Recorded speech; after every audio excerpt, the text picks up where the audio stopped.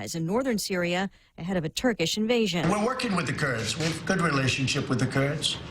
But we never agreed to, protect the Kurds. We fought with them for 3.5 to 4 years. We never agreed to protect the Kurds for the rest of their lives. Turkey's temporary ceasefire in Syria is due to expire tomorrow. During a cabinet meeting today, President Trump also taking questions about the impeachment probe. Well, I think the Democrats fight dirty. I think the Democrats are lousy politicians with lousy policy. While his critics accuse him of soliciting election interference, the president accuses them of playing politics because he says they can't beat him at the polls. There's a push by Republican lawmakers to punish the Democrat leading the impeachment probe for the way it's been handled. Fox's Jared Halpern is live on Capitol Hill. House Republicans are forcing a vote to condemn and censure Intelligence Committee Chairman Adam Schiff. The resolution, introduced by Arizona Republican Andy Biggs, accuses Schiff of a false retelling of President Trump's phone call with the Ukrainian president and says Schiff has spread false accusations about the Trump campaign. More than 160 Republicans are co-sponsors. No Democrats are expected to support the measure. Democratic leaders are likely to trigger a vote to table the resolution, essentially killing the censure effort. Lisa. Thanks, Jared. Stocks finish higher. The Dow up 56 points at the closing bell. America is listening to Fox News.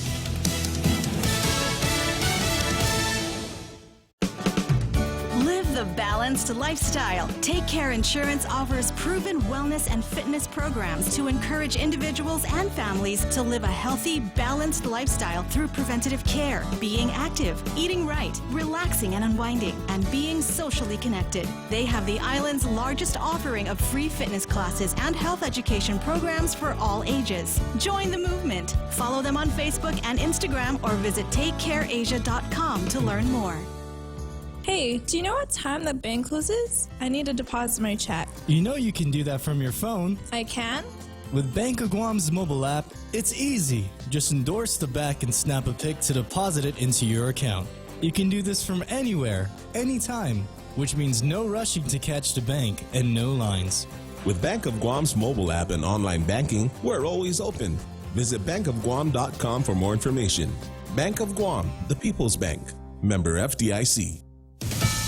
Senator Elizabeth Warren pledging again to lower costs for middle-class families without saying whether a tax hike might be needed to help pay for Medicare for all if she's elected president. But she says plenty of money will come from a tax hike on the wealthy. The wealth tax will pay for universal child care all the way through canceling student loan debt. It's about an investment in an entire generation. Warren stumping today in Iowa, where a new poll from the Suffolk Political Research Center shows her in second place in the Democratic race, 1 point behind Joe Biden, with Pete Buttigieg surging into third place.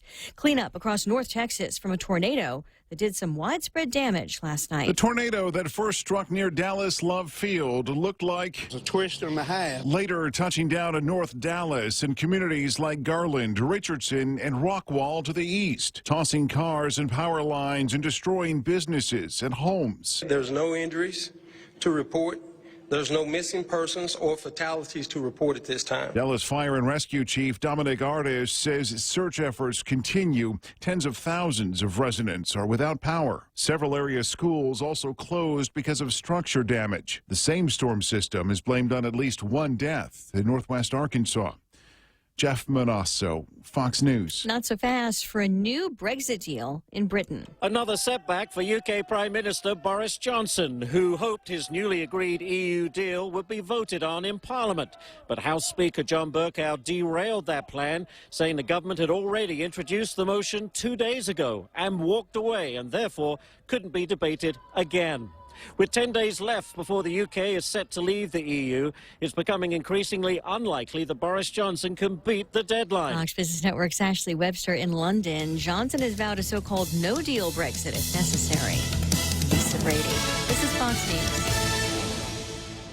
Half a day. Security Title is honored to join in sponsoring Ray Gibson on The Point. I'm Jade Uggan of Umatic, and this is where I start my day. Listening to the voices of our community and sharing thoughts about issues that affect all of us. It all boils down to our people and our land. Protehi itanonmo.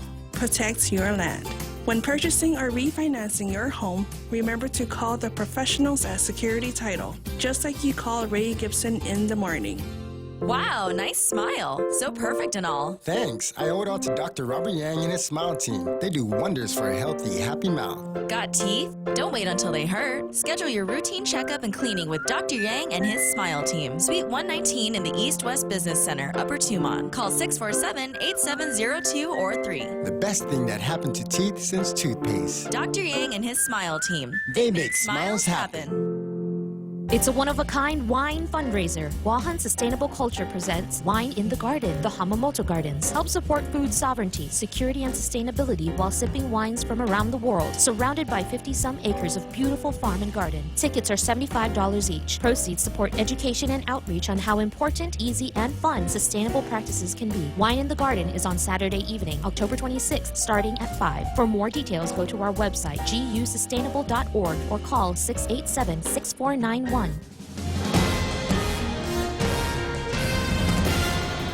Hafaday and good morning, Guam. It's 6 minutes past 6 a.m. Here are some of your top stories from the Guam Daily Post. A former Guam National Guardsman, Anthony Nirarois, was sentenced to 1 year and a day in federal prison. Nirarois pleaded guilty in 2016 to theft of government property and wire fraud. He was accused of stealing nearly $20,000 from the Department of Defense and of aiding and abetting his co-defendant, who was later sentenced to 3 years of probation in August. Both are among several implicated in the Guard Recruitment Assistance Program, which offers monetary incentives for recruiting folks into the U.S. Army National Guard. Nirarois, who is currently using his GI Bill to attend classes at the University of Guam, asked the court to allow him to self-surrender to the Bureau of Prisons after this semester ends. He also asked to serve his time in Hawaii. He was ordered to pay restitution in the amount of $42,000 to cover the total loss to the federal government. The government of Guam will be filing an appeal in the U.S. Supreme Court on the federal court ruling on Guam's plebiscite law. In July, the Ninth Circuit Court of Appeals upheld the district court's decision, which struck down Guam's plebiscite law as unconstitutional because it is race-based and in violation of the 15th Amendment. The governor yesterday said that she'll ask the Guam attorney, Levin Camacho, to appoint Attorney Mike Phillips and Senator Therese Terlahi to lead the effort in the U.S. Supreme Court. The initial lawsuit was filed by Air Force veteran Dave Davis, who was denied when he tried to register to vote in the non-binding plebiscite on Guam's political status. 3 people received minor injuries late last night following a crash along Marine Corps Drive in Tamuning. The 3 were taken to GMH after the 2-car collision near Docomo and Infusion. It's unclear how the crash occurred. Northbound lanes were closed as GFD and GPD responded. A 26-year-old mother arrested after leaving her baby in a parked car last week has been released from jail. Elizabeth Tysikin allegedly left her 6-month-old baby alone in a car while parked at the University of Guam at about 4:30 on Friday afternoon. The baby was treated by the school's nurse and by Guam fire medics. Tysikin was interviewed by police and was arrested on suspicion of leaving a child unattended in a motor vehicle, child abuse, and family violence. As reported by the Guam Daily Post, Tysikin is neither a student or an employee at the university. The baby was handed over to Child Protective Services. We'll have more news after this. We understand what matters to you because at Docomo Pacific, we're a family too. With the Now Family program, Mom, Dad, and kids stay connected on the latest devices the whole family can enjoy. For just $155 a month, get 3 lines with 30 gigs of 4G LTE data each, and endless use of your favorite apps without affecting your monthly data bucket. Add more, get more, save more. Docomo Pacific, better together. Some conditions apply. Hulu is all your TV in one place, plus more. Watch thousands of hit shows, movies, and award-winning Hulu originals for only $5.99 per month. It's TV without the cable contract and the freedom of on-demand streaming. Get current network shows from ABC, CBS, NBC, and Fox, and binge-watch every season of your favorite cable shows. Premium Hulu viewing is brought to you by Proline Automotive and AB Sports, Guam's store for Nike. To advertise on Hulu, call Choice Digital at 989-0042. There have been multiple challenges in completing the $4.2 million Central Precinct Command in Sinahanya, the opening which has been delayed a number of times already. GURA Executive Director Ray Chapasnya says his engineering team is working with a contractor to address what's remaining of those issues. He says that the building's fire suppression system has been certified, but there still needs to be some modifications to the smoke detector system. That's expected to be resolved this weekend, after which they should be able to get certifications and permits from both GFD and DPW so that they can move in. But that will, of course, be dependent on the police department's ability to get their telecommunication system installed. Chapasnya says GPD has been working with the Office of Technology to install the necessary communication hardware. And the Department of Revenue and Taxation will mail out 562 tax refund checks totaling about $1.5 million this week. Those checks include those that were already garnished and those who filed error-free returns on or before April 27th of this year. Also, the Hagåtña public swimming pool is expected to reopen today. The Department of Parks and Recreation says that the contractors have completed, at least partially, the damage that was repairs to the damaged filtration system. They will be open today, but the hours of operation will be shorter because the reduced filtration rate. So starting today, they'll be open from 7 a.m. until 11 a.m., and then again, they'll reopen at 3 in the afternoon until 6 p.m., and they open Tuesday through Sunday. The pool's been closed for about 2 weeks. And those are your top stories from the Guam Daily Post. Here now is your weather with Ray. Partly sunny. I'm glad they're open. There's a high risk of rip currents through this afternoon. High surf advisory in effect until 4 o'clock this afternoon as well. Otherwise, partly sunny this morning, then becoming partly cloudy with isolated showers. Expected southwest winds, 10 to 15 miles an hour, shifting to the south, decreasing 10 miles an hour this evening. Expected highs today, 88 degrees. Overnight lows should be about 78 degrees. Sunset tonight at 5:58, but people have been sending me snaps all morning long of the incredible sunrises that we have got. This one here just came in just seconds ago from up in the Hagåtña area. Dee out there taking some pictures, some gorgeous snaps of what it looks like with the sun coming up over on that side of the island. Yeah, golden sunrise over there. Saw some other interesting pictures that were floating around here. Let me see if I can get this one here on. This is another gorgeous sunrise that people are experiencing here this morning. Just a beautiful day. If you're not up already, you're missing the best part of the day. Get up out of bed, get the coffee. We are blessed to live here on Guam. Go outside and take a look at all of this stuff. Now I would take a look at some of the other bits and pieces of our weather universe. There's nothing wrong with the radar. There's just nothing out there right now. What's up with that? We'll take a look at the weather radar and also see if I can call somebody up here from the National Weather Service and see what they're working on. Mike Ciabro's on the line. Good morning, Mike. How you doing? Good. Glad to hear that. Listen, just kind of looking for a Bua Loy update here today. Obviously, Guam out of the shooting match here, but not so much for CNMI, Saipan, and the North Islands. What was the story last night? What kind of winds they get? I think they got some gusts maybe up to the 60s, but it wasn't as bad as it, not so bad. Word I got was banana storm. Tell me a little bit about the story. I thought it sure looked like it was going to go a little bit more north of northwest when we were looking at it yesterday. Did that sort of peak out and start to go like it was going to be going between Saipan and the North Islands?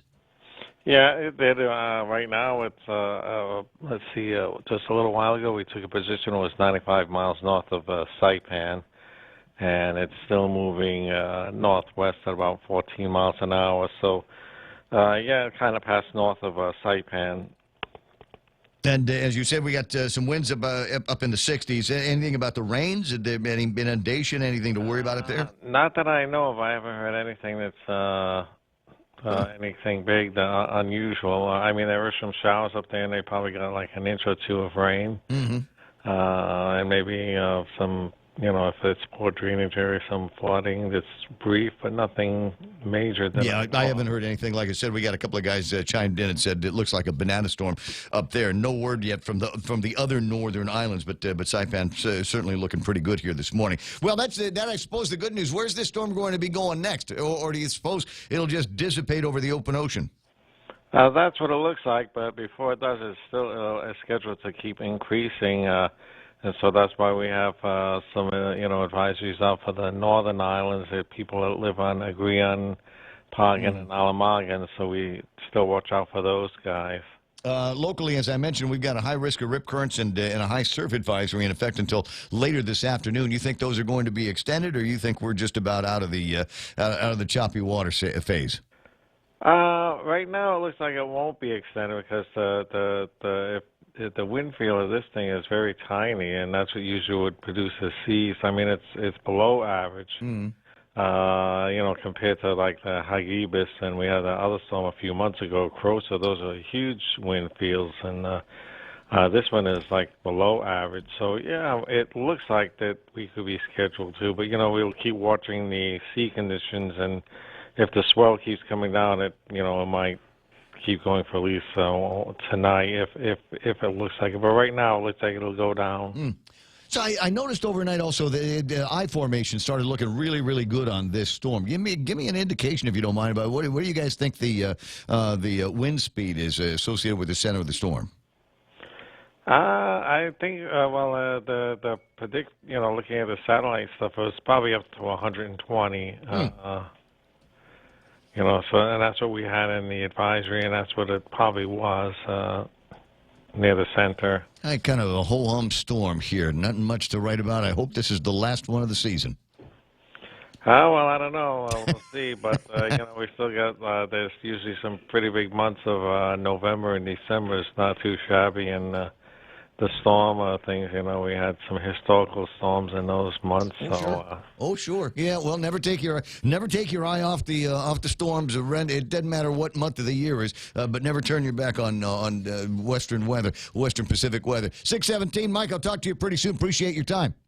Sure, my pleasure. All right, 888-8255-888-TALK. As I said, going back to our forecast here, partly sunny this morning, then becoming partly cloudy with isolated showers. Some more of those southwest winds. Like I said, you take a look at the weather radar. Doesn't seem to be anything out there. Our neighborhood is clear, don't you think? Yeah, nothing with us. And even on this radar here, you can't even see the typhoon. On the larger picture, you can just see the southern fringes of this very compact storm. And looks like Saipan now is pretty much out of the woods as well, from what I can see here. It looks like that the Tinian just getting some brushes now, Saipan getting the backside of it.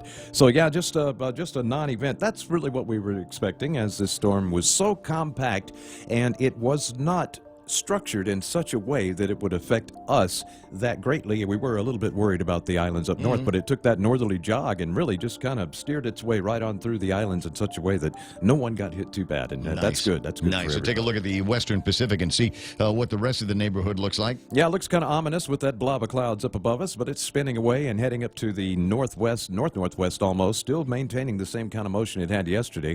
Looks like it's about to suck in some more moisture from that extended trough that was headed up off to the northwest of it. It'll combine with that as it continues to go on up, might strengthen a little bit more. Category 4 right now. That's why you see that impressive eye there. Yeah. And almost an annular, as I mentioned earlier, the annular phrase meaning almost disc-like, but it's still very small. Such a small storm, very small and compact. It's one of those deals where if you're like 20 miles away... the storm and go, no, you're small. You're small. No, you are. No, you're small. Yeah. I know you are, but what am I? Right. Sorry, you were talking seriously. That's okay. Yeah, that's okay. But right now they've got a nice, impressive appearance, but it's such a tiny storm. It's just not affecting anyone. It's one of those deals where 20 miles of difference would make all the difference in the world, and that's where Saipan found themselves, in the safe zone. So 6:19. So good for them. Good for them. I don't know. Maybe somebody thought maybe we should call Brad Rosala this morning. I think maybe we'll just let him sleep in or something like that. 888-8255-888-TALK. Can I give you one more picture of a sunrise? It kind of sort of one more picture of a sunrise here. This one, if I'm able to call it up right, I'm not sure if I did. I got to make sure I actually sent the picture, and I didn't. We'll take a break here, and I'll come back and I'll show you one other sunrise picture. And note, friends, that you are not the only sunrise hunters out there. That will be the point of it. 6:19. That's news and plenty of weather together. Brought to you by Bank Pacific, banking on the Pacific for 65 years. That's what Tomorrow Fusion Bistro brings you island and hospitality with a true taste of modern Chamorro cuisine.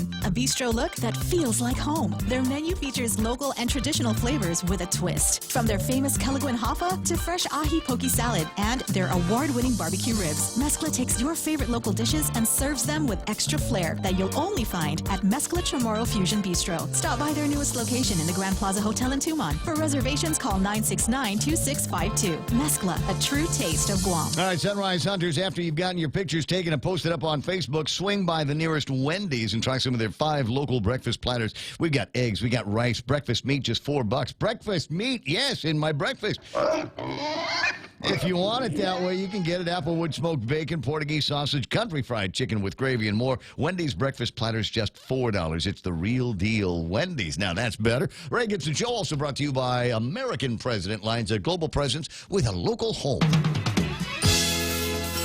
The Ray Gibson Show. Morning talk that matters. Call now, 888-TALK.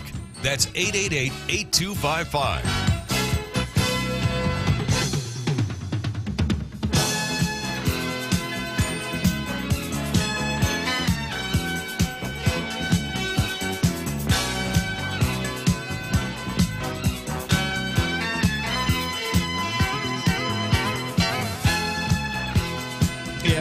There's the picture. I was telling you about my friend Dee Dee went up and got herself a picture of the sunrise from up at kind of a nice lookout up in Zonia. And apparently she's not the only one that had the idea of heading up there. There's a shot of everybody trying to get a shot of the sunrise this morning. It really is kind of a thing, isn't it? Getting up early and going out and hunting the sunrise. That's nice. And then I wasn't able to see the sunset last night, but my recollection, I was walking around GPO, walking outside GPO. The sun had already been down for a few minutes, and there was this beautiful breeze coming in off the west side, and I was like, "Ooh, wish I was wearing my jacket tonight," because it was a little nippy out there last night. It was absolutely gorgeous.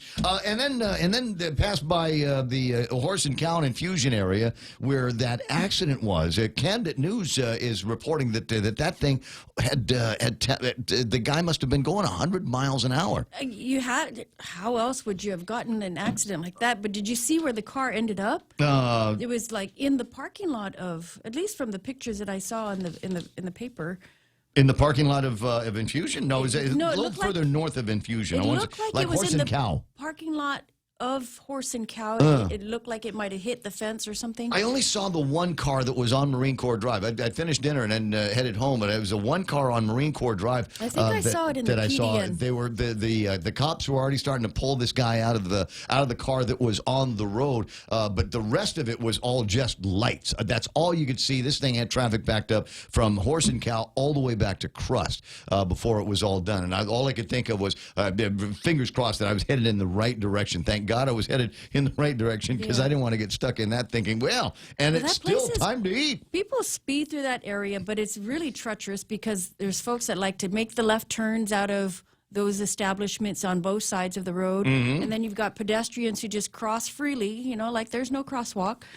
So, yeah, and the biggest problem there, so really, dangerous. aside from the speed, is the fact that the roads are so crappy through there that if you're traveling at that high rate of speed, it's really easy to lose control. Could be trouble. Yeah. Anyway, welcome to the program. Excuse the mess. It is the Ray Gibson Show on 93.3 The Point. My name is Ray. There's baby sister Montesilva Tyrant taking care of all of the news for us, and we got Duke Skytalker, who is normally looking at what's happening with the weather systems in the area. But frankly, the weather systems in the area, at least in the last 24 hours, it's just kind of disappointing out there. Yeah, I was, it's kind of, thank God that we didn't get a big blow. I was worried about us getting a big blow. And then I thought, well, poor Saipan, they're in for it again. But it looks like they dodged another bullet as they did with the last couple of storms and are able to make it through here. So I just, don't take your eyes off this. And for those of you that did not practice this time, because I was the same thing. I didn't want to do anything with shutters. I didn't want to do anything with filling bathtubs with water or loading up any gasoline. The closest thing I got to typhoon prep on this one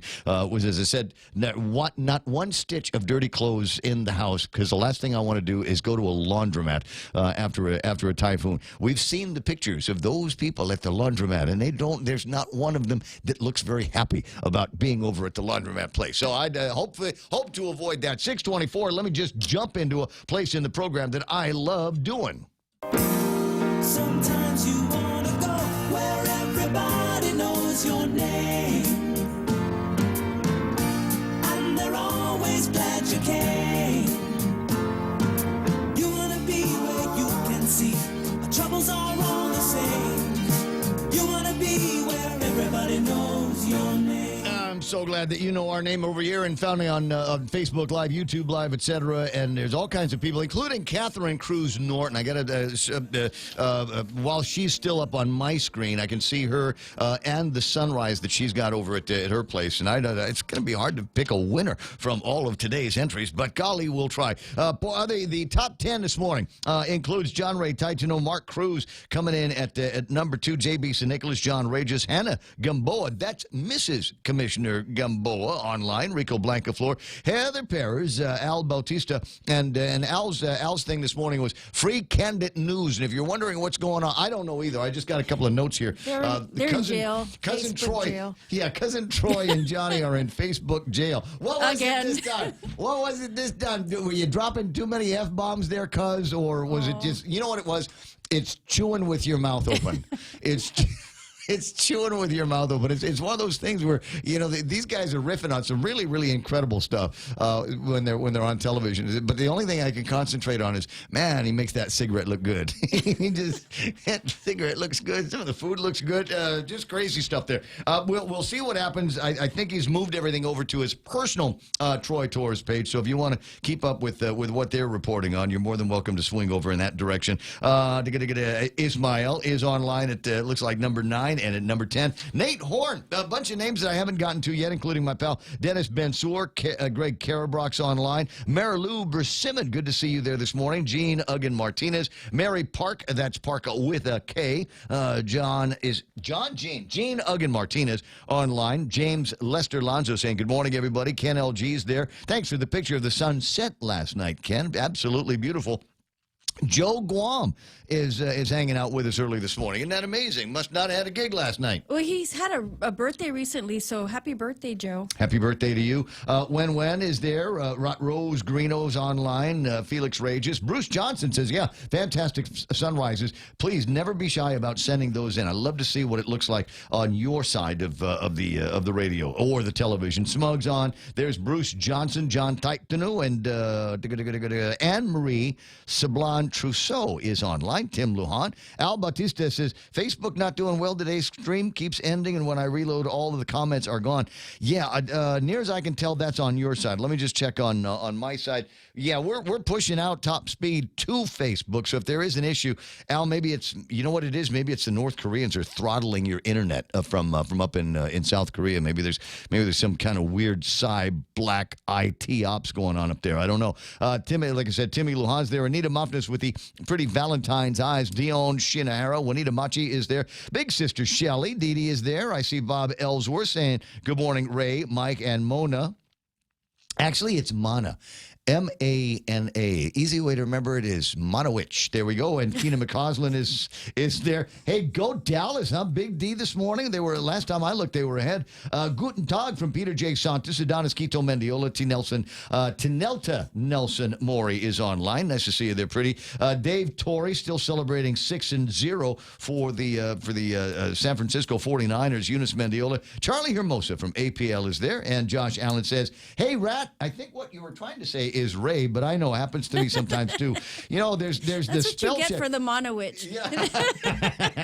That's what you get. Only one eye open, says Big Sister Shelly. Up late last night or up early this morning, one way or the other. Randy Kruger is hanging out. What have we got? People arrested in illegal THC vape bust in Bergen County. Let me just right-click on this because it looks like it might end up being an interesting story.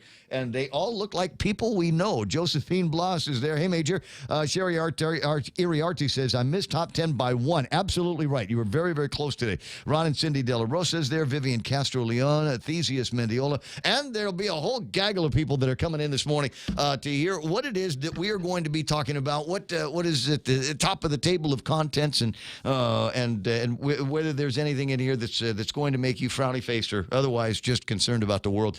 There was one thing, and I'll start off with this. I got word yesterday of the passing, and in my mind, unexpected passing of of Ken Paris. I just read something that he had written in the newspaper a couple of days ago. Yeah, he will definitely be missed. Oh, He's yeah, a good guy. Icon, in my mind, icon of the party, and they've just been around for so long. I first became aware of Ken Paris as somebody, in the media. I first became aware of him when Carl Gutierrez fired him, when he was Madeline Berdalio's chief of staff, and I always thought that was kind of interesting. And based on some of the comments that Carl has made recently, obviously it's nothing personal, just work, just business.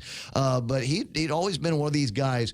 I'm not going to say he was a back channel for me as much as there were times that there were topics that were going on. I mean, some old school topics, because he's been around for a while. Yeah, he definitely had the institutional knowledge. Yeah, and if he thought that I might have been floundering on an issue, he did not hesitate to make sure that he at least sent over his perspective on what was going on, and of course his perspective recently on things that have been happening in the Democratic Party, and certainly issues that he had with Congressman Mike Nicholas and the Unity Pledge and things like that were very, very interesting. I know that he is going to be missed as one of the icons, as one of the leaders of the Democratic Party here on Guam. My favorite thing, though, was occasionally, I could get him to smile. And rarer than that, I'd get him to laugh every once in a while, and there was nothing more pleasing in my ear. I've never seen him crack up. than to hear him crack up. Just a little bit. It was just a little bit, because he and it always was had probably that. just like a little chuckle, right? Yeah. I always had that look on his face. You take a look at some of the pictures, and you go, "Oh, they caught him in a. He was looking the wrong way in the cameras." And no, that's what Ken always looked like. The funny thing is he had a great sense of humor. Yes. But it was just very. What's the word for it?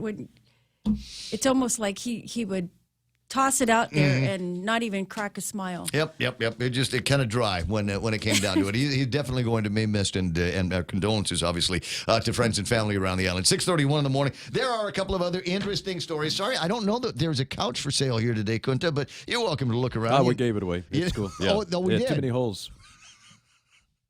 Cat hair hair marks. It was bad. Anyway, 6:32, and time to jump into some headlines from the Guam Daily Post with Montesilva Tyron. Good morning. Good morning. It's being called a banana storm, and no reports yet of any damages as a result of Typhoon Bualoy. The National Weather Service says Saipan saw gusts of up to about 60 miles an hour as it made its way past the island last night. It's currently 95 miles north of Saipan and moving northwest. The Weather Service still watching the system as it's expected to continue to intensify and may affect some of the northernmost islands. Guam will be filing another appeal in the U.S. Supreme Court on federal court rulings on Guam's plebiscite law. Both the District Court of Guam and the Ninth Circuit Court of Appeals have deemed the plebiscite law as unconstitutional. Governor Luliang Guerrero says that she will ask the Guam Attorney General to appoint Mike Phillips and Senator Therese Chalahi to lead the effort in the U.S. Supreme Court. Well, he dedicated his life to public service, and today friends and family mourn the passing of Ken Paris. Paris was a chief of staff to Delegate Madeline Berdalio and former Democratic Party chairman. He also served on the Election Commission as a commissioner. He died yesterday morning at the age of 73. And the Agana pool will open today. Some work has been done on the pool's filtration system, and they will be able to open their hours. They do say be mindful that they will be shortened hours. And those are your headlines from the Guam Daily Post. I'm Montesilva Tyron. Because apparently running a pool is the hardest thing in the whole wide world. Oh, it is. And it's expensive. 6:33 in the morning. That's iConnect time. Swing by the nearest iConnect and ask them about how to save you some money. Where's the number here? $1.5 million worth of tax refunds, and that's $1.63 million in. No, that's a, sorry. We have many millions here in the news. 1.63 million tourists that come to Guam in the last fiscal year, but only $1.5 million in tax refunds going out. So that's where it is. Go find out about the tax refund promo at iConnect. They'll be happy to tell you about it. Basically, it works like this. You sign up for a year's worth of service. They will give you a month free. They'll give you a phone free. Terms and conditions apply. I don't know what they are. Call them up at 888-8888. What's for breakfast at KFC under $3.95, you ask? What's for breakfast at KFC that's different than the other guys, you ask? KFC's chicken wrap, sausage wrap, the Colonel's chicken congee, chicken fried steak, sausage biscuit and gravy, and biscuit sandwiches made with KFC's original fluffy biscuits. All for under $3.95 and all only at KFC. Plus, with waffles and the Colonel's chicken fried rice, we've got something for everyone. So visit KFC for breakfast today. It's finger-licking good. Want 10% off your next flight to the U.S.? Now through October 31, receive 10% off select United Airlines flights to the U.S. when you purchase your ticket with your United credit card or United Mileage Plus credit card from First Hawaiian Bank. Use promo code FHB019 when booking your flight. With a travel sale like this, you could wake up to a different sunrise in any part of the U.S. Visit FHB.com/United Fair Sale 19 to learn more. Terms and conditions and restrictions apply. First Hawaiian Bank, member FDIC. Let's see what that traffic gizmo looks like today. And things generally cleared up in the Tamuning area over by Horse and Cow. Big accident there last night. Somebody, they tell me, moving about 100 miles an hour. The crazy thing is, the miraculous thing is, apparently all of the injuries were just minor involved with that. That is something else. Very, very lucky. Looking at the overall, at the holistic traffic gizmo, don't see a whole lot going on up and down from Jigo into the downtown Dededo area, into the uptown Upper Tumon area, and then finally into Wagania. It's running very, very clear, very smooth this morning. Don't see too much that's going to slow you down. A little bit of traffic for people trying to get into Teedson off of Route 8 at the one good intersection that takes you into Teedson. Mono, when you're the senator, do me a favor. I need you to open up Penguin Avenue. That's the one that is right across Route 10. You know, Route 10 kind of dead ends at Route 8. If you look across the way, there's a gate, and the gate will take you up into Teedson, and that will take you into the parts of Teedson, like where the school is, and where the gyms are, and where the ball fields are. They need to open that up. So when you become senator or Magahaga, again, I need you to work on that. It's 6:30, so she never knows where to go with that. As a note in traffic, got to remind everybody, GWA going to be closing a right southbound lane, Route 1, Route 8 intersection at Chamorro Village, starting at 9 this morning. Going to do They've been doing that since last week. Remember we had Heidi on? Heidi was talking about that last week, so there's a little bit of back and forth going on, the manhole covers and things like that. But now I'm kind of confused about something. You know, over by the Shirleys, across from the old courthouse, there's all that construction there, and there's a big sign that says no right turn. And so I was going straight because I was picking up Mayumi from school yesterday. I was going straight, and there was a car next to me, and you know what that guy did? He took a left hand. No, he took a left-hand turn. How do you do that? Wait, what does the sign say? The sign says no left. No left. I'm sorry. Left. The sign says no left, but the guy took a left, and I'm going, scofflaw. Scofflaw. Yeah. That's why there's accidents on Guam, because nobody's reading it. But apparently there's no reason why he could not have made that left-hand turn up to McDonald's. One other note here, since we're talking about this, there's a possibility that you could get slowed down southbound traffic from Polaris Point all the way to Main Gate and Navy. They've got some work that's being done down there, unexploded ordnance clearance and sewer line projects. Now, I don't know if they're actually finding any unexploded ordnance, but it is possible that they're using that as some kind of a cover. Right? They're doing some other like cool NSA military. We can't even believe how super secret this is. They're actually building an underground tunnel from here to the West Coast. That would be awesome. That would be awesome. 6:30, or they've discovered oil and they just don't want to tell anybody about it. But anyway, 6:34, 6:38. That's right now traffic on the point. Konnichiwa! We'll be celebrating the 40th Japan Autumn Festival on Saturday, November 16th from 2 until 9 at the Governor Joseph Flores Beach Park. That's Ipao Beach Park. Parking will be available across Oka Payless with free shuttle service every 15 minutes starting at 1:30. Advance tickets available now at the Japan Club of Guam office located on the first floor of Pia Marine during business hours. The Japan Autumn Festival at Ipao Beach Park, November 16th from 2 to 9. Come join us. For information, call 646-8066. This message made possible by Choice Broadcasting. Getting you back to the talk faster. It's the Ray Gibson Show.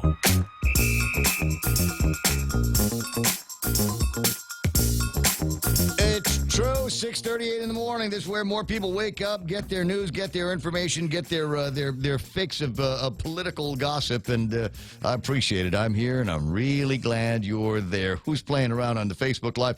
Ron and Cindy De La Rosa. I got Vivian Castro Leon, Theseus Mendiola. There's another Vivian here. Vivian Cunningham. John Wigston is there. Karina Gutierrez Ludwig. Nice to see you there. Jennifer Louise Dula and Chalorna Laurent. Terry Tenorio. Nice to see you there, Terry. How's your brother? When was the last time anybody saw Ray Tenorio? Do you remember what the last time you saw Ray? Around December of last year. Right. Or January. Mike, you get out a lot. Have you seen Ray Tenorio anywhere? No. He and I are not allowed to hang out in the same spots. And not since the incident in 1987. Got it, Terry. Give the family our love around here. Tony and Annette and Pinko Ada are online. Finally, you guys are usually up around the top 10. Michelle Peer, Cousin Troy is online. He says, hi, Cousin Shelley, Ray, and Mana. Nice that we're all in the same place around here, isn't it?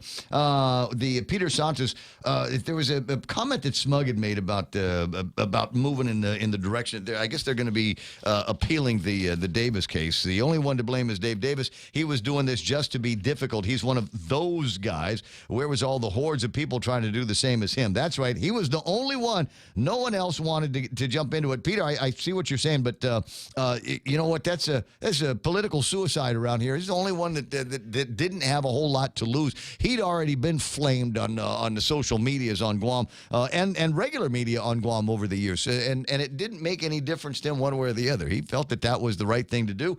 Found himself some lawyer and got himself lawyered up and found himself in court. It will be interesting to see what happens now. Of course, we're going back on the Davis case. One of the top stories in the Guam Daily Post: Governor, we will appeal the plebiscite case. And if I understand it right, it wasn't just coming out and saying we're going to appeal the plebiscite case. I believe I've got some video on this. I think they actually have like an address to the people of Guam, really, to talk about this. Okay. Although I'm going in my head, wait a second, that's not the address I was looking. This is not the address you're looking for.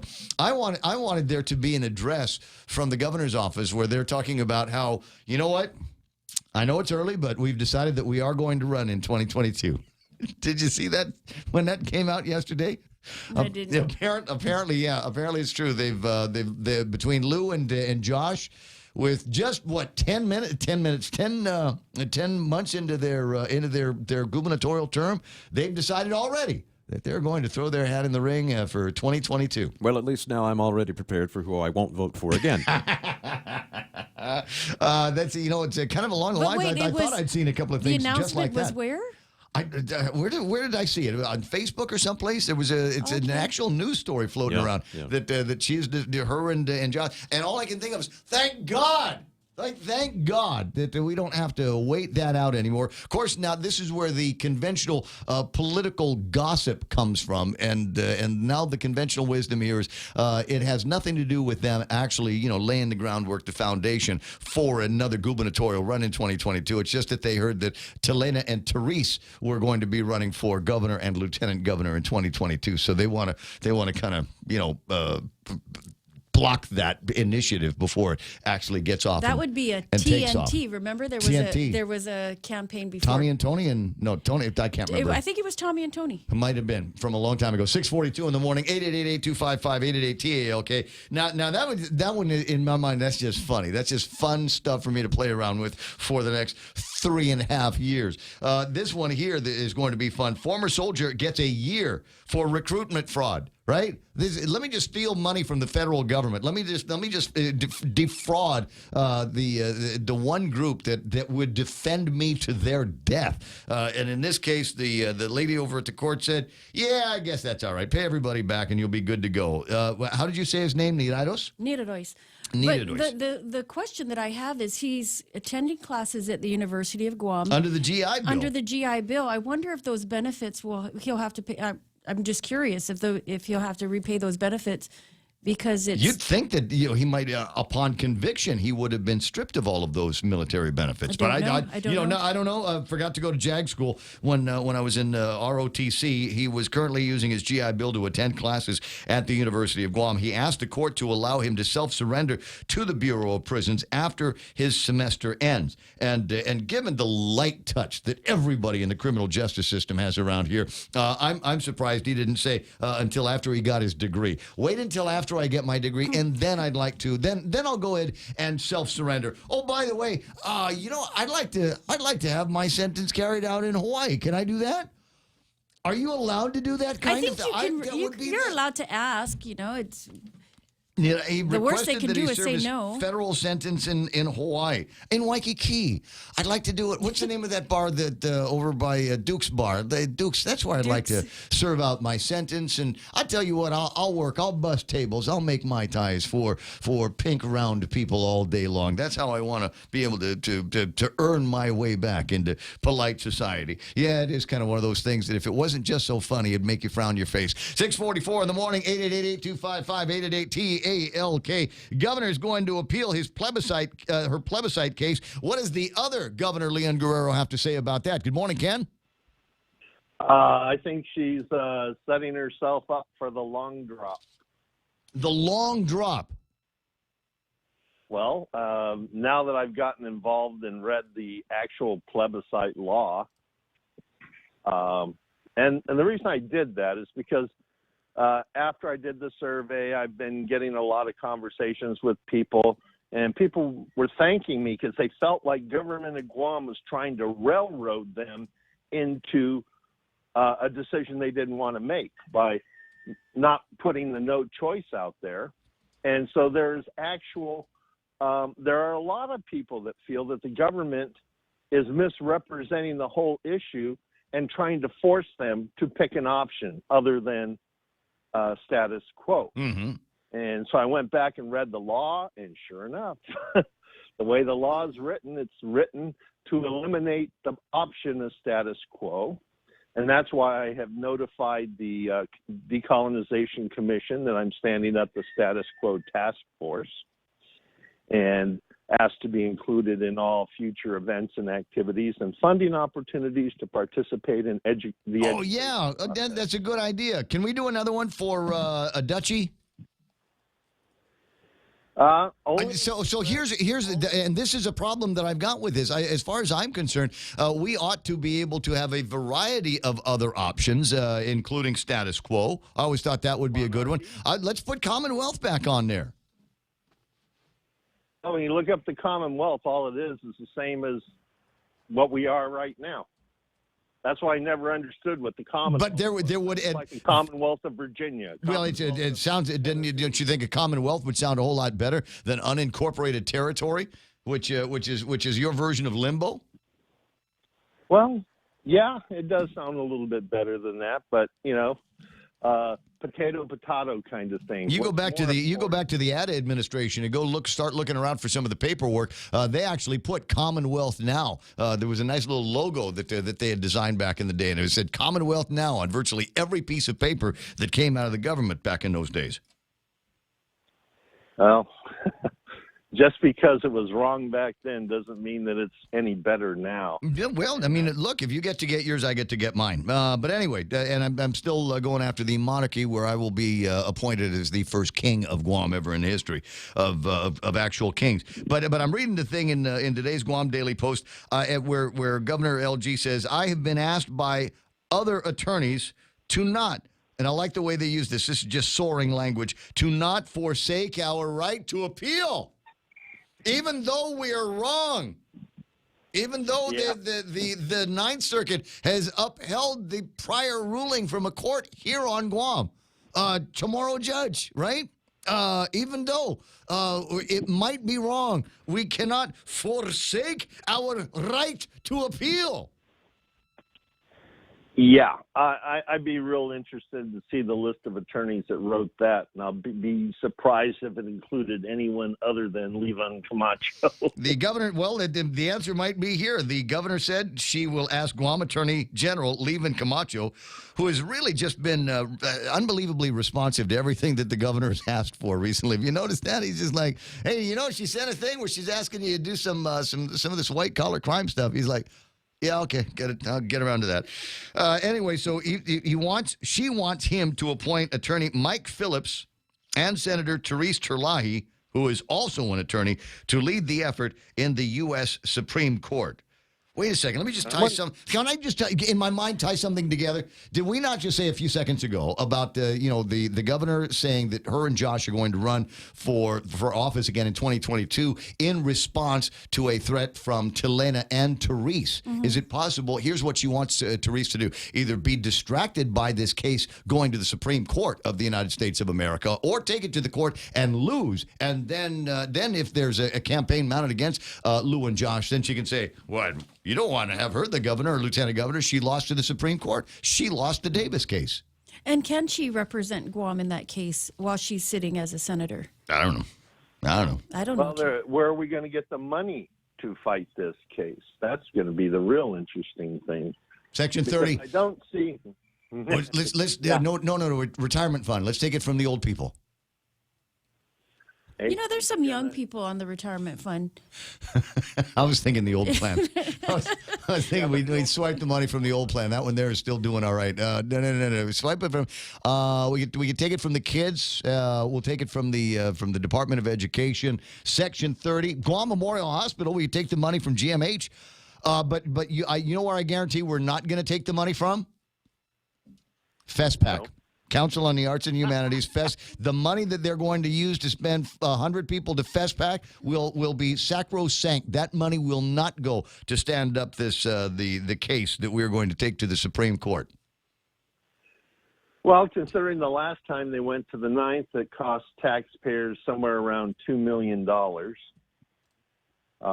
Be interesting to see where they're going to get the money to take it all the way to the Supreme Court. Mm-hmm. And when they're not learning their lessons. That's the whole problem, because the Supreme Court, the Ninth pointed out the obvious flaws in the case. And when you go back and read the law itself, it's full of flaws. And what's going to happen here is I'm about to be harmed.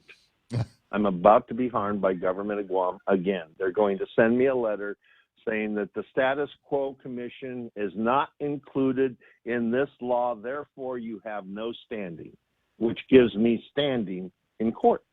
Your lawyer mileage may vary. It'll be interesting to see where it goes. Let me see what have we got on the comments so far based on this and other Cunningham. I'm sorry, I'm looking at Vivian Cunningham saying good morning, Rand. That distracted me. I'm like that. Sabine Chargaloff, Chris Abalencia tossed their hats in the ring already. LOL. Chris, as I said, thank God. Thank God we don't have to wait to ask them. They came out and said, no, we'll do this for you. We were willing to make this another 4-year sacrifice here. Somebody's got to go to the parades, and somebody's got to make all the proclamations. Smug says, we need bumper stickers that say, I'm in sane. This is why people come here. And Al Bautista is already in a running gunfight with Peter Santos, who's given you a hard time. Peter says GI Bill only gets revoked after an other than honorable discharge or bad conduct discharge. And Peter Santos says Ken does stuff first, then researches later. He needs to research. He is wrong, according to Peter Santos. You've got to go to the legislature. And Peter Santos says Ken is such a hack, it's laughable. Peter, I don't think he cares. Carlos Barreto's there. Cheryl Ochai is online. The question from Chris Abalencia, how much money will it cost Guam to pay Mike Phillips and Senator Terlahi to the Supreme Court? I think we'd only have to pay Mike because, Senator Terlahi is already an employee of the people. She is already working for the people. Right. This should be a great opportunity for her to show her how much she loves the people and take this case on pro bono. Concur? Obviously, you never saw Rustler's Rhapsody.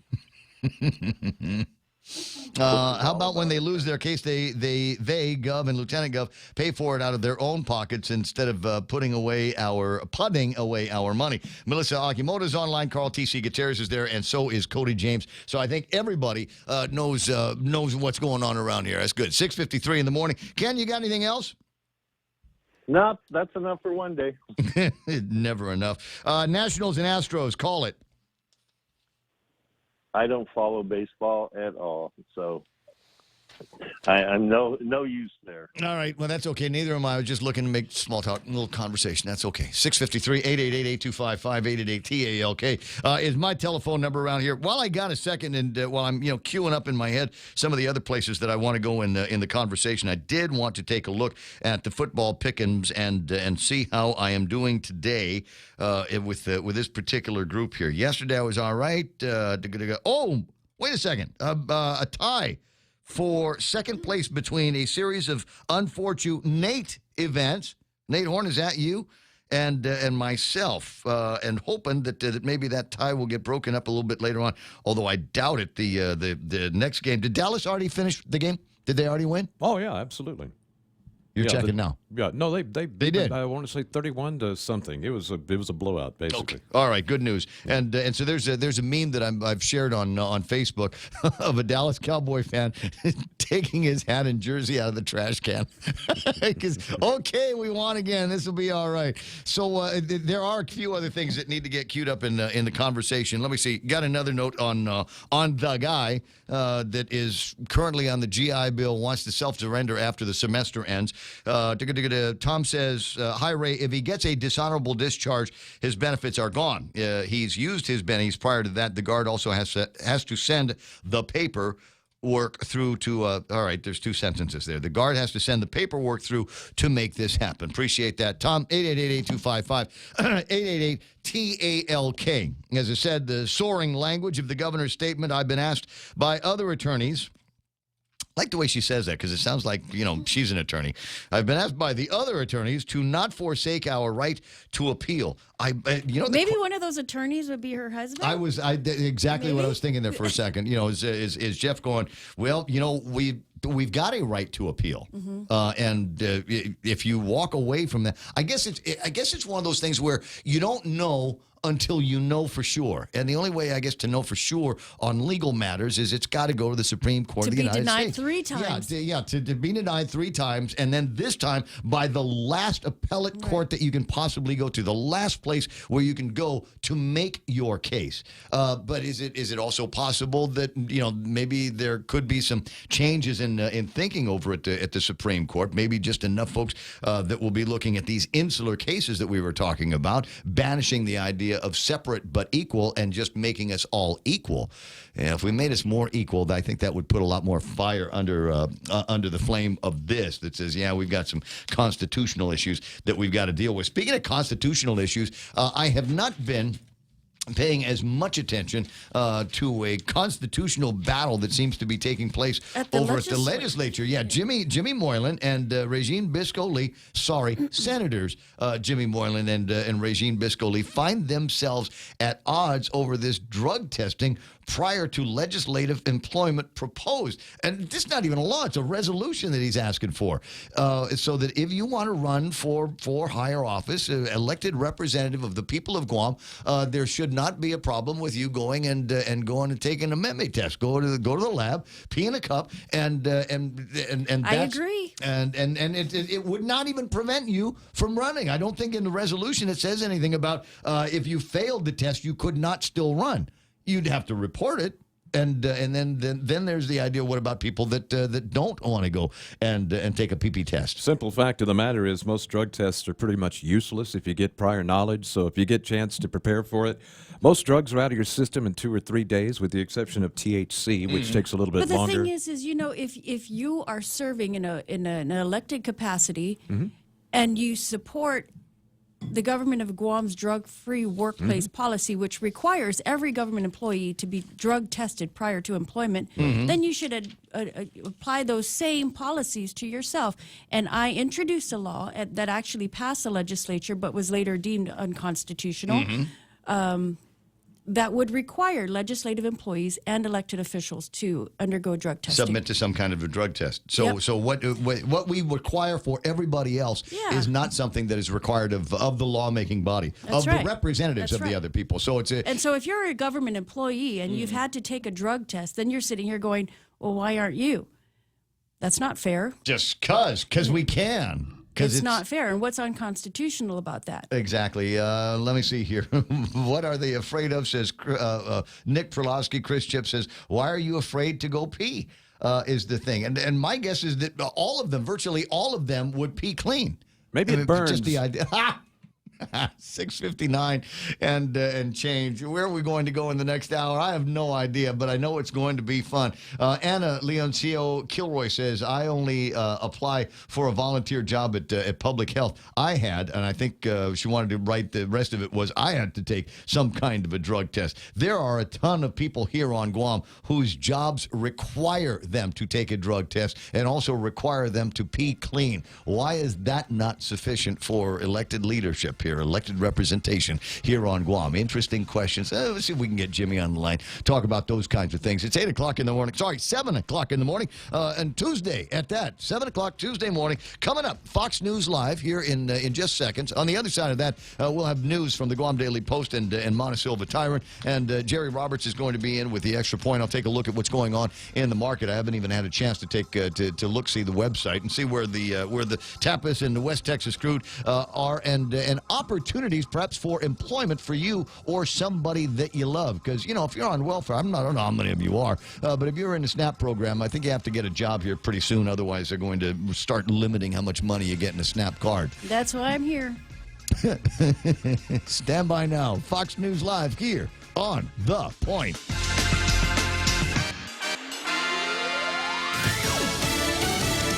One guilty plea after another. I'm Lisa Brady, Fox News. On a busy day at federal court in Boston, several parents changing their pleas in the college admissions cheating scandal. Fox's Gernal Scott has this live. Elisa, today 4 parents and a private tennis coach pleaded guilty. Douglas Hodge sought to get his children into Southern Cal as athletes. Michelle Geneves targeted USC and Georgetown for her daughter and son.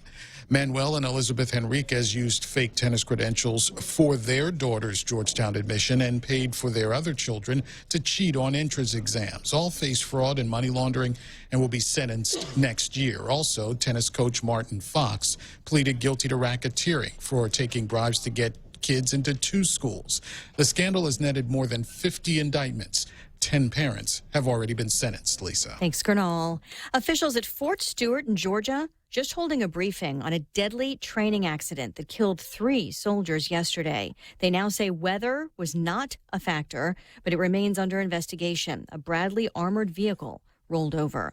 President Trump says House Democrats are only trying to impeach him because they can't beat him in the 2020 election, also suggesting it's not fair to have to focus on what he calls an illegitimate process. Can you imagine? I have to fight off these lowlifes. At the same time, I'm negotiating these very important things. Democrats accuse the president of soliciting election interference in a phone call with Ukraine's president. The current U.S. ambassador to Ukraine is scheduled to be the next impeachment witness tomorrow.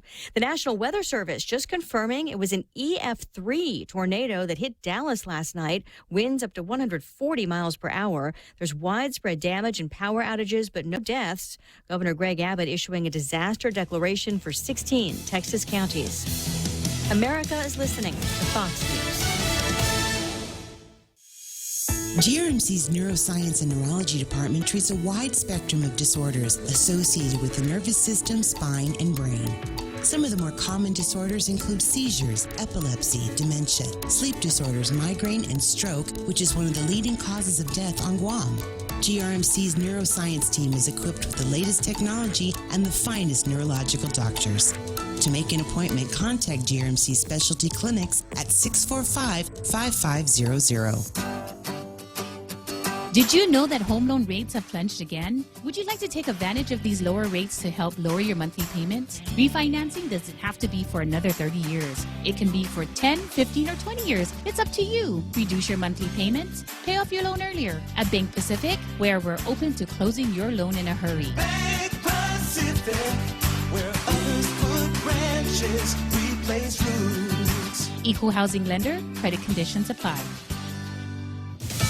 What would have been a landmark opioid trial beginning today in Ohio is scrapped by last-minute settlements. 4 major drug companies have reached a $260 million settlement deal with 2 Ohio counties, just ahead of opening statements in the first federal trial over the opioid crisis. I hope the people in Washington acknowledge the situations that we have been bearing and pass laws to prevent these actions from ever happening again in this country. Cuyahoga County Prosecutor Michael O'Malley, others, including Johnson & Johnson, previously settled, leaving Walgreens as the lone defendant, at least in this case. Over 2,000 other lawsuits continue across the country, all related to the deadly opioid crisis.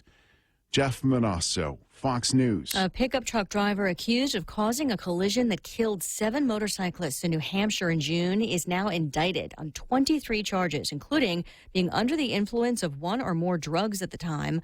Arraignment is set for November 5th. A theme park based on Sesame Street will soon have a second location, created in partnership with another theme park that's evolving from controversy.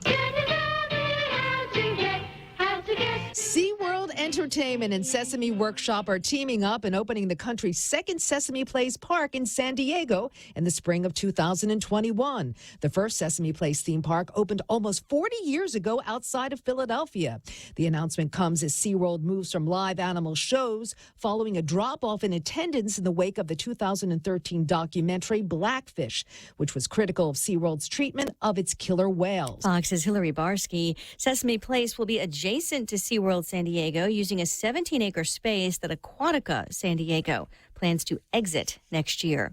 Stocks finish higher. The Dow is up 57 points. Lisa Brady, this is Fox News. Family Finance has been serving the people of Guam since 1959, and they'll continue to be there for you in the years to come. Whether you're looking to get a personal loan for that summer vacation or paying off those long overdue bills, Family Finance has got you covered. Apply for a personal loan from $1,000 up to $3,600 by calling Family Finance in Agutya at 475-4545, Upper Tumon at 647-5626, or in Dededo 633-4473. Family Finance, serving the people of Guam since 1959. In life, we all have the ability to make a difference, to make an impact on someone's life. As we look around us, time never stops, but we are filled with endless moments of gratitude. The art of giving is incorporated in so many different ways. At Guam Gift Baskets, we want to be able to express your gratitude and love to those who you care about. Show your appreciation with a gift made with love this holiday season. Visit our website at guamgiftbaskets.com. See the smiles, touch their hearts, feel the experience. Rain. It's nature's way of cleansing the earth. Yet by the time that rainwater makes its way to your home, it may not be exactly the same as nature created it. A Connecticut water treatment system can improve the quality of the water you and your family drink and use throughout your home, so you can be sure your water is clear, clean, and fresh, just as nature intended it to be. Connecticut, for refreshing ideas on water. American Water Tech, a passion for improving lives through better water. 7 o'clock news from the Guam Daily Post is being brought to you by Proline Automotive, customizing Guam's finest rides, located in the Harmon Industrial Park. Day and good morning, Guam. It's 7:06. Here are some of your top stories from the Guam Daily Post. Governor Lou Leon Guerrero announced yesterday Guam will be filing an appeal in the U.S. Supreme Court on the recent ruling in the plebiscite case. In July, the Ninth Circuit Court of Appeals upheld the district court's decision, which struck down Guam's plebiscite law as unconstitutional because it is race-based and in violation of the 15th Amendment. The governor says she will ask the AG to tap Attorney Mike Phillips and Senator Therese Terlahi to lead the effort in the U.S. Supreme Court. The lawsuit, you might recall, was filed by Dave Davis, who is not allowed to register to vote in the non-binding plebiscite on Guam's political status. The 2 inmates who escaped from the halfway house at the Department of Corrections earlier this month have been indicted by a grand jury. Johnny Del Rosario and Johnny Atalig were each indicted on charges of felony escape as a third-degree felony. On October 9th, a corrections officer conducting a head count reported the men missing from the facility. Court documents state they went to Del Rosario's girlfriend's house. Del Rosario later contacted authorities to surrender. Both men were arrested after being at large for about 12 hours. As reported in the Guam Daily Post, 5 DOC officers, including the prison warden, have since been placed on administrative leave with pay in connection to the escape investigation. That investigation is ongoing. It's been a good last couple of months for Guam's tourism. In fact, the last 2 months of fiscal year 2019 have set new records, helping Guam achieve its best fiscal year to date. A total of 1.63 million visitors arrived on Guam. According to GVB, the tourists are also spending more. Based on the latest average on-island expenditures, the economic impact for fiscal year 2019 was an estimated $946.5 million. That's 52.3% increase in visitor spending over the previous year. Part of the boost in arrivals can be attributed to an additional 119 flights that were scheduled from Japan to Guam. The Japan market has demonstrated a substantial recovery with a 53.6% increase when compared to September of last year. South Korean arrivals increased 6.3%. More news after this. Proline Automotive has everything to customize your whip. From custom wheels to Nankang tires or just hubcaps, they have it. Feel better that it's protected with a dash cover, car cover, seat covers, or floor mats. Visit Proline Automotive, located in Harmon Industrial Park. Hi, welcome to this ad for new Subway sliders starting at $2.49 each. How do you want it? Cheer Squad. Woo! Go Subway sliders starting at $2.49 each. Give me a $2.49 Ham and Jack slider. $2.49 Ham and Jack slider. Give me a $2.49 Italian spice slider. $2.49 Italian spice slider. What's that spell? It doesn't really spell anything. New Subway sliders starting at $2.49 each. Go Sliders! Subway, make it what you want. Ken Perez is being remembered today by many on Guam as someone who dedicated his life to public service and the Democratic Party. Perez was chief of staff to then-delegate Madeline Berdalio and a former Democratic Party chairman and a commissioner on the Guam Election Commission. He died yesterday morning. He was 73. There have been multiple challenges in completing the $4.2 million Central Precinct Command in Sinahanya, the opening of which has been delayed a number of times. GURA Executive Director Ray Tapasna says his engineering team is now working with the contractor to address what's remaining. He said the building's fire suppression system has been certified and there just needs to be some modifications to the smoke detector system, and that's expected to be resolved later this weekend, after which they should be able to get certifications and permits from GFD and DPW so they can move in. But it will be dependent on the police department's ability to get their telecommunication system installed. Tapasna says GPD's been working with the Office of Technology to install the hardware. And there's been no reports yet on any damages as a result of Typhoon Bualoy. The National Weather Service says Saipan saw gusts of up to about 60 miles an hour as it made its way past the island last night. It's currently 95 miles north of Saipan, moving northwest. The Weather Service still watching the system as it's expected to continue to intensify and may affect some of the northern Mariana Islands. And here now is Ray with more of your weather.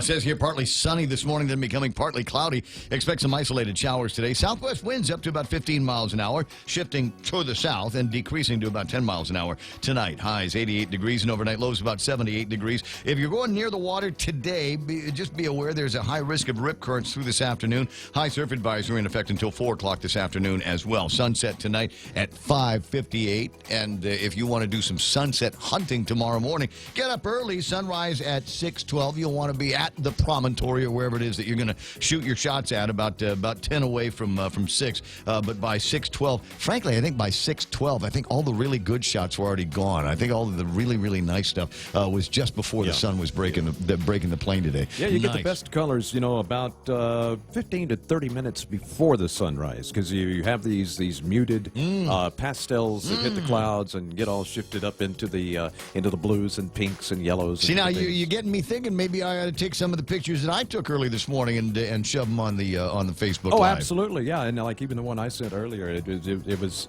just enough light, and really it's the hats off to the camera, because the camera on the S10s really take good dark pictures. Well, you know what we got to find like an expert, just somebody like a photography expert, and somebody that can say, all right, most people have just the phone that comes with a camera, so this is how you want to take a really, really good sunrise or sunset picture with your camera. Unfortunately, in most cases, the believe it or not, you can get some great sunset pictures from the beach and people in the pictures, but they're usually a little bit too dark, even if you use a flash, because the flash on a cell phone just not good enough to fill in the face. Anyway, 7:13 in the morning, and that's news and weather together. I thought maybe we'd take a look at the radar, just because I want to see if there's anything significantly different from the last time we looked. And the last time we looked, there was nothing there. About the only thing that you can see in this is just a tiny bit of. Let me see if I can zoom out on this. No, I'm not going to be able to. But you can see, you kind of make out the bottom parts of that storm. That's right. Yeah, you can just see the very southernmost fringes of what is Typhoon Hualoi. And, you scooched it down a little bit there. And so it looks like the worst really over for even Tinian and Saipan. Now they're starting to get out of the mess. Everybody now getting under southwest winds. This thing is puttering off to the northwest as a Category 3 typhoon, although some reports I'm getting now is it has increased to Category 4. But in any case, it's not really hurting anyone, and that's a good sign. It's going to get out, and it's going to intensify just a little bit more. But it's starting to move into, number one, cooler surface water temperatures, and so that's going to take some of the punch out of it over the next 12 to 24 hours, and it's also starting to enter into a more hostile atmospheric environment. So, yeah, we like have the legislature? Seen, yeah, pretty much, yeah. So we have seen the worst we will see out of Hualoi. All right. Is there any reason to I'll go to the satellite imagery just because. Yeah, it looks really impressive on satellite. You can see very much a Category 3, a Category 3 storm, and got some of that annular appearance, although not completely so. Very small and compact storm, though. Now, if you remember with Hagibis was about in the same place, but covered almost entirely that square that we're looking at there. But this storm, very small, very compact, having very little effect outside of about 80 miles from the center, and that's why we were talking with Mike this morning about if you're not right up against the eye wall, you're not getting anything. And even if you were, 120 mile an hour winds there. Right, and that's why we're not getting much wave action from it either, because it's just so small and compact. It's not sending out those radiating ripples of energy. I got you, and you're radiating ripples of energy at 7:15 in the morning. That's news and weather together here in Des Moines. Join Nissan Guam on November 3rd as we try to break the Guinness World Record of 250 Nissan vehicles in a motorcade. Register now for only $10 with proceeds going to select charities and get a free World Record Driver t-shirt. Plus, be entered into our raffle giveaway for a chance to win a $1,000 travel voucher from United Airlines and more. Registration is open to the first 370 people and closes November 1st. So hurry. Register online at NissanGuam.com or visit our showroom today. No purchase necessary to enter. Raffle conditions apply. See Nissan Guam for details. Oh, I got all kinds of people to say thank you very much to for being part of the program here today, including the guys over at American Water Tech. You're going to love American Water Tech. These guys have got just a passion for being able to put together a great tasting water for you. That is their big deal. That is their goal in life, a passion for improving your life through better water. Programs also brought to you by Guam Regional Medical City. First stop in all of your specialty care needs. Team over at, where's this at? Oh, Wendy's, where they're cooking up all kinds of great breakfast items for you, but they're also doing all kinds of incredible spiciness for you as well. The Queen of Spice, Wendy, is delivering spicy nuggets with a sriracha dipping sauce, bacon jalapeno cheeseburger or chicken sandwich, bacon jalapeno pepper fries with melty cheese, and a spicy buffalo chicken salad. The heat is definitely on at Wendy's. Now that's better. Programs also brought to you by American President Lines, global presence with a local home. It's the Ray Gibson Show. Morning talk that matters. Guys, overrated. Call now. 888-TALK. That's 888-8255. I'm just a little confused about the nomenclature of buffalo chicken. Yeah, that's a little weird. Buffalo chicken, they're not actually made of buffaloes. Oh, okay. Yeah, and I was just wondering, a buffalo chicken, how does that work?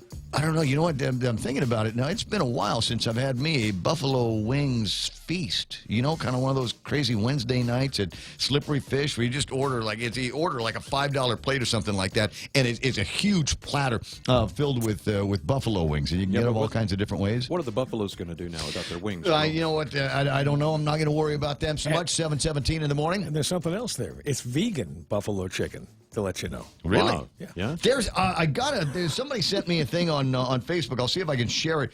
There's a story. It's an actual story in the Guam Daily Post. And let me just explain a couple of things right now. I've got on the screen a shot of the sunrise coming in from Teedson this morning. Absolutely digging all the sunrise pictures this morning. Don't be shy. I'm happy to take them. That's why I give you the WhatsApp number so often, so that you can send me all of your imagery. I sent this one in myself. This was taken about 10 minutes before sunrise this morning, and you start to see all the pinks mixing in with the blues and the grays, and I didn't even need to see the sunrise. I didn't even need to see that portion of the sky. As I was walking towards the door, I could feel the lights coming at me, and I thought, this is going to be a pretty morning. Isn't it? Yeah, that's and I took an earlier picture where it was just a red glow in the sky as I was walking out there to do my Facebook weather report. And yeah, those are the kind of skies we get when we get these storms. You got a lot of clouds up in the upper levels, and that's going to diffract the light rays a little bit and give you all sorts of nice colors. Gotcha. All right, time to take a look at what happened on the market and where the commodities happen to be here this morning. Let's go. S&P 500 up by 20 points to close at 3,006. The NASDAQ at 8162. They picked up 73 points. Dow Jones Industrial Average in the green, but not enough to push it back over 27,000 there, 26,827. All the other markets are looking good, too. FTSE is up, and the Nikkei is banging 22,548. Maybe that's why we're getting some better numbers coming out of GVB on the tourist spend here on Guam. Hang Seng at 26,725. They're up by 6 points. The Shanghai Index up by a skosh, 29.39, and the DAX is up 114 points to close at 12,747. Oil trading this morning. What have I got? Any new numbers? Yeah, they're not incredible, but, it's down is down, right? 53.87 for West Texas crude. Yesterday, 53.61 today, and Tapas is frozen at $65.24. So that's where we are on the business side of it. If you're looking for a job, a couple of notes for you. One of them they should still be doing this now. What day is today? Today is 2022, right? All right. So 22. Today at the University of Guam, an opportunity to go and work for the Cloverdale Meat Company. You've seen these guys. We've talked about this before. They like to come out to this part of the Pacific. Apparently, they find a lot of people that are either really intelligent, take instructions, and know what they're doing, or who love to be around meat, or just what do you guys do here? Bacon? Okay, I'm in. You had me at bacon. So they're well, we have a lot of pigs that they could. We talked a little bit about that yesterday. Maybe they'll be interested in a pig market. There is a story there, and I did a little bit more of a follow-up. There is a blossoming industry, and they need more pigs in China. There's a lot more people in China that have got money in their hands, and what you and I don't make a big deal about this. It's like the vegan guys, but most of it, you figure you can't have a meal without meat in it, right? In most houses on Guam, but you got the starch, you got a salad, and you're going to have some kind of a meat. It might not just. I can do without the meat, but I don't like to do without the rice. Okay, so I need to have my rice. Okay, so but in most homes, in most families, a sit-down meal is going to include some kind of a meat. But in a lot of places in China, we're still very, very rural, still a lot of poor people. Meat is, we save that for special times. Somebody's getting married, somebody's dying, and so it's not an everyday occurrence. But there are more and more people in China that are finding they've got a few more yuan in their pockets and want some meat, and they don't have enough of it now. So they're in such a hard time. They're eating dog in places and rats and rats in places in China. So we've got plenty of pigs around here. Maybe there's something that we can do. And you're going to say, well, there's no way we could match the demands of that market. And you go, well, we don't want to match the demands of the common people. We want to say we've got special Guam pigs, and these Guam pigs, they're healthy pigs. GBP. They'll Guam-based pork. They'll just made in America. Do crazy things for your libido. You don't need a blue pill anymore. You eat some of this pig, and your world will turn around. And we don't have to prove anything. But anyway, so you want that job. University of Guam School of Business Public Administration will be conducting interviews to work at the Cloverdale Company starting at 10:30 this morning until 3:30 in the afternoon. Westin Resort Guam on the 24th and 25th. And if you want more details, or you can apply online at cloverdalefoods.com. I think they do everything. He's confused. 722. Then there's the job fair that's taking place with the team over at the U.S. Census. This is going to be tomorrow from 10 o'clock in the morning until 3 o'clock in the afternoon. And maybe you just need something to tide you over between here and summertime next year. They've got a variety of positions: field operations supervisor. That's the job that I would want because it's supervisor. I want to be the boss. I want to be able to tell people what to do. Office clerk. They've got crew leaders, assistant crew leaders, but the real work will be done by the enumerators. $18.64 an hour. You're the one that's going to be walking into people's houses and smelling what kind of air freshener they have or what it is that they cook for breakfast. You got to brave the dogs. Can you imagine? The requirements, you got to be at least 18 years or older. I think all of us meet that requirement. Must be a U.S. citizen or otherwise eligible to work in the United States and on Guam. A valid social security number. Possess a high school diploma or GED. You must be able to pass a personal interview and a written assessment exam. And I think most people are doing pretty good right up until here. You must be able to pass an FBI background check. Now, I guarantee 99.99% of the points listening audience here is not going to have a problem. Do you have to take a drug test? Applicants must also be able to pass a drug test, police, and court clearances. Oh, okay. There you go. Well, I guess the senators won't be applying for any of those positions. So wait a second. So they have to take for that job to work at the census, you have to take a drug test. But in order to become a senator in the 36th Guam legislature, you don't need to. In order to be an employee of the legislature, you don't need to. But you know, when I had to go work at Gita as a deputy administrator, I had to do a drug test. Yeah, because that's the administration. That's the executive branch. Not the legislative branch where they can make their own rules. You can work at the legislature as a senator or employee of the legislature and not have to take a drug test. You can get drugs in the mail delivered to you at the legislature, can't you? Yes, you can. Oh, no, that was at somebody's house. Never mind. 7:24 in the morning, and that's all the time that we've got for that particular version of the market report. Now, there are a couple of things that I'm probably going to share with you a little bit later on. But first, this one here. Today, this is important. That's why I wrote it down. Emotional banking yields high returns. It sounds like it should be part of a business report. Emotional banking yielding high returns. That's actually the title of today's work zone by Jerry Roberts. You can find it page 19 of today's Guam Daily Post. So lucky you get 2 times Jerry Roberts today, once in the Extra Point and again in the Guam Daily Post. We'll get to the Extra Point now, brought to you by Guahan Insurance Services and First Hawaiian Bank, where it all starts with yes. Did you ever try to change someone's mind? It's not always an easy thing to do. Today, some ideas on how to do it. If you want to bring people over to your point of view, that's next on the Extra Point. When's the last time you looked at your homeowner's insurance? A homeowner's policy protects much more than just your house. It also protects you against claims from someone being hurt on your property. If a visitor is injured at your place, how much are you covered for? The smart thing to do is get the answer today. That's the Insurance Extra Point. Get out there and make something good happen today by calling Guahan Insurance Services at 475-1162 or visit us at the Camacho Landmark Center in Tamuning. Want 10% off your next flight to the U.S.? Now through October 31, receive 10% off select United Airlines flights to the U.S. when you purchase your ticket with your United credit card or United Mileage Plus credit card from First Hawaiian Bank. Use promo code FHB019 when booking your flight. With a travel sale like this, you could wake up to a different sunrise in any part of the U.S. Visit FHB.com/United Fair Sale 19 to learn more. Terms and conditions and restrictions apply. First Hawaiian Bank, member FDIC. You just know that you're right, that your idea, method, decision, choice, the direction you wish to follow is not just a way to go, but it is the way to go. But you can't find the words to persuade someone else to follow. Friend, I feel your pain. There are times in life when we just know that heaven above has illuminated our road and made it crystal clear that we're on the path to progress and fulfillment, to clarity and purpose, to getting further and doing better. Yet, to our amazement, there are those who don't feel the glow of enlightenment and agree to come along.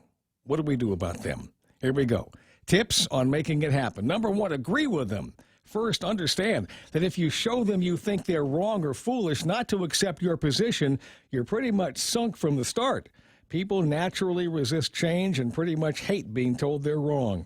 If you're going to change their mind, you have to figure how they arrived at their decision and the underlying reasons that support it. At this point, all you have to do is say, that's an interesting choice. Can you tell me what went into your decision? Number 2, reframe the situation. People make their choices based upon some combination of logic and emotion. Some more logical, some more emotional.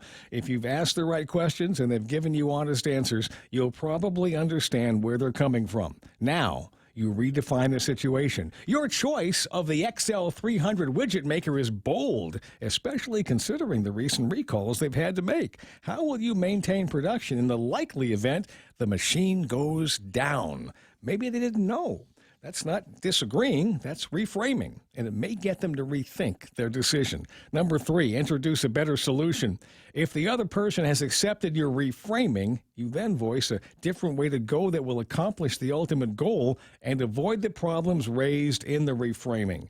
You show clear evidence that what you are suggesting supports your claim. Again, it's not about making them wrong. It's all about solving a problem and showing that you have an alternative method that can do it better. Number 4, give them a graceful exit. Some people just cling to their decisions because they're afraid of how they'll look if they change direction or back down. If you offer them a way to save face, you'll have a better chance to see them choose your way. George, without this new evidence that clearly shows the dangers of going with the XL300, I'd have made the same choice you made because everything else indicates it is an incredible machine, right?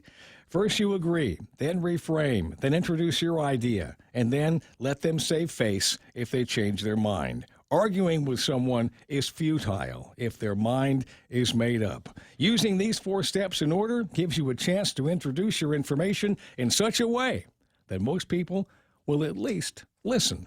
That's the extra point. Get out there and make something good happen today. For 93.3, The Ray Gibson Show, Guahan Insurance Services, and First Hawaiian Bank. I'm Jerry Roberts. Gotcha. 7:29 in the morning. Got enough time to give you an opportunity to plug the Live to Lead conference coming up? Yes, sir. Thank you very much. We have, let me see, today's Tuesday. 22. About 9 days from now, we will be pretty much closing the registration for this, pretty close to that. Yep. At least that's the way it stands right now.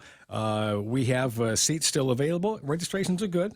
There's some seats still available, but if you've been holding on, waiting to decide which people are going to attend, please hold on no longer to that. Get the registration form in, and we will then bug you about who's coming after the fact. Yes. But that's for the purposes of giving certificates and things like that. That will help us get their name badges and all that stuff put together. But at least get your table, get your seats all squared away, and we'll deal with the back end on the back end. All right, gotcha. Thank you Jerry very much. Roberts. It's For details, go to guamtraining.com/live to lead, and all of the details, or if not, on the front page of the website. Yeah, and I've seen the notes. I have seen the notes. Really? Yes, they leaked out some of the stuff on what people are going to see. It is some outrageous stuff. Is there any ideas on how we can take feral pigs here on Guam and sell them to the Chinese? Anything? That was the entire scope of the presentation, as far as I know. 7:30 in the morning. That's Jerry Roberts. Thanks for coming in here this morning. Coming up, in fact, let's do it right now. Montesilva Tyron has got news from the Guam Daily Post. It's being brought to you by Al Yanger and the guys over at GPSI, a professional services company. They're registered contractor for the federal government. And you're going, so what? Tell you what, you get with Al, and they'll find ways that they might be able to partner with your company to be able to reach into that incredible stream of federal dollars that flows right over the island. 477-3058 is his phone number. Also find Auntie Lolita Kemet of Remax Diamond Realty. Maybe you've just gone and took a look at the old house and said, I'm going to refurbish this. I'm going to rent this out to some people with money. Auntie Loli knows people with money. In fact, they might want to buy the place from you. 688-6743. Explore the possibilities with Auntie Loli. 688-6743. Time right now, as I say. For news in the Guam Daily Post, here's Montesilva Tyron. A grand jury indictment's been handed down against 2 escaped convicts that fled DOC a couple of weeks ago. Johnny Del Rosario and Johnny Atalig were each indicted on felony escape charges as a third-degree felony after they fled the halfway house. The investigation continues into the incident. 5 DOC officers, including the warden, have since been placed on administrative leave with pay.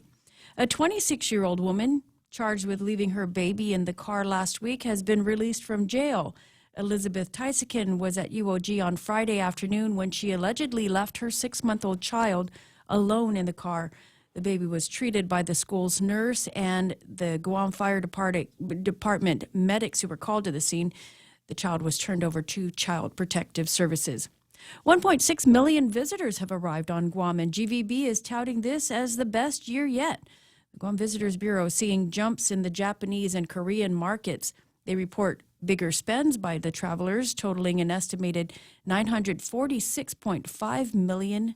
And it's being called a banana storm, and no reports yet on any damages as a result of Typhoon Bualoy. The National Weather Service says Saipan saw gusts of up to 60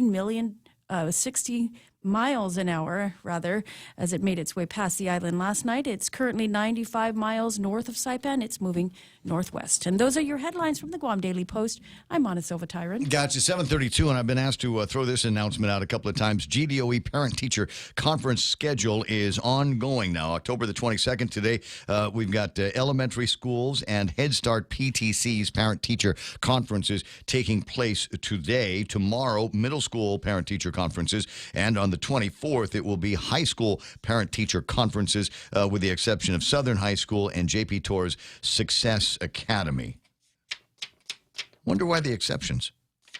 There's a joke in my head, but I'm not going to say it right now. You want details. You know what? Ask your kids. I'm sure there's a piece of paper they're supposed to give you, but haven't yet. It's 7:33 in the morning, and that's iConnect time. Call iConnect and ask them about the, what is it, the promo? It's a tax refund promo where you sign up for a year. They'll give you a free phone. They'll give you a free month's worth of service. Terms and conditions apply. Find out what they are by dialing 888-8888. Lolita Cammett from RE/MAX Diamond Realty, a friendly, hardworking, and passionate RE/MAX professional who is committed to helping you make a difference in your life and helping you achieve the American dream of home ownership. She also specializes in commercial leasing, land sales, local residential sales leasing, military, and corporate relocation. So for all your real estate needs, call Lolita Cammett from RE/MAX Diamond Realty at 688-6743. That's 688-6743. GPSI Guam is a professional services company that is a registered contractor for the federal government. They're an SBA, 8A, and Hub Zone certified SDVOSB, providing program/project management, administration, technical support, logistics, and commodities. Find out more about GPSI and how they can help you today. For large prime companies, contact GPSI if you need assistance in meeting your small business subcontracting goals at 477-3058. They'll be happy to assist. Shoot Balut, 7:34, and looking at traffic, it's bad on Route 3, like pretty much everywhere. You go to GRMC and you got the schools up there, and I'm looking at ugly traffic through there. You might also find a little bit of traffic at Y Sangsong, far into Y Sangsong, where traffic is slowing down. It's not so bad once you get to the intersection, but it doesn't look like everybody's headed to the intersections in a massive hurry. In fact, looking at traffic coming out of Jigo, southbound out of Jigo, it's there, but it ain't massive. You know where it's ugly? Macheche. Macheche is just, it's just not, it's never been one of my favorite words. I'm not crazy about certain sections of that roadway, but from about where the estates are, you go down the hill, you got the intersection there, and that's slowing you down. Then you've got that lousy stretch of road just before you get to the backside of Ajisen. It'll be all right. You'll survive it, but take your time as you get through there. Let me see, 8, 10, and 16. What do we got through there? Not as bad as you would think. 8, 10, and 16 is actually running kind of clear right now. Very odd for this time of day.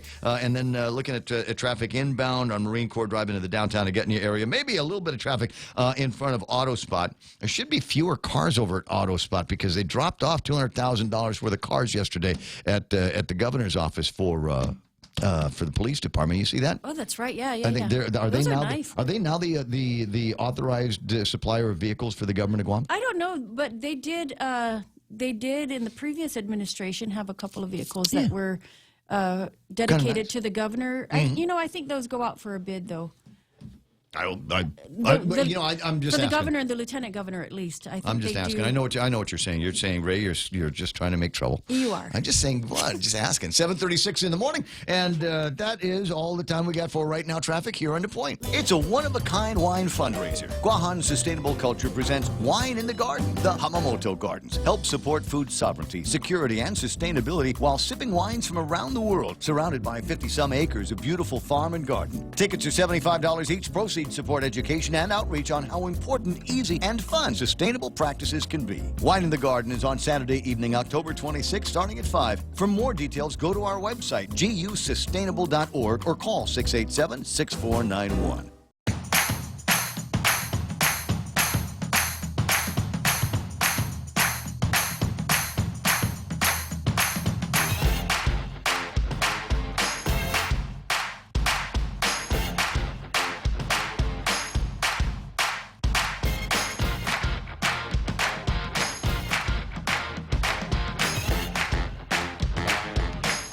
Yeah, I know. As the words were coming out of my mouth, I'm going, wait a second. I think they fixed those ruddy sections of Machete. Good morning, Paulie. How you doing, bud? I am good. I just wanted to say you probably haven't been there in about a year. When was I up there last? That I was just really bristling about the road. But you're right. Maybe it has been a year since I've been up in that direction. Because my brother doesn't live on that side of the road anymore. He lives on the other side, so I don't have to cross it so much. Well, that road is smooth as smooth can be right now.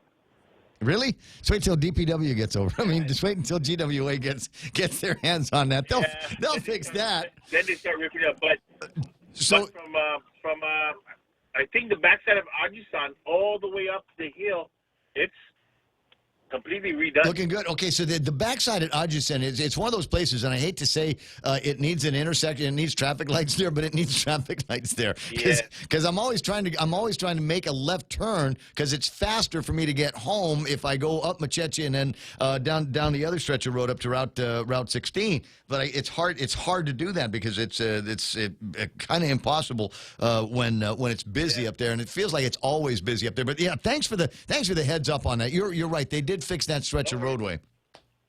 They did. Yeah. I appreciate that. 888-8255-888-TAL. Okay. But it's always funny to me when I run into somebody and we have the same landmarks. I can't remember the name of that road, but it's the one behind the Ajisen up in Dededo. They got a couple of other eating places, but that's the only one I go to up there. 20 away from 8 o'clock in the morning. And one of the other, there's always cause for celebration around here. And one of the things that they're celebrating is Port Week. And the general manager of the Port Authority of Guam, Rory Respicio, is on the line. How you doing, Rory? Very good. Good morning, Ray. Good morning to you. Tell me about the nature of the celebrations going on at Port Week. When do I get to come by and have Port Guy barbecue? Anytime, but what? We're coming. We're on our way. Yeah. Hi, Rory. Hi, Mana. You're doing a good job there. It's great to hear you. We're having too much fun. So yesterday, the governor proclaimed this week to be Port Week, recognizing 44 years of the port being an autonomous agency. Yeah. And the chairman opened up the event, Chairman Frank Santos, welcoming everybody and sharing an observation that this is the first time in all the years he's been at the port, particularly as chairman on the board, to have the governor and lieutenant governor there. So that really set the tone. Very well. Then we had a parade of truckers. There were about 33 semi-trucks that lined the port road, and it was just, Governor commented that she thought that she was still in the Liberation Day parade. I mean, that's just how much energy was able to be demonstrated. We had good representation from the Port Users Group. Matson was there, Mail Line, CTSI, Cavers Marine. I mean, they just all came out in full force, as well as the employees. It was a really good event. Was the cruise liner still in town for that? No. The cruise line left yesterday evening. All right, so they missed the party. Yeah, but Port Week gives us an opportunity to showcase the Port Authority employees, to recognize all of the the successes amidst the challenges, and and you could just see that the morale is high. Bernie Valencia from Matson was there, and when I gave my remarks, I said I'm sure Bernie is here to make sure that the productivity level remains as such. They recently discharged the Matson vessel, 928 containers in 17 hours. Wow. Where it usually takes 36 hours.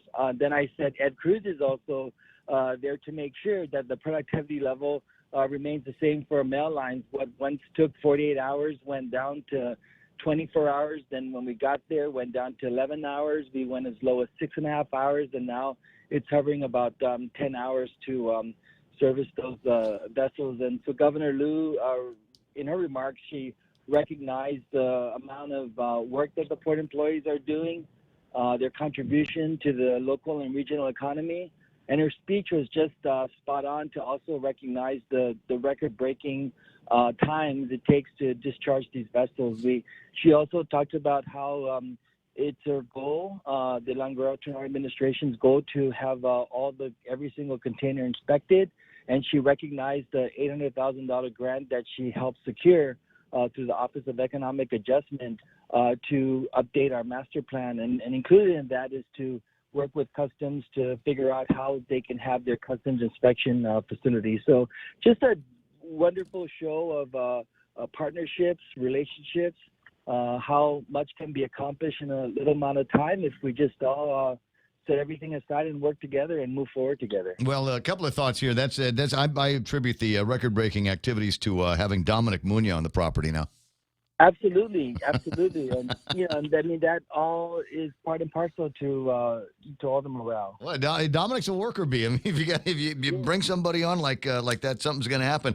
Question from Mark Cruz this morning, and this looks like it might be the most important question of the entire call. Who won the 3-on-3 B-ball for Port Week? I have to check, but I know that Bernie Valencia personally played in that tournament.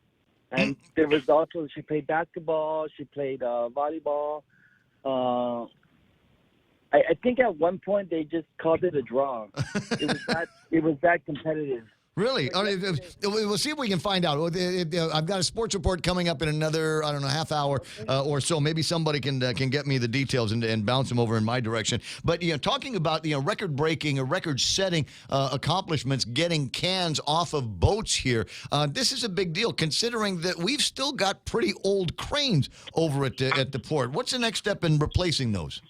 Well, in the governor's speech, she recognized that the port submitted a $30 million grant to Merit, the Department of Transportation. They have this $290 million nationwide competitive grant that is available. We applied for 2 grants, and we're committing to a 50% match. If they buy 2 through that grant, we'll finance 1 through USDA. Yeah. And when the lieutenant governor went on his aggressive federal tour, he brought this up with the Department of Defense, and he was able to secure an endorsement letter from DOD Deputy Secretary to Matson saying that this is necessary under the guise of the military buildup and the need to have a smooth transition and recognizing this as a mitigation project. Mm-hmm. So we have USDA supporting that. We have the Department of Defense. We have the Department of Interior. Where's transportation? I mean, it seems to me that would be in line with some of the goals of the U.S. DOT. It is, and that's what that $290 million grant is for port infrastructure to enhance and secure and protect commerce.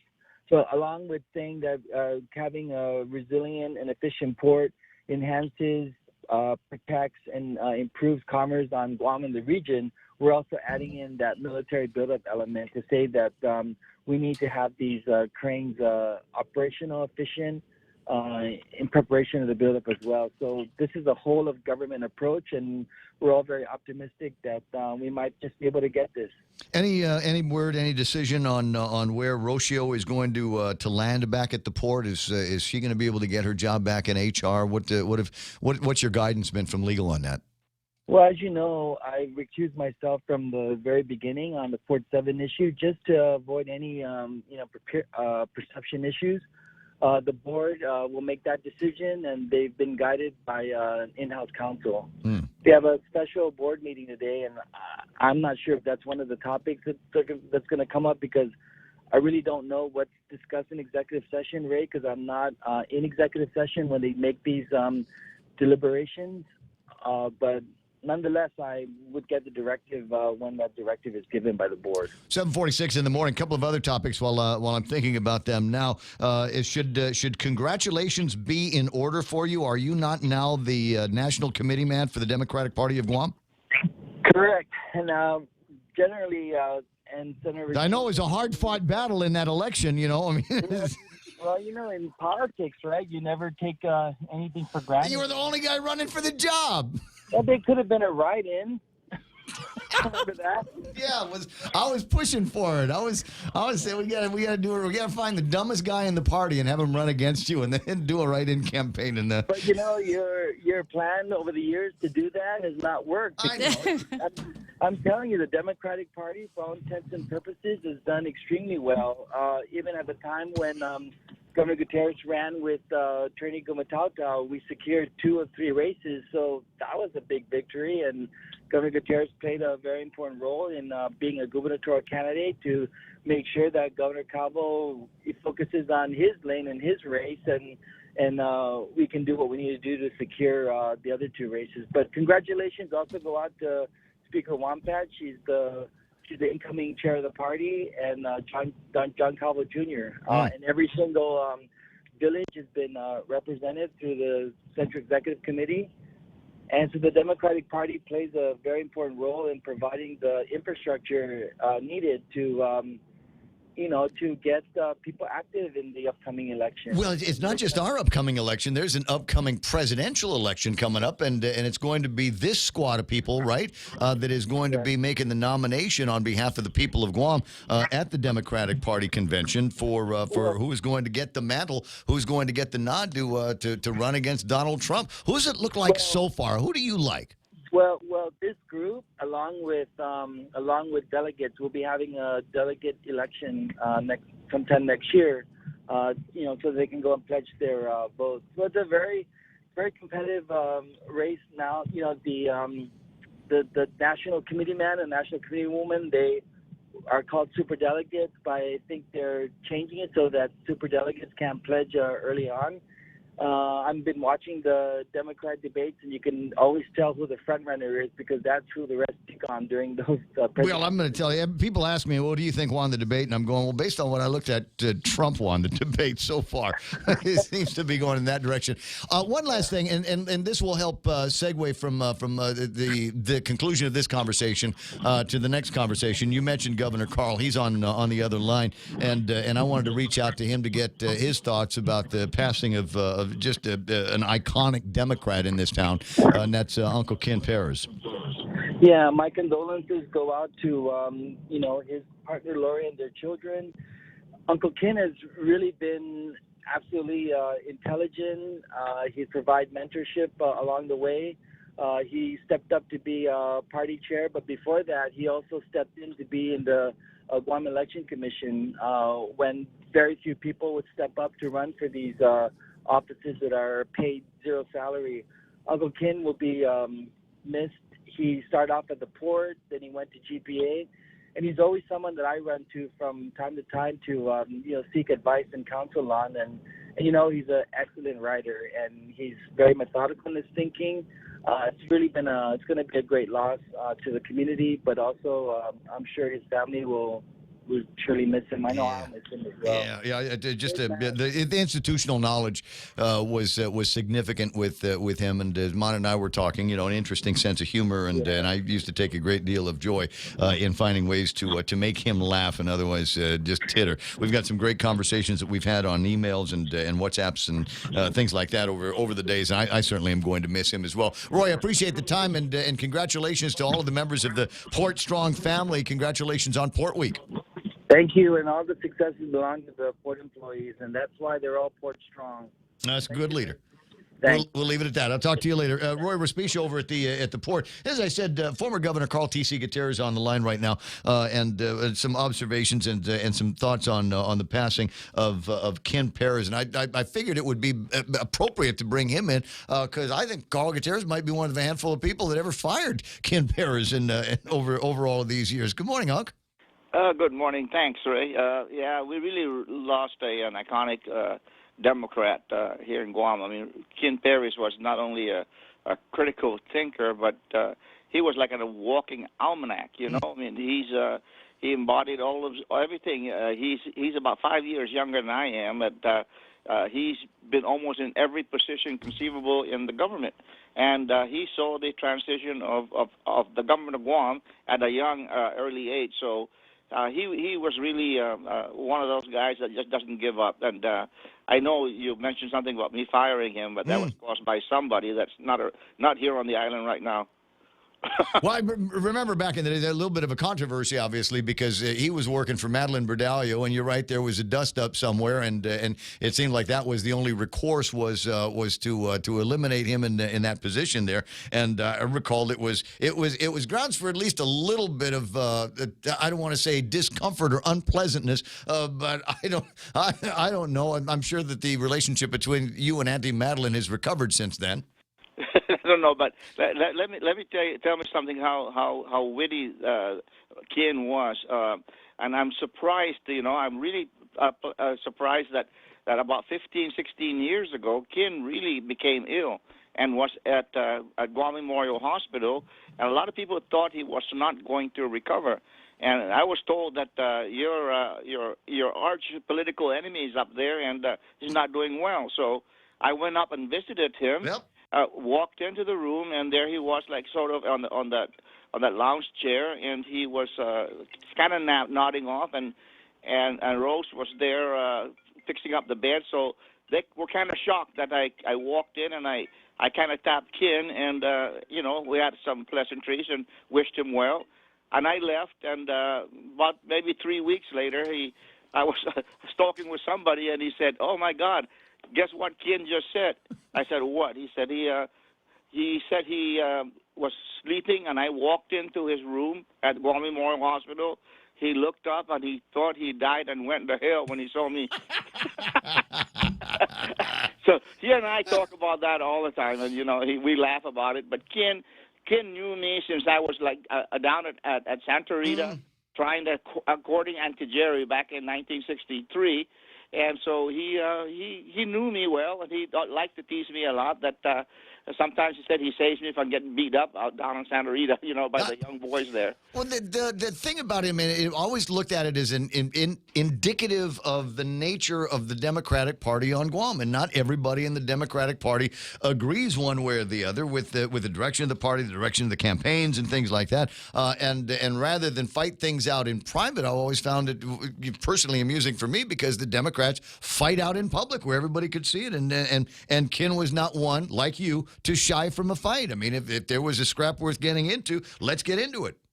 That's correct, and but then we try not to let politics interfere with our personal relationship and familial relationship. He's a cousin of my wife Jerry on the Kotla side, and also Lori is like Jerry's second cousin. So you know, there's very close family relationship, and Tim's sister's married to my brother-in-law's brother. You know, and Frankie and Frankie Sablon at the fort. So that's Belle, and you know, I just wish to give my condolences to the entire clan, Frank Taposnia and the group down there. So yeah, Ken is one to be missed there in the political arena in Guam. And not much for elected office, Uncle Ken. No, he's not. He's just like the background guy. He's got all the knowledge, all the information, sort of guides people along, and he'll tell you if you're wrong, and some people really do listen to his counsel. Well, as I said, it's not like I've agreed with everything that he's written, and I thought his commentary recently had been a little bit more biting than usual, but it was always an interesting read, and as you say, good analytic and critical thought with the guy. 7:55 in the morning. While I got you on the line, how are things going with the invite to go to the White House to meet the Trump people with Manny Pacquiao? Have they sent the invitation yet? No, well, first of all, my job is to ensure that the person I'm supposed to bring, has the right time. Right now, Pacquiao is in the midst of negotiations for the Mayweather fight, and he kind of told me what he was looking for. They said they had $250 million on the table, and he was going to get 40%, but he said he wants to raise that up to $275. He'll take $110 million, and they can take the rest. So that's his part of the negotiation. So we're trying to figure out what his schedule is, because we do want to make sure that we tie it in together to go there at the right time. But it all depends on the scheduling with Manny Pacquiao. All right. Well, there's other things that are moving or trying to move through Washington, D.C., and a question from Juan Benitez. This came in while Rory was on the line, but I didn't see it. But, you're a titular head of the party. You can answer it as well. Juan Benitez asking, will the Democrat Party write a letter in support of H.R. 1365? 1365, my understanding, is the bill that would resolve the issue on the administrative side for war claim survivors. Well, I'm sure everybody, that's common knowledge that everybody's supporting that. I don't know what it would do to further that thing along, and I know that the Republicans is where the impetus should come from, and I think they're doing a good job with that. And the thing's coming up in the next month or so. Hopefully it gets passed by the end of November. All right. So you don't feel the need to write any letters of support for it, just to help push it over the fence? Anything helps, absolutely. If the party can do that, and it'll only add, positive stuff. I don't know. Just feels like the party's hell bent against Mike St. Nicholas. I think it feels like he's getting more support from the Republicans around here. Yeah, well, I think the party hierarchy here probably is still smarting from the fact that he didn't want to sign a pledge, or whether he's really a Democrat. But he said he's a Democrat, so let's keep him in the fold. But as far as the national Democratic politics, the only one that kind of shines out to me is Tulsi Gabbard, and I hope that she continues to push that libertarian kind of attitude forward and kick those guys off the stage. A little bit more middle of the road, that one, huh? Absolutely. She's smart, and she's a Samoan, and she's very articulate, and she says what needs to be said with common sense. Mm-hmm. And not necessarily somebody that's going to make the whole campaign about trying to dig up more dirt and on Trump. Just leave the White House alone. Come up with some ideas, some plans, and some platform items unrelated to talking about how bad Trump, as it turns out, hasn't been found guilty of. And if you get somebody like Hillary goes against you, you must be a good person. I won't tell Madeline you said that, because they're gangs. It's 8 o'clock in the morning. Uncle Carl, always fun talking with you. I'll send you the link. Have a fantastic morning. Former Governor Carl T.C. Gutierrez, a couple of comments on the passing of Uncle Ken, and then a little bit of political gossip, because it's always fun to go down the road with somebody who's usually in the middle of the political gossip. 8 o'clock in the morning, I got Fox News Live coming up here in about 30 seconds or so. On the other side of that, Montesilva Tyron is going to be delivering news from the Guam Daily Post and their Sports Today. Congratulations, Dallas fans who hated being Dallas fans, who maybe threw away their hats and their jerseys. It's not trash day yet. Go dig it out, because it looks like Dallas won. There's a few other, I think, interesting stories that are in and around the world of sports. We'll break through some of that up to and including, you're going to love this, they've figured out how to reopen the Agana swimming pool. How long is that going to last? We'll talk about that next. Of pleas. I'm Lisa Lacera, Fox News. 4 more parents pleading guilty for their role in the college admissions cheating scandal. Michelle Jeanneves of Newport Coast, California, the wealthy family that created Hot Pockets, just officially changed her plea to guilty. Prosecutors say she agreed to pay a total of $400,000 to facilitate her son's admission to Georgetown as a purported tennis recruit. First up this morning to change his plea, Douglas Hodge of Laguna Beach, California. He is the former CEO of PIMCO, the massive international investment firm.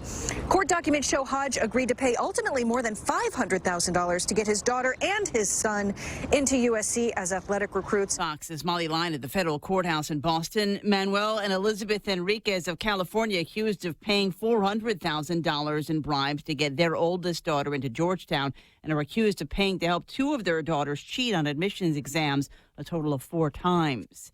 An update on a deadly training accident at Fort Stewart, Georgia. Fox's Steve Rappaport has more live. Lisa, Major General Tony Aguto says losing one soldier is hard enough. But when you lose 3 at one time, that pain is amplified. The soldiers from Fort Stewart's 3rd Infantry Division were in a Bradley fighting vehicle that rolled off a bridge into water during a training exercise early Sunday. Our primary focus truly is for the care for the family members of the soldiers, their families, that were all affected by this tragedy. The remnants of Tropical Storm Nestor hit Georgia late Saturday, but weather was not a factor. The effects of Nestor, or what was left of Nestor, had gone through. Aguto says they'll hold a memorial service for the fallen soldiers in the near future. Lisa? Steve, tens of thousands of homes and businesses without power in North Dallas after a tornado swept through the city last night. Dallas Mayor Eric Johnson says the city was very fortunate that there were no deaths or injuries. America is listening to Fox News.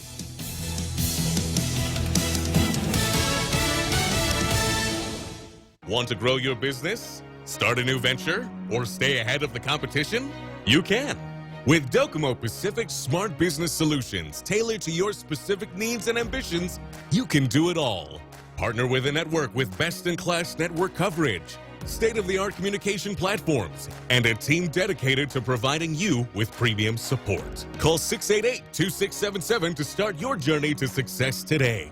Docomo Pacific Business, delivering your future today. Konnichiwa! We'll be celebrating the 40th Japan Autumn Festival on Saturday, November 16th from 2 until 9 at the Governor Joseph Flores Beach Park. That's Ipao Beach Park. Parking will be available across Oka Payless with free shuttle service every 15 minutes starting at 1:30. Advance tickets available now at the Japan Club of Guam office located on the first floor of Pia Marine during business hours. The Japan Autumn Festival at Ipao Beach Park, November 16th from 2 to 9. Come join us. For information, call 646-8066. This message made possible by Choice Broadcasting. The clock is ticking on a deal to withdraw Great Britain from the European Union. With 10 days left before the UK is set to leave the EU, it's becoming increasingly unlikely that Boris Johnson can beat the deadline. But the Prime Minister remains defiant, believing the Brexit legislation can indeed be approved within the next week. The bookmakers, however, not so optimistic, believing the most likely outcome will be another extension to that Brexit deadline. In London, Ashley Webster, Fox News. Israel's president says Prime Minister Benjamin Netanyahu has ended his quest to form a new coalition. Netanyahu fell short of securing a 61-seat majority in parliament in last month's national election. He had hoped to form a unity government with his chief rival, but late today he announced he came up short. His chief rival will now be given a chance to form a government, but Israel's president says it doesn't appear that he has enough support either. The founder of WikiLeaks, Julian Assange, in court in London. He's fighting extradition to the U.S. to face 18 counts concerning espionage and the hacking into government computers. This in relation to postings on his WikiLeaks site of leaked classified Pentagon and diplomatic information. He had been hiding out at the Ecuadorian embassy in London since 2012. He was kicked out in April. He's been in jail ever since. His argument today was that he needs more time, 3 more months. The formal extradition hearing is set for next February. The judge today denied that request. In London, Greg Falcon, Fox News. Arizona Republican Senator Martha McSally has a book deal. Publisher William Morrow announcing the book called Dare to Fly is coming out in May. McSally, who was appointed to the Senate seat held by John McCain, was the first female fighter pilot to fly in combat and was deployed multiple times in the Middle East before retiring from the Air Force in 2010. I'm Lisa Lacera, and this is Fox News.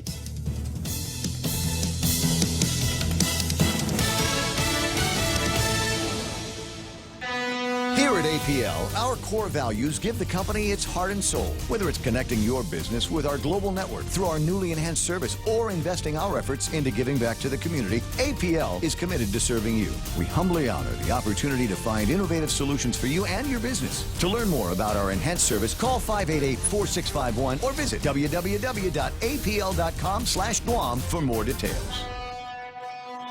Half a day, Security Title is honored to join in sponsoring Ray Gibson on The Point. I'm Jade Uggan of Umatic, and this is where I start my day. Listening to the voices of our community and sharing thoughts about issues that affect all of us. It all boils down to our people and our land. Protehi itanonmo.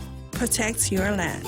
When purchasing or refinancing your home, remember to call the professionals at Security Title, just like you call Ray Gibson in the morning. Want 10% off your next flight to the U.S.? Now through October 31, receive 10% off select United Airlines flights to the U.S. when you purchase your ticket with your United credit card or United Mileage Plus credit card from First Hawaiian Bank. Use promo code FHB019 when booking your flight. With a travel sale like this, you could wake up to a different sunrise in any part of the U.S. Visit FHB.com/United Fair Sale 19 to learn more. Terms and conditions and restrictions apply. First Hawaiian Bank, member FDIC.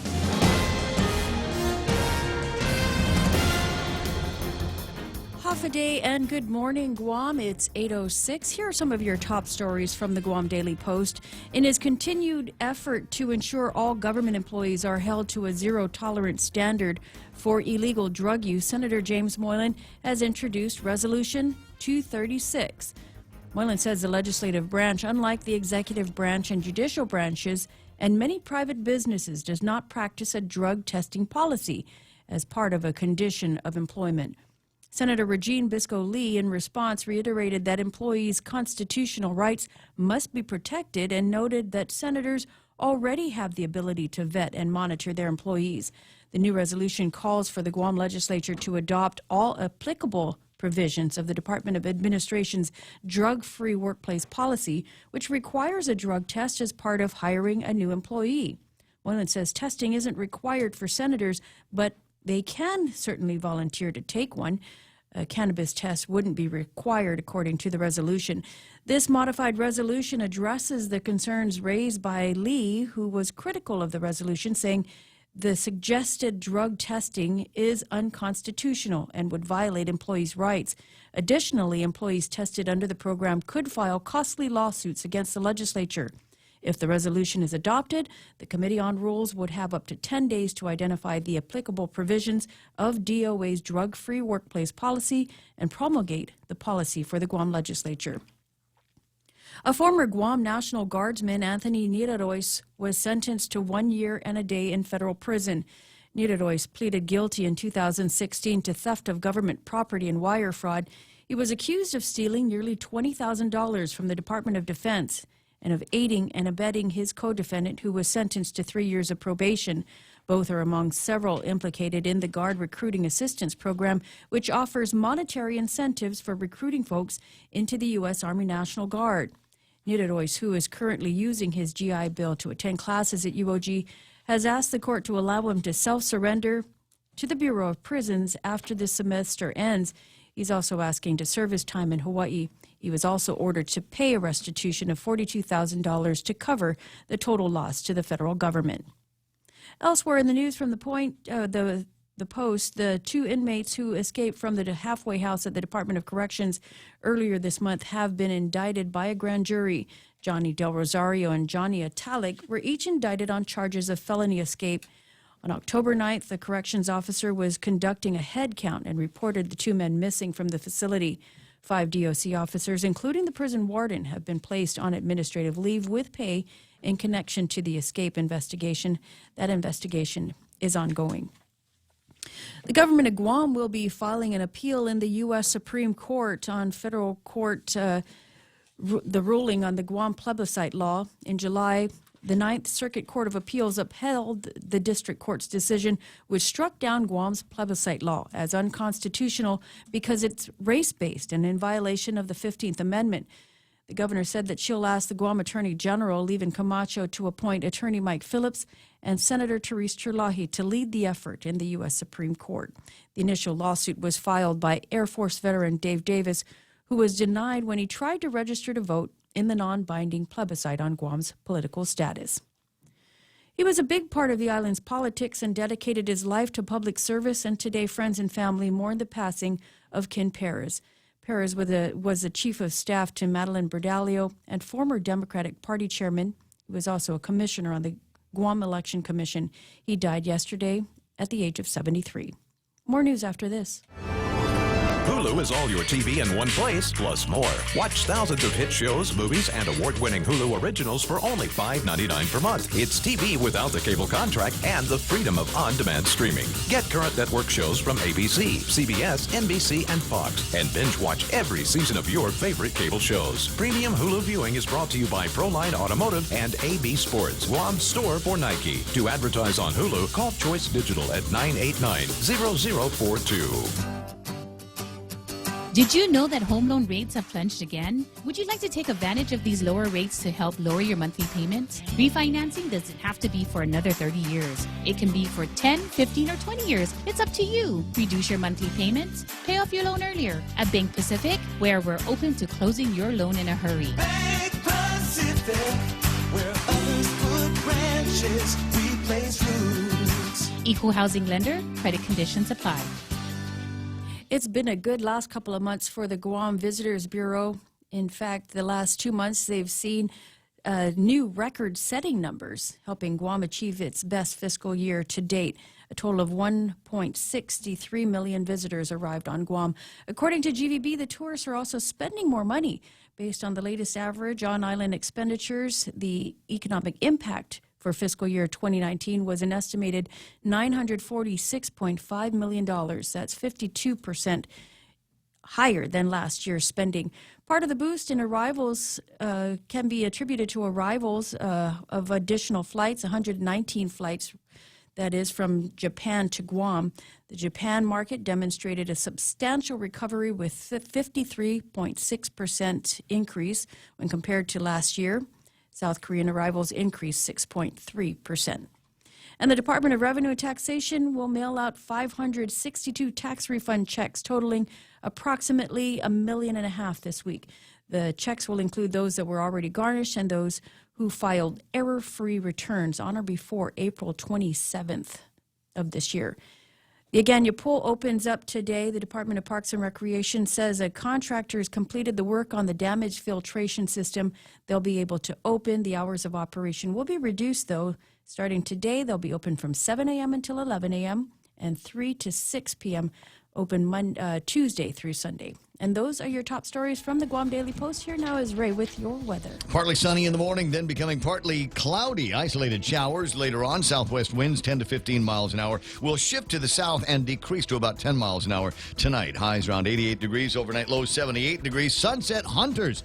You need to be in position early. The sun is going to break the plan on the other side at 5:58. So recommendations are that you find yourself someplace where you can watch the sunset, grab pictures of the sunset, toast the sunset. Yeah, I'd recommend you be at the beach by like 4. 4. Yeah. 4 is good. Yeah, 4, yeah. And there's 2 or 3 places where you can go to the beach at 4, and they're already crazy serving alcohol. No, absolutely. In some of these locations, just as a FYI. You know, band's not playing yet, but you know, some of the drinks are on special. And if you do it right, you can. There's one place I know of. You can buy like a bucket of beers, but you don't have to drink the whole bucket at once. They just bring him. They just bring you 5, nice. one at a time. Yeah. And if you can't drink them all, they'll remember that they only gave you 4, and then they give you 6 the next time you come in. I'm just saying, it's a nice place. It's customer service, don't you know? 8:14. That's new. Do we want to look at the radar? There really isn't anything there. There's really nothing to show. We've got no rain anywhere around us, as the forecast indicated. We're going to have just a few clouds this morning, but most of those clouds will be leaving as we go through the day. Winds will be dying down, so not much really to look at, man. It's all chill out there. Okay, so and what's the weather going to be like for what is it, the World Series? Do we want to? Gosh, speculate? well, you know, this will is that going. make any difference? Are these indoor ballparks they're playing In at, Houston, it is. In Washington, it is not. So it remains to be seen what's going to happen with the traveling. But Houston does have home field advantage. First game is in Houston tomorrow, and they do have a park that will cover itself if they need to. So okay, now we're talking about the World Series. We got some baseball talk, along with a skosh of football and some other things that are going to be coming up here in just a couple of minutes. In the meantime, that's news and weather together here on The Point. Hey, do you know what time the bank closes? I need to deposit my check. You know you can do that from your phone. I can? With Bank of Guam's mobile app, it's easy. Just endorse the back and snap a pic to deposit it into your account. You can do this from anywhere, anytime, which means no rushing to catch the bank and no lines. With Bank of Guam's mobile app and online banking, we're always open. Visit bankofguam.com for more information. Bank of Guam, the People's Bank. Member FDIC.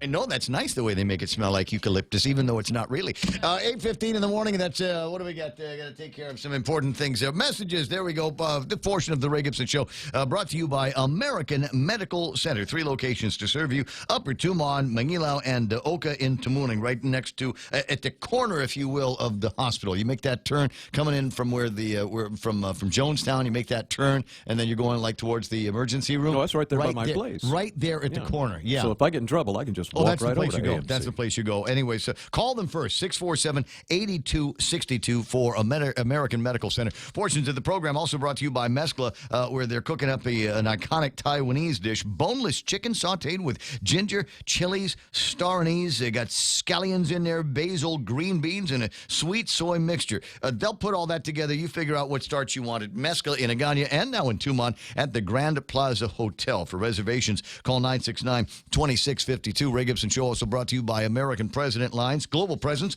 with a local home, and Take Care, offering proven wellness and fitness programs to encourage you and your family to live a healthy, balanced lifestyle through preventative care, being active, eating right, relaxing, unwinding, and being socially connected. Rediscover talk radio here. It's the Ray Gibson Show. Call now, 888-TALK. That's 888-8255.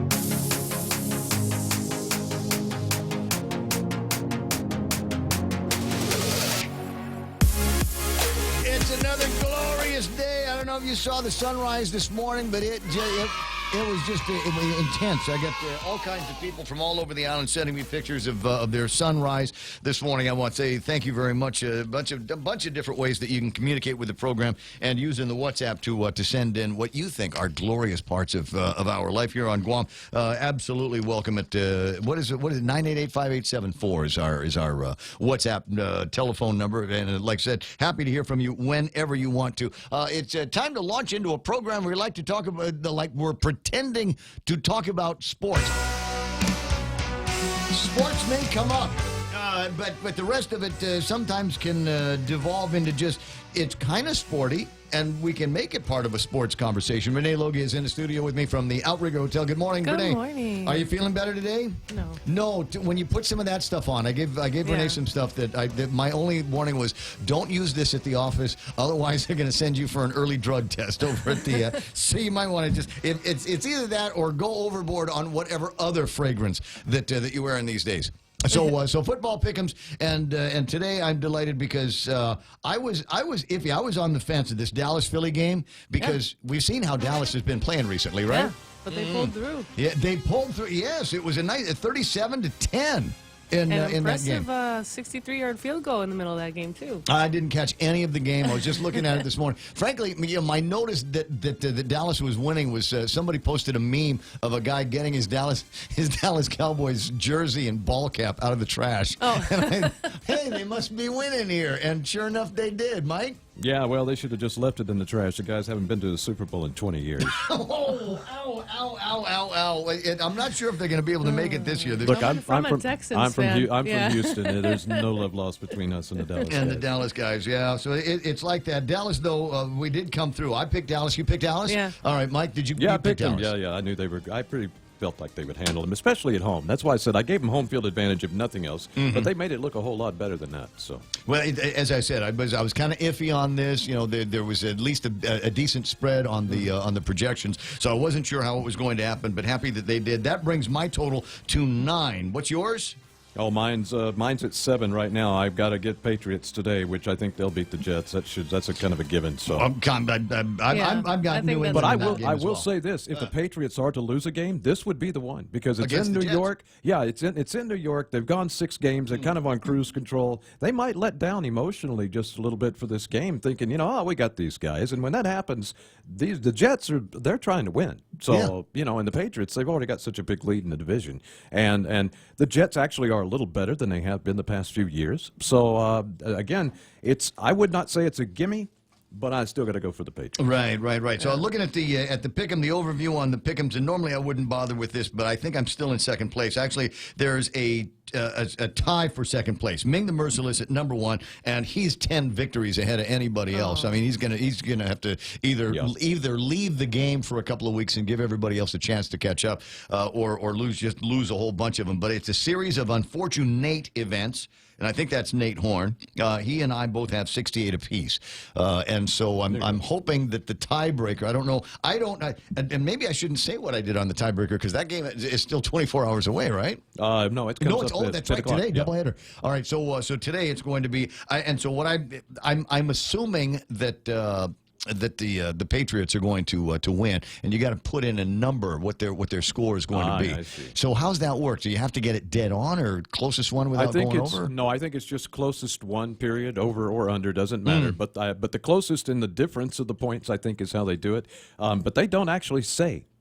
There is nothing on Yahoo that will tell you how they actually factored in the tiebreakers. They just tell you who won. All right, and the truth of the matter is I'm not really in competition against a series of unfortunate events or Ming the Merciless because I am playing from the radio station side. I'm not allowed to win the phone and all the prizes from Current Guam and the what is that, the Red Lobster gift certificates. Yeah, we've got and Red Lobster. Now, for this week's winner, we're going to have the Outlook Steakhouse gift certificate. But they also get a nice T-shirt, and of course, just the beauty of being a weekly winner. All right, and so now that we've killed enough time talking about or pretending to talk about football, now is the time to talk about the real sporting event going on. I'm really trying to pay homage, apparently because we've got a reputation for not talking enough about baseball, and so I'm trying to correct that. I'm trying to, I'm not saying that a woman can change me, but Renee has got me at least thinking about baseball. Oh, yeah. Major League World Series odds for 2019. The Astros are heavily favored versus the Nationals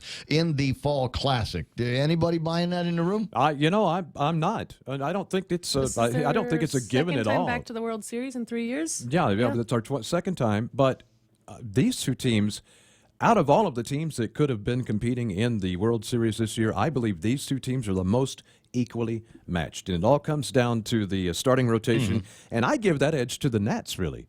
Greinke has not been solid over the last couple of months for the Astros. He's had a couple of rough outings, even in the playoffs. We got Verlander-Cole. That's a hard duo to beat. But once you get past that, our starting rotation is a little weak. They got 3 quality starters in what is it? Scherzer, Max Scherzer. What's the other guy's name? Holy smokes. I don't know their team that well. Suffice to say, though, that a team like the Washington Nationals, who had to beat Cleveland and then the Dodgers to get to the World Series, that's what I say. Yeah. So not slouches, right?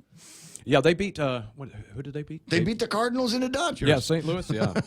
St. Louis, that's a weird story there. St. Louis looked like they were going to have one of those years that they have every so often where they just come out of nowhere and beat everyone. But no, the Nationals put them down, and then they beat the Dodgers, and that's no easy task. That's what we had to do 2 years ago in the World Series. Again, this is probably one of the better evenly matched World Series that we've seen in a while. I'm certainly not going to give the Astros an overwhelming edge, but they're my team, and I say Astros in 6. All right. Renee, what do you think? I'm going to go Nationals, just more because I want them to win. Right. Not Underdog thing? Yeah. Yeah, I know. I get that feeling. So we'll watch and see how this plays out over the course of the next few days. But the rest of it is, if it is not going to be a Nationals game, then Astros by how many? Right? If it's not going to be the Astros, then it's going to be the Nationals in how many? Do you think it would be a longer slog if the Nationals really come out to play against the Astros? Or do you think that the Astros are going to be able to just nail these guys down in a couple of games? Yeah, that's a tough call, man. Again, I got to go Astros in 6, and I think we'll go tick right on through the deal. Probably, according to home field advantage, Astros will win the first 2 at home, then the Nats will win the next 2 at home, and then they do a 1-1-1 after that. And so after that, that's where I think things will kind of separate with the traveling and things. And I just feel like the Astros, since we've been there before, that's where I'm giving us the edge. That's the only reason, because we've been there before. Right. A couple of years ago. So, 8:24. Is there any other sports going on? We got some preseason basketball happening, right? Official season starts tomorrow. That's I think, right. It does. Yeah. Oh, really? In the basketball? Yeah. And I don't follow basketball, so that is like I'm just like the most blind of what spot? I know. Yeah. Okay. So me too. The only people is like my Filipino friends are the only guys that follow. Guest speakers. Right. We'll find some guest speakers. Wait. You got me thinking now. I'm wondering if I got anything from Dave Torrey. Did he send me anything in this morning to augment the conversations that we're going to be Dave having? Torrey in here. You wanna? Yeah. I'm trying to think. I think he's got a real job though. I mean, not like you don't have a real job. It's just that you're going to be there for the. I can adjust the time I go in. See, I could be here Exactly, because like I don't have a 9. real job. So. Well, there's I got Pam Duvall sent me a picture of a pool, which reminds me, and this is a sports story of one kind or another, because there's a lot of athletes on Guam that will use the Agana swimming pool, and it has been closed for a number of weeks because apparently we don't know how to keep a swimming pool going. I'm going, call the outrigger. They got a guy. Send your outrigger guy over to the Agana swimming pool and tell him how to get it done. Yeah. It ain't that difficult, right? No. So They're saying it was a filtration problem, right? Is what I thought I heard. Yeah, that was the deal. Yeah, the machinery. Yeah, but was it a filtration problem because they had not been using it over a certain amount of time? Yeah, because these guys use sand filters, right? Back in the old days, in the olden days of swimming pools, you got a pump and it's sending water through these like paper cartridges, right? And somebody'd have to go in there about once a day and then shake out the crap from the paper cartridges, stick them all back in, reprime the system, and then you're good to go. And then they said, well, you start using sand filtration systems, and that is a much more superior way to do it. But you've got to keep water going through the system in one direction, and then once every few days, you put the gizmo on purge, and it makes the water go in the other direction, and you get all the silting, the crap out of the water, but that gets shunted out to the parking lot or something. So that's the dirty water goes away, and it is possible. The first time that they let the swimming pool go, the sand got hard because of all of the crap and everything in there. And when they tried to get it to filter again, the water wouldn't go through.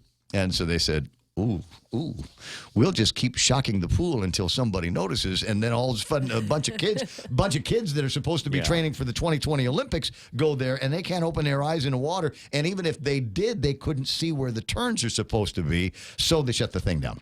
That's my theory. That's what I think happened. I think you're pretty accurate. Anyway, so they are going to be logical. it could be. Well, if I talked to Clayton Duvall about this too. The necessary repairs to the filtration system in the Agana pool will resume, and they will resume a revised pool schedule on Tuesday.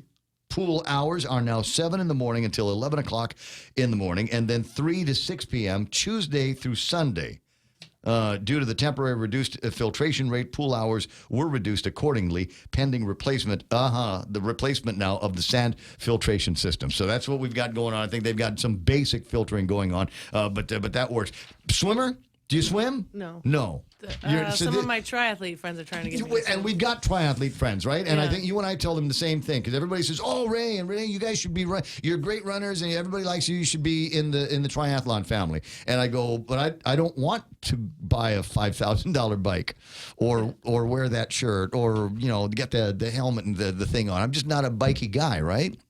Yeah, well, cycling is fun. Well, cycling is fun, but I just figure unless I'm willing to put in the hours to train, and I don't have enough hours to train for running, right? And much less another sport. So never mind that. And then they say, well, what about the swimming? And I'm not a swimmer. I mean, I'm the guy that goes to the beach and I lay in the same 3 feet of water. And you go in the water to pee. I go in the water to pee, or no, you do workouts at the beach, or you do the arm curls, right? Arm curls. That's like 12-ounce arm curls is the way that works. So that is the other non-football, non-basketball, non whatever sport. The Agana pool is set to open. Good luck to you guys. I'm sure there's a lot of people out there and the other reason why I don't like talking about the swimming pool. Isn't the Dedito pool open? I don't know. I believe it is, but it's not. Was never made to regulation size, which was an issue that the swimming community had when they were talking about it. They said this would be a perfect place to put another Olympic-style swimming pool, and they did, but it was like the wrong depth, or the wrong length, or both was the problem with that. So I think there were a lot of people that were disappointed with that kiddie pool that they put together. Now, yoga. Do you yoga? Yes. Okay. It's a new kind of yoga. Well, I don't know if it's a new kind of yoga, but it is now the big thing. Rage yoga It started out in L.A. or For New angry York or people? somewhere. Yes. But then now this is the story is now It it's involves cussing. Rage yoga has now reached the Midwest of the country, and if it's in the Midwest of the country, it won't be long before Claire Calvo is starting to do a rage yoga class at her place, right? Well, I'm waiting for her to do the wine drinking yoga or the beer drinking. I like that one. Yeah. She is. What time's happy hour start tonight? 9 o'clock in the morning. 9 for o'clock me. in the morning. So instead of calming your mind, you're bringing everything out with loud, explicit music, playing as you will yell, scream, cuss, and make obscene gestures in your rage yoga. Right? It's like a Two Live Crew concert. Yoga has a way of bringing emotions out of you. Right? I can do that just driving in Guam traffic. Yeah, so my emotion here is when it comes to yoga is when does this end? I've got this DVD set, Yoga for Runners. Yeah. And I bought the thing and I put the DVD. Yeah, I've still got a working DVD player, right? But I put the DVD into the machine and it starts going in. And I guess the assumption was you've been doing yoga for 75 years because it starts with the most complicated moves that there are. Fortunately, there's another disc that comes with a set, which is the beginner yoga, and I tried that, and that was really hard too. That was really intense as well, and it's hard to do yoga and watch the screen at the same time. Yes, that's true. Yeah. So it's not like some of the other workout programs where you can just kind of glance at it every once in a while or stand in front of it, but it's hard to do downward dog facing one direction and trying to figure out what's going to be next on the screen. Right. Well, I went with Artie to a beginner yoga class. And I thought, I'm an athlete. I can do this. Right? I was sore for like 2 weeks. In between my ribs, I'm like, I didn't even realize I had muscles in there. It was just like, how do you get so sore and all you're doing is stretching? But you're holding these poses, and and you can go as deep into the pose as you want. Yeah, So but I the was theory sore. is that you're stressing muscles that are really, really deep inside for an extended period of time. So you might not be seeing it or feeling it, but inside your muscles are twitching like crazy trying to hold Yoga's on to not this balance. just for wimps. It's hard. I can barely spell yoga. By the way, important fitness tip with those 12-ounce girls. Yes. Repetition is important. I believe you. You're absolutely right. I'm just trying to figure out how to get it done with both hands.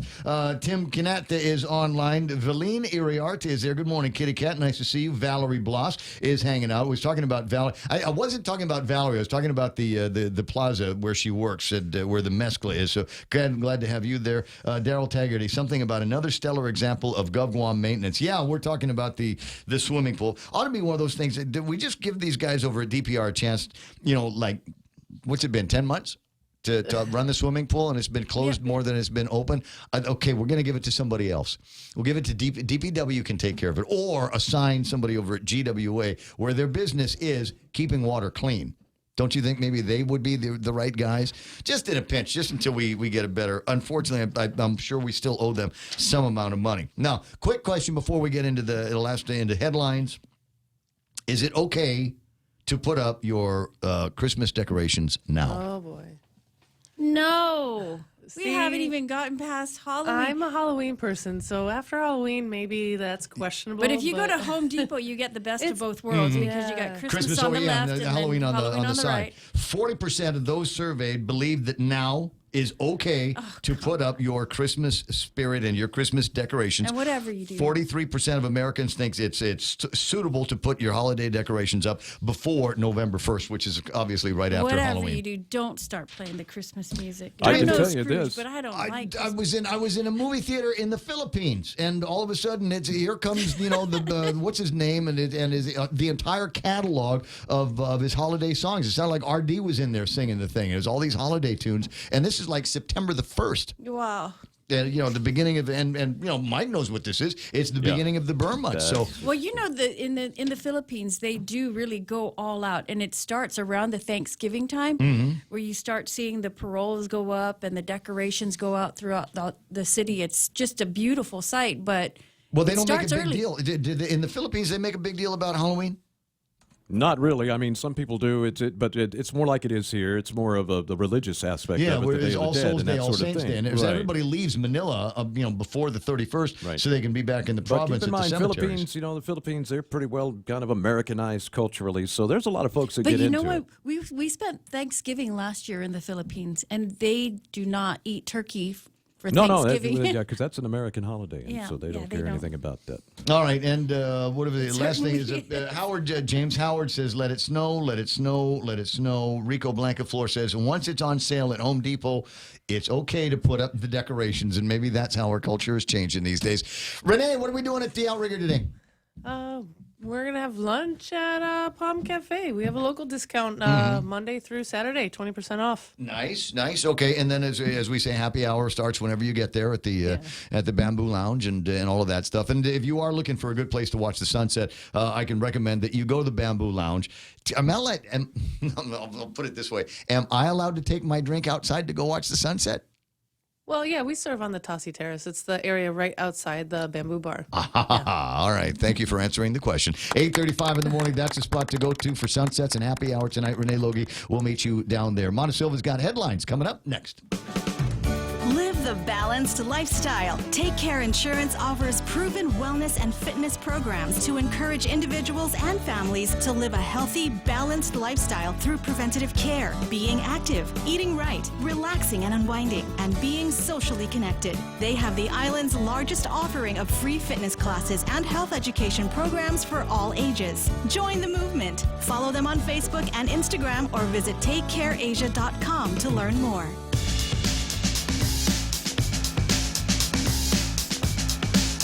8:36 in the morning, 888-825-5888-TALK is my telephone number. Time for our last look at headlines from the Guam Daily Post. Here is Mana Silva Tyron. 1.6 million visitors have arrived, and GVB is touting this as the best year yet. GVB seeing jumps in the Japanese and Korean markets. They report bigger spends by travelers as well, totaling an estimated $946.5 million. The Guam legislature lacks a drug-free workplace policy, and Senator James Moylan wants to change that. He's introduced another resolution, 236, that would require a drug test as part of a hiring process at the hiring new legislative employees. Moylan says testing isn't required for senators, but, quote, they can certainly volunteer to take one. Regine Bisco-Lee has been critical of the effort, saying it's unconstitutional and would violate employees' rights. Additionally, she says employees tested under the program could file costly lawsuits against the legislature. Well, Guam will be filing another appeal in the U.S. Supreme Court on the federal court's ruling on Guam's plebiscite law. Both the District Court of Guam and the Ninth Circuit have deemed the plebiscite law as unconstitutional. Governor Luliang Guerrero says she's asking the Guam AG to appoint Attorney Mike Phillips and Senator Therese Terlahi to lead the effort in the U.S. Supreme Court. And those are your headlines from the Guam Daily Post. Pick up a copy of the paper or log on to their website at postguam.com. Thanks, Mona. It's 8:37 in the morning, and that's iConnect time. Go to iConnect and ask them about the tax refund promo. Simple the way it works. You sign up for a year, and they hook you up with a free phone and a free month's worth of service at iConnect. Their number is 888-8888. You're the leader, and you've just made a big mistake. I mean, this one is going to be painful. What do you do now? I'm Jerry Roberts, and at 7:20 a.m. on The Ray Gibson Show, we'll talk about the steps to take if you want to do the right thing and maintain the confidence of your team. You can find daily transcripts of The Extra Point at guamtraining.com. Tune in every weekday morning at 7:20 for The Extra Point with Jerry Roberts. Brought to you by Guahan Insurance Services and First Hawaiian Bank on 93.3 The Point.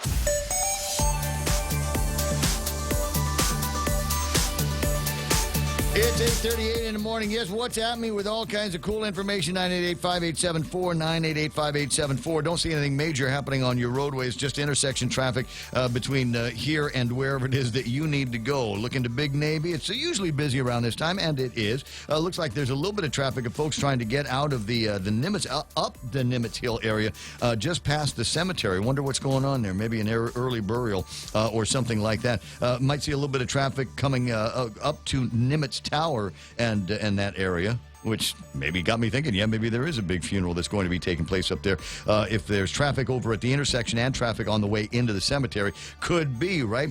Seeing a little bit of traffic as you make your way through down the hill towards from Maina and then into the downtown area. Not so bad. Not so bad. Looking at Agania, you'll see traffic in the usual hot spots there. This is interesting. I've got traffic over at the McMobile intersection, in and out towards Harvest Christian Academy. Opens up a little bit more when you get there. So Monotake Roy T. DeMuon if you're moving in that area. 888-8255 is the telephone number. That's right now traffic here on The Point. It's a one-of-a-kind wine fundraiser. Wahan Sustainable Culture presents Wine in the Garden. The Hamamoto Gardens help support food sovereignty, security, and sustainability while sipping wines from around the world, surrounded by 50-some acres of beautiful farm and garden. Tickets are $75 each. Proceeds support education and outreach on how important, easy, and fun sustainable practices can be. Wine in the Garden is on Saturday evening, October 26th, starting at 5. For more details, go to our website, gusustainable.org, or call 687-6491.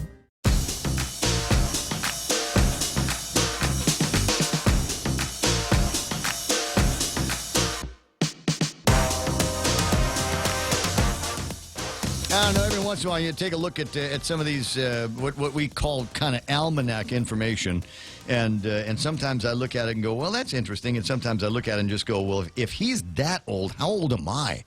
Last week, Eminem, Marshall Mathers, turned 47 years old. Oh, you gotta be kidding. Number one, why is he still alive? Why is that guy still alive? I thought guys, the superstars in the rap game, I thought they died early. Susan Sarandon is 73 years old. Who's this now? Do I know her? Melissa Benoist from Supergirl and Glee turns 31. Don't really care about those guys, but wow. Eminem celebrating a birthday last week. That age.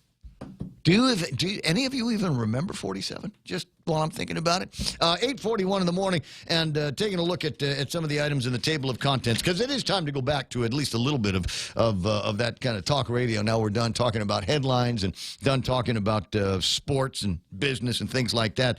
What are the real stories today that are floating around out there? And this one here, I love this, from KUN. Chris Barnett writes. And if I was ever to become a journalist, I think that's what it would be. Ray Gibson writes. And Chris Barnett writes, in response to a question from KUAM News this evening, Governor Lulian Guerrero confirmed she will be seeking re-election in the 2022 election cycle. The governor, along with Lieutenant Governor Josh Tenorio, held a fundraiser last Wednesday at Kentos at the Hyatt. She says, I am preparing for re-election, she told KUAM. Tickets for the fundraiser, $25 each. The event was not publicly advertised, and Adelup staff did not attend a dengue meeting in Meleso on the same night of the fundraiser. It was not officially publicly advertised, but I may still have in my WhatsApp feed the pictures of the ticket that went out for the governor's fundraising, and we were all looking at it going, yeah, it is kind of early for this. And I don't mean early as in, wow, 2022 is so far away. I mean, it's early in this administration still, isn't it? There's 4 years that Lou and Josh get to be governor and lieutenant governor, and they haven't even done year one yet. Exactly, and they're already talking about 2022. They haven't even earned the right to run yet. Without to put too fine of a point on it, and I would say this if it was anybody. Yeah, I would say it if it was Eddie Calvo. I would say it if it was Felix Camacho. I'd go, who's asking already?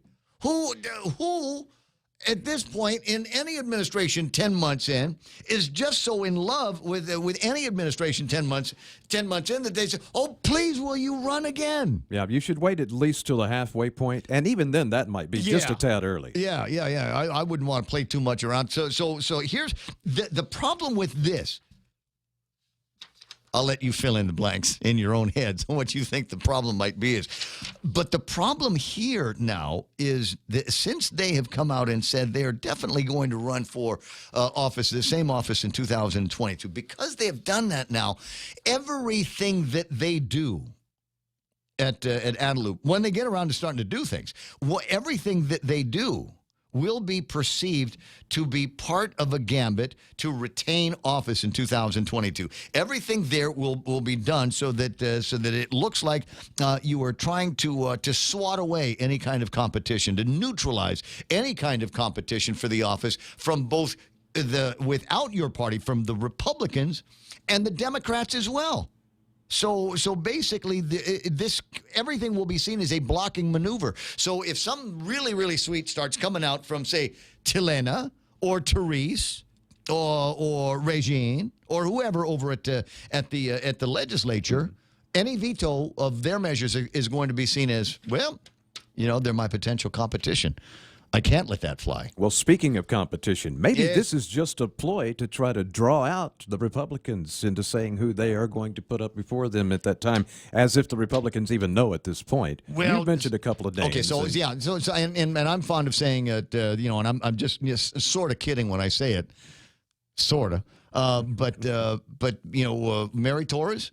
Yeah. Scion of the party. She is the Princess Leia. She hates it when I say this, but I'm going to do it anyway. She is the Princess Leia of the Republican Party. I'm going to bring cousin Jimmy into Jimmy Moylan into the conversation. She is the daughter. She is the daughter of the first elected governor of Guam, the sainted Carlos Camacho. She is the sister of Felix Camacho, who beat, who probably could have won any other election anywhere else, but the guy beats Robert Underwood not once but twice for Adelup, and she is in my mind the successor. But my understanding is that the same way that there are people in the Democratic Party that don't get along with Mike Sinikolas, or maybe the vice versa, there are people in the Republican Party that are at odds with Mary Torres, and ask me, to their detriment. Because I'll bet you Mary Torres could make a re-election campaign for Lou and Josh very, very interesting, especially if I was on the ticket. But considering I'm not really interested in political office, I would suggest Jimmy Moylan. Well, thanks, Ray. But I was thinking of Luke Skywalker Ray, with Princess Leia. That would be something too. But those conversations, you're right, are ongoing on the Republican Party, and we are aggressively looking. Right now, we're just focused on. Well, if the Republican Party really wanted something out of Mary Torres, they would have made her the minority leader, and they didn't. And I thought that was a slap in the face and an affront. Yes, I remember that conversation clearly, and it would have been something if that could have happened. But no, overall, the votes weren't there. So.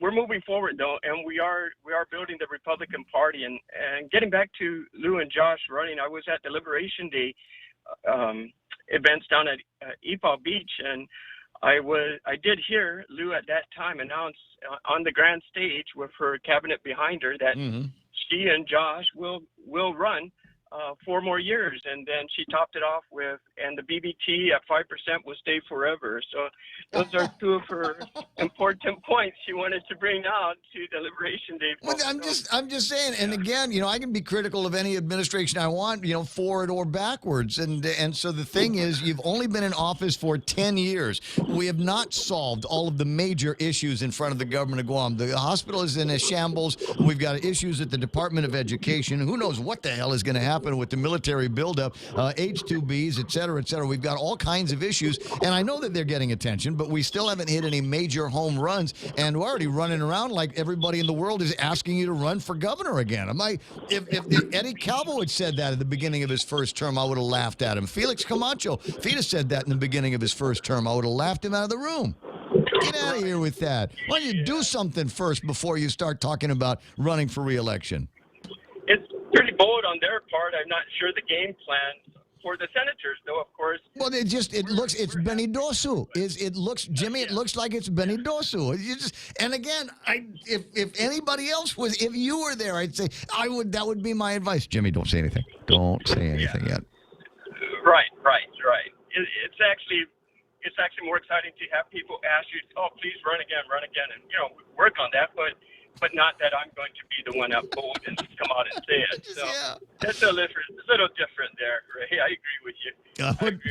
What have I got? They got somebody says Jimmy Moylan for governor. Who wrote that? Did my sister do that? No, it's Pam Duvall up in Jigo says Jimmy Moylan for governor.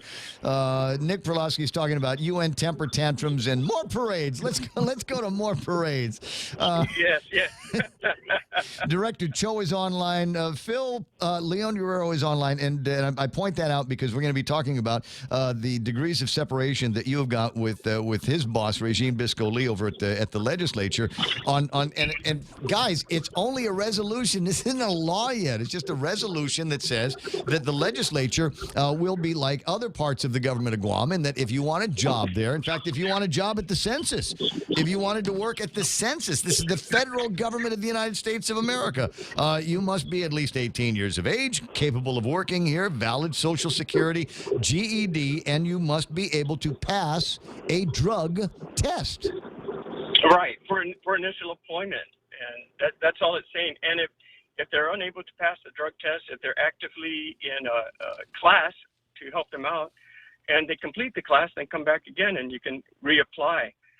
That's all part of the executive order that was in Carl Gutierrez' time back in '95 that had to come out because of the federal government requirement. If you're a territory or a U.S. state, to receive federal money, you have to adopt a drug-free workplace.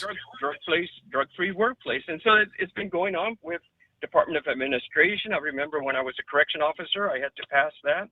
Judiciary of Guam also has it, autonomous agencies too.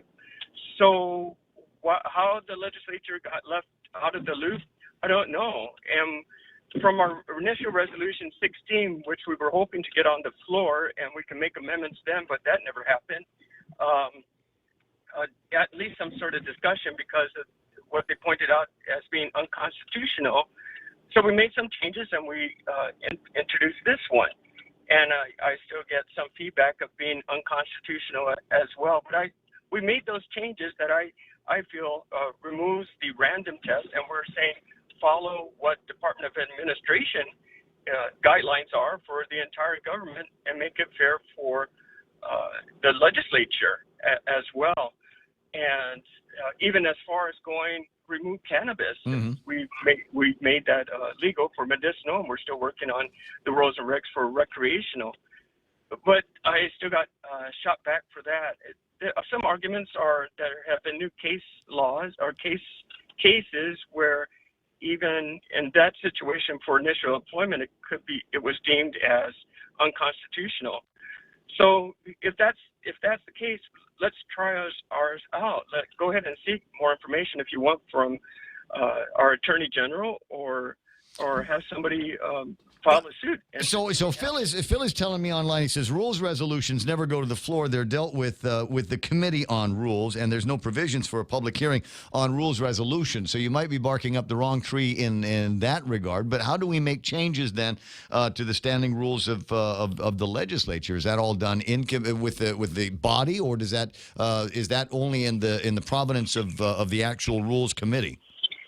Yeah, what I mean by I shouldn't say having a hearing, but it comes into discussions among the senators because we're going to need the votes to make the changes to our standing operating procedures, right, and adopt those requirements for the legislature itself. So it needs to be discussed. But if it's just stopping at this point, I don't see why.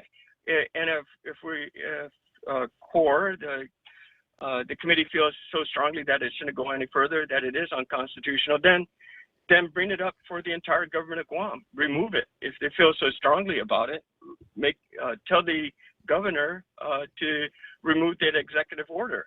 Well, in my mind, maybe we run this by the legislative legal and get that opinion, but also ask Levin Camacho if maybe somebody over in his office has got the 20 minutes to do the research and to come out with a legal opinion, either on your resolution on the potential for law. Is that something? Because I know that Regine has used an opinion from the former Attorney General's office, but an opinion is not a law. It is a lawyer's interpretation of the law, and it is possible that there could be a different interpretation.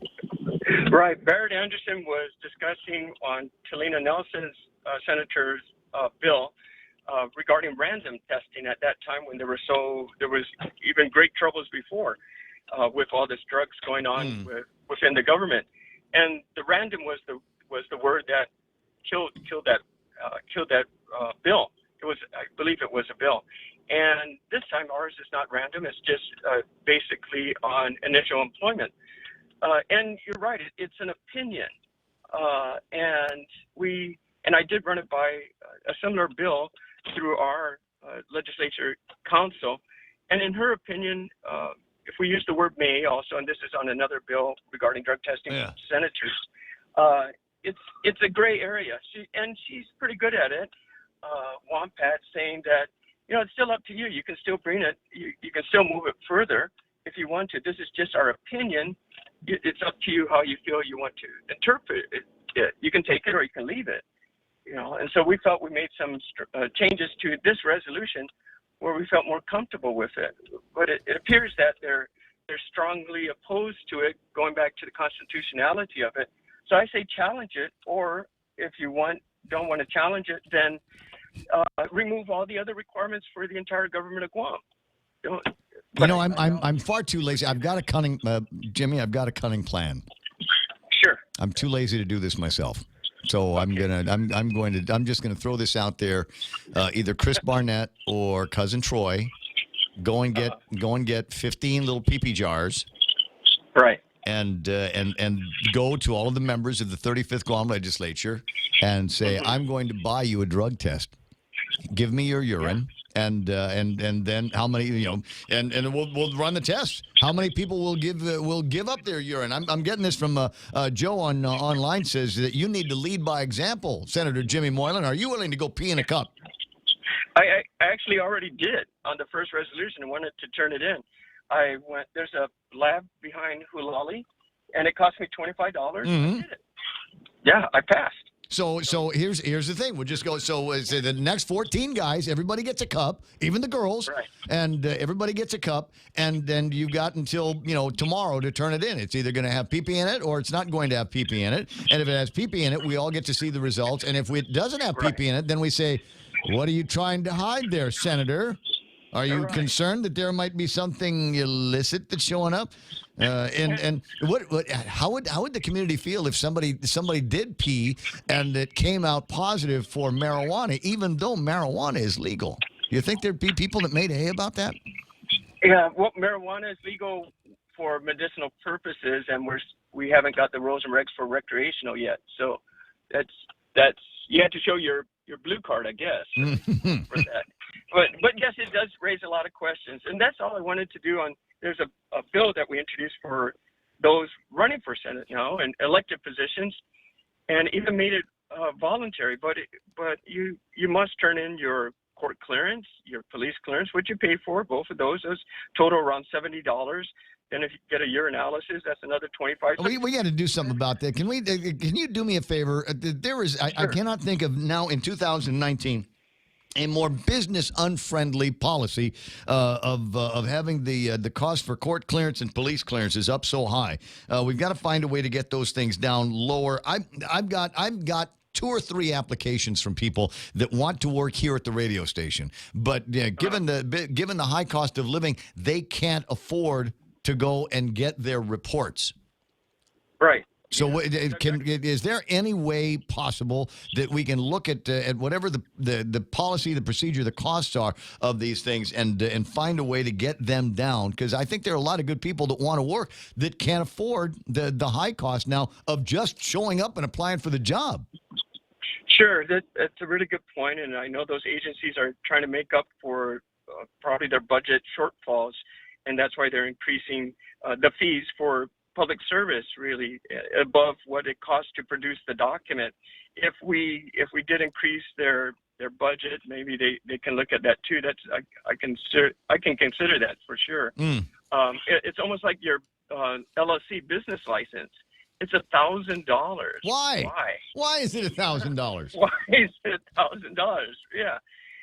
So that one had a public hearing, and I just got to get it through committee to get it to session floor and vote it down, and vote for it. But that's what we need to put more people employed and not make it so difficult for them, and expand their business from a sole proprietorship to an LLC and build their companies to hire more people. And that generates the income that pays our taxes, that employ provide the public service that we desperately need. Well, Director Cho is online, and maybe that's something that she might be able to bring up to Dave and find ways that we can make it so that this is a lot less expensive for primarily the people that use it. And it seems to me that's the built-in audience for court and police clearance is people that are looking for jobs.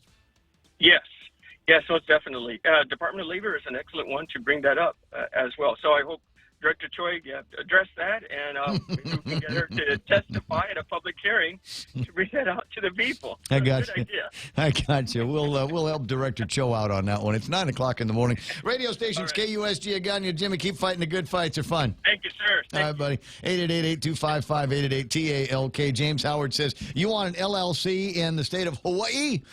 Is it $1,000 there? How about $100? Amazing, isn't it? The radio station KUSG had gotten you 93.3. Ladies and gentlemen, this is The Point.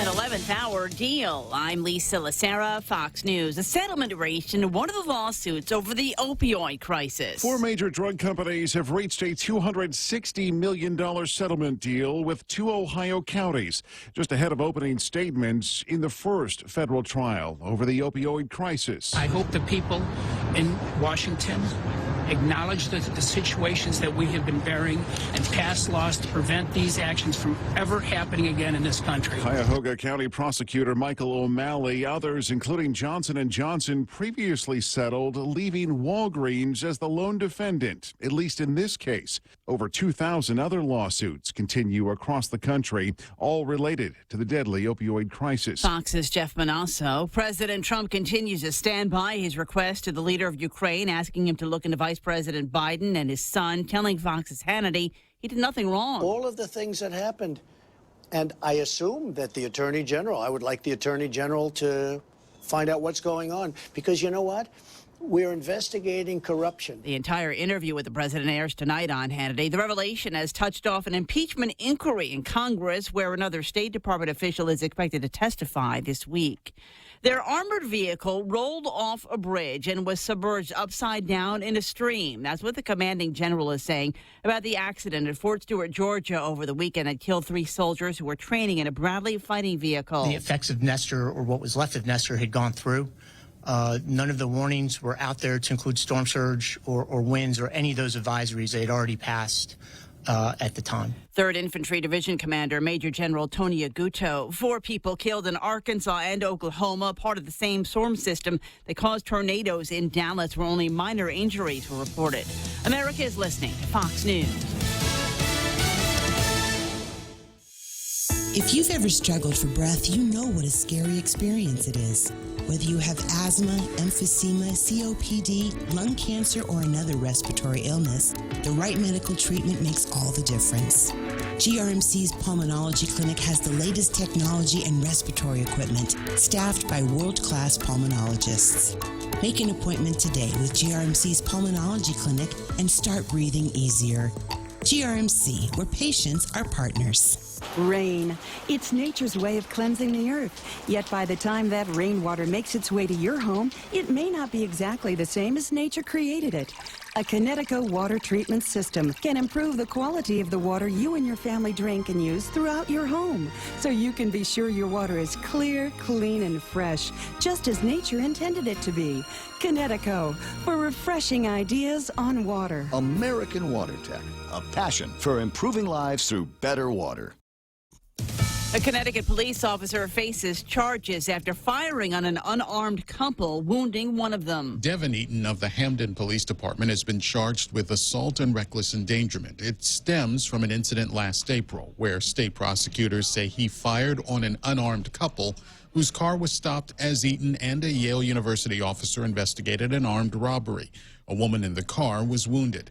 The confrontation was recorded on Eaton's body camera. He said he believed the car's driver had a gun. It was found he did not. Prosecutors say the shots Eaton fired created a risk of death and endangered others in the immediate area. He will appear in court next week. Gernal Scott, Fox News. A pickup truck driver accused of causing a collision that killed 7 motorcyclists in New Hampshire in June, indicted on 23 charges, saying that he caused the deaths. The city of Seattle implementing a tax on people who use oil to heat their homes. In the name of combating climate change, the Washington state city's goal is to tax heating oil so highly that residents will switch to electric heat pumps. Seattle City Council will tax heating oil at 23.6 cents per gallon. It hopes to cut greenhouse gas emissions from residents by 32% in the next decade. Environmentalists love the plan, which would cost homeowners over $16,000 just to upgrade systems. Others feel it's reprehensible. They're criminalizing a normal, lawful act of heating your home. Over 18,000 households are affected. Those opting to remain with oil heat must replace those oil tanks within 8 years with a modern model. Kevin Battle, Fox News. The astronauts who took part in the first all-female spacewalk still uplifted by all the excitement. Jessica Mears said when she floated outside last week, she wasn't thinking about who would be out there with her, but says it was extra special being accompanied by her close friend, Christina Cook. I'm Lisa Lacera, and this is Fox News.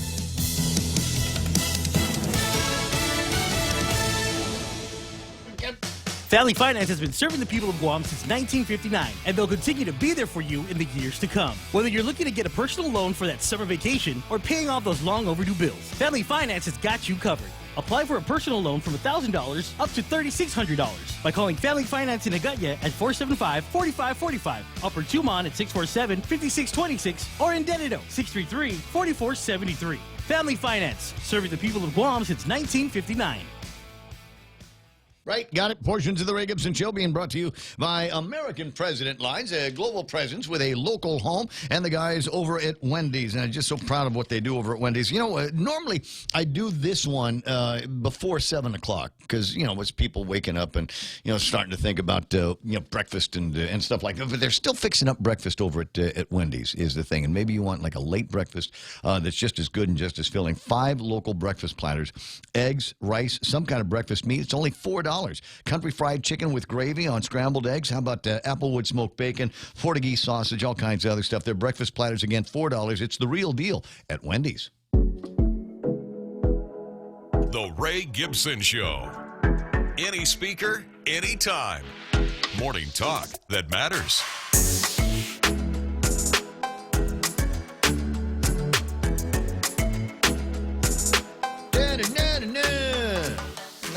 What have I got here? A couple of notes on the Facebook Live. Pam Duval says, wow, you still have BeetleNet. You really can savor it. Yes, I can. I recognize that I've got 2 kinds of BeetleNet on me right now. Pam got me some. Another buddy brought a couple of sprigs of it by the station yesterday. And then I've got leftovers. And I've got BeetleNet. I've got this BeetleNet that's been in my office. And I've been slowly taking it apart, and it is gone about rock hard. There's a girl that's listening right now, and she heard her name. That's kind of a nickname. Going, hey, he's talking about me. That's nice.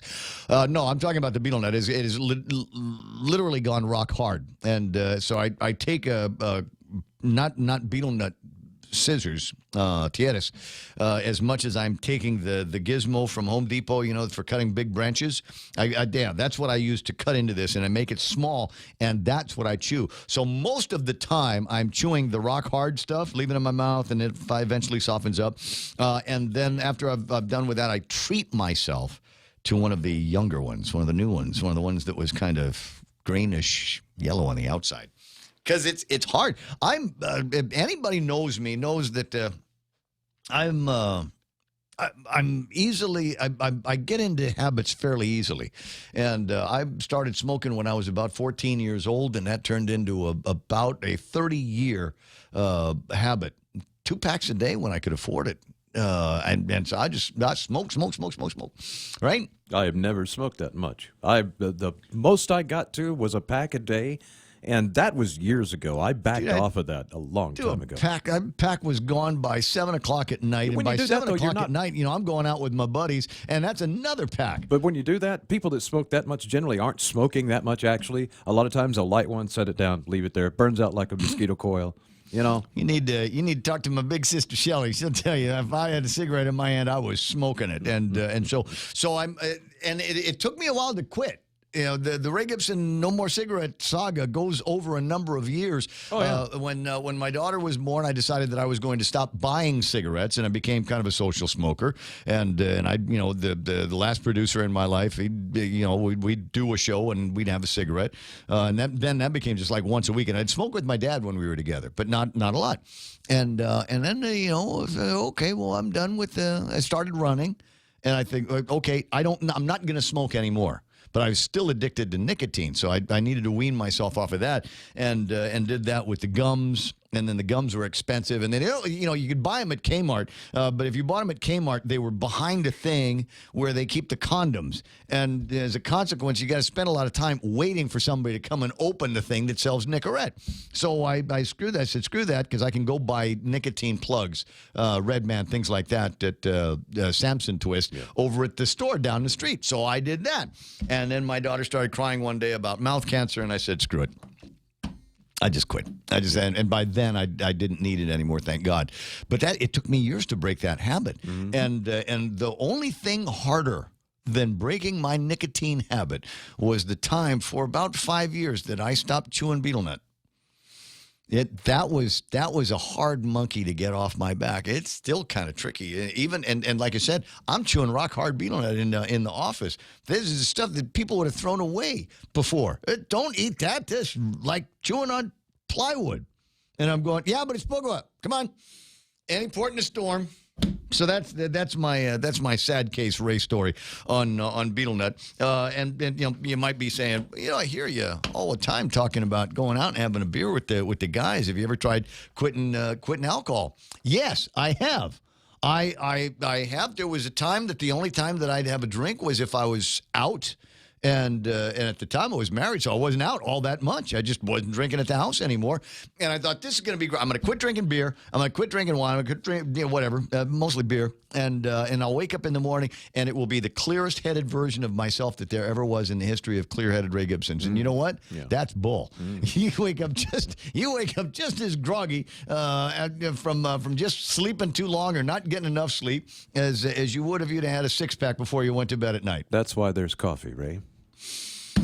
There's another habit I can't break. 9:11 in the morning, it's the Ray Gibson Show until it's not going to be. Oh, can I tell you what I had over the weekend? Sure. It's not, this is a very rare thing. And again, you talk to my family and they'll tell you, I used to drink a six-pack of this every single night. Mountain Dew. Oh. Ooh. Yeah. Ooh, I love Mountain Dew, right? I did when I was younger. Yeah. And so a few years ago when I quit smoking, I also quit drinking a lot of soda. Yeah. And so went to the movies, go watch Zombieland over the weekend. You want a spicy hot dog, some Raisinets. What do you want to drink there, Mr. Gibson?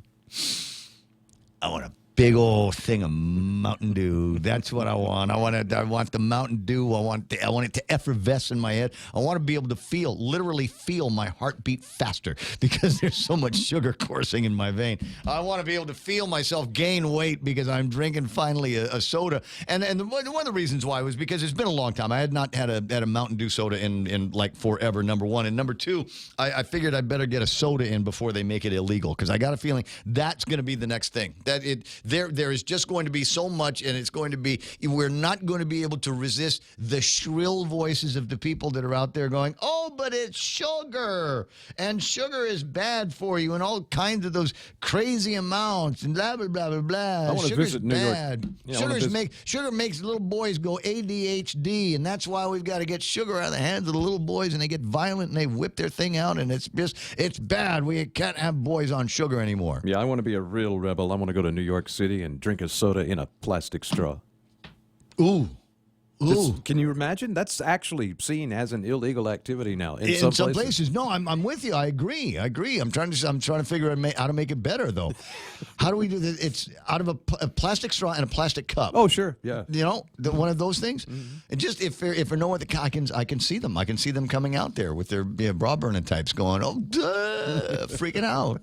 Get him. It would protest my very Crucify. existence. Kill Michael with fire. 9:13 in the morning. I don't know. it always amazes me because you see things like that, and you're going, all right, number one, where will this end? And the answer is not here, because you just know that there's posers over at the legislature that are probably already got it, probably already going, you know what, this is going to be my legacy measure here. This is going to be my legacy measure. I'm going to make it so you have to show your driver's license if you want to buy anything more than about 1 can of soda from now on, and no diet soda because it's got aspartame in it, and no red M&Ms or something like that. They're going to just come out with all of this stuff.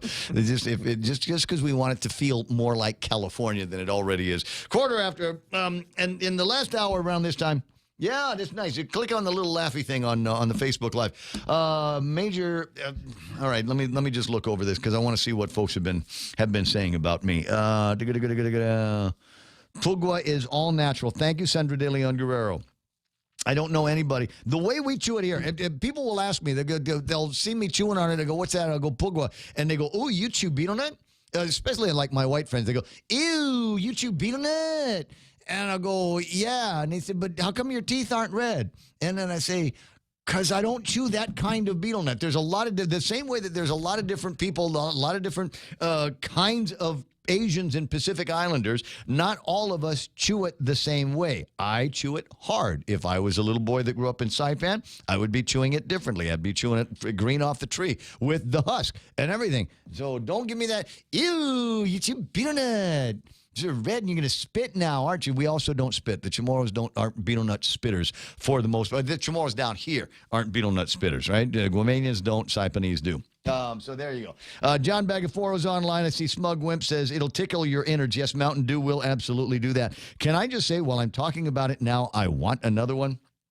Brandon Glazer talking about California Democrats around here. Well, we've got our share. Rudy Magallanes says the amount of caffeine in Mountain Dew is 55 milligrams. Only Red Bull is more at 80 milligrams. Rudy, check Orange Crush. I want to say that Orange Crush actually has more caffeine in it than Mountain Dew. Yeah, ultimately, that was the reason I had to stop drinking Mountain Dew because, I was kind of ADHD anyway as a kid. And then I drink some Mountain Dew and go, whee! But it's energizing. Well, I would drink a Mountain Dew, say, before baseball practice or before a game, and so I was like, I was like on cocaine, man. I was out there just flying around the bases. It's only sugar. I don't get it. Yeah, well, when you're 12 years old, it has a whole different effect. Yeah. But, don't we want our kids to be energetic? Don't we want them to have fun? Don't we want them to energize? I wanted my kids to feel sleep energetic? all the time. Well, yeah, see, that's okay. At least you're honest. At least you're honest. Because there are all kinds of people that are talking about, the unhealthy aspects of too much sugar in an adolescent diet. And the real answer is, no, you just want to be able to control your little boys more. No, they're little boys. Let them go out and tumble down hills and fall off ravines. And I did. I'm still here. It's not gonna. All right, fine. I did almost die a couple of times, but don't tell my mom. It was close. Yeah, but we made it. Yeah. All right. So where do we get to go? 9:16 in the morning, and just because in my mind this is going to be the most amusing thing that I may frame this. Governor confirms re-election bid in 2022. I'm going back to this. So I didn't finish the story. I'd only made it to the second paragraph. Chris Barnett says that, yes, they did. And there was a fundraising at Kento's last Wednesday, $25 apiece. The event, quote, was not publicly advertised, and Adelup staff did not attend a dengue meeting in Molesso on the same night as the fundraiser. Chris, are you suggesting that instead of going to the dengue meeting in Molesso to advise the people of the southern parts of the island where there are mosquitoes, how to prevent dengue, the spread of dengue fever and getting bit by mosquitoes, that instead of doing that, they were all at Kento's? Disco, good, the night away. That's the place to be. Leon Guerrero says rumors that she would not be running with Tenorio were unfounded. She said, Josh and I are getting along really well, and we have every intention of going through re-election. Because LG Tenorio team held a fundraiser for re-election, they must now file an organizational report with the Guam Election Commission. By law, a candidate team that raises more than $250 must file their organizational report within 10 days after the fundraiser is held. Deadline for the LG the end team to file is going to be on Friday. As for her messages to Republicans who might be entering the 2022 gubernatorial race, Leanne Guerrero says she welcomes any kind of opposition and welcome the whole democracy of our elected freedom of wanting to represent our people. That's what she told KUAM there. So that's that. Again, there is the story. Question number one: who asked? besides the nose pickers and the horse holders, who asked for you guys to run against? Because it seems to me, you get the mandate from this election. But let's recall now the election was you guys over here. There was a Republican candidate over there, and then there was the write-in candidate over here. Right. So there was a lot of distractions. I think a lot of people stayed home after that. Well, you take a look at the penetration, the number of voters that actually went out here, and how many of those are coming back around, going, "Wow, that was really a great idea. Let's do that again. Come on, will you please run?" Haven't seen any major results yet, but. Just waiting for. We just know it's. We'll ask. Let's get it out of the way now. But again, to me, that's not the. That's the funny part of it. That's the part in my head where I just go, wow, eye roller, and it would be an eye roller for whoever was running. Never mind Lou and Josh. I would if Tony and Ray had won. And 10 months into the Ray Tenorio, Tony out of administration, Ray comes out and says, "You know what?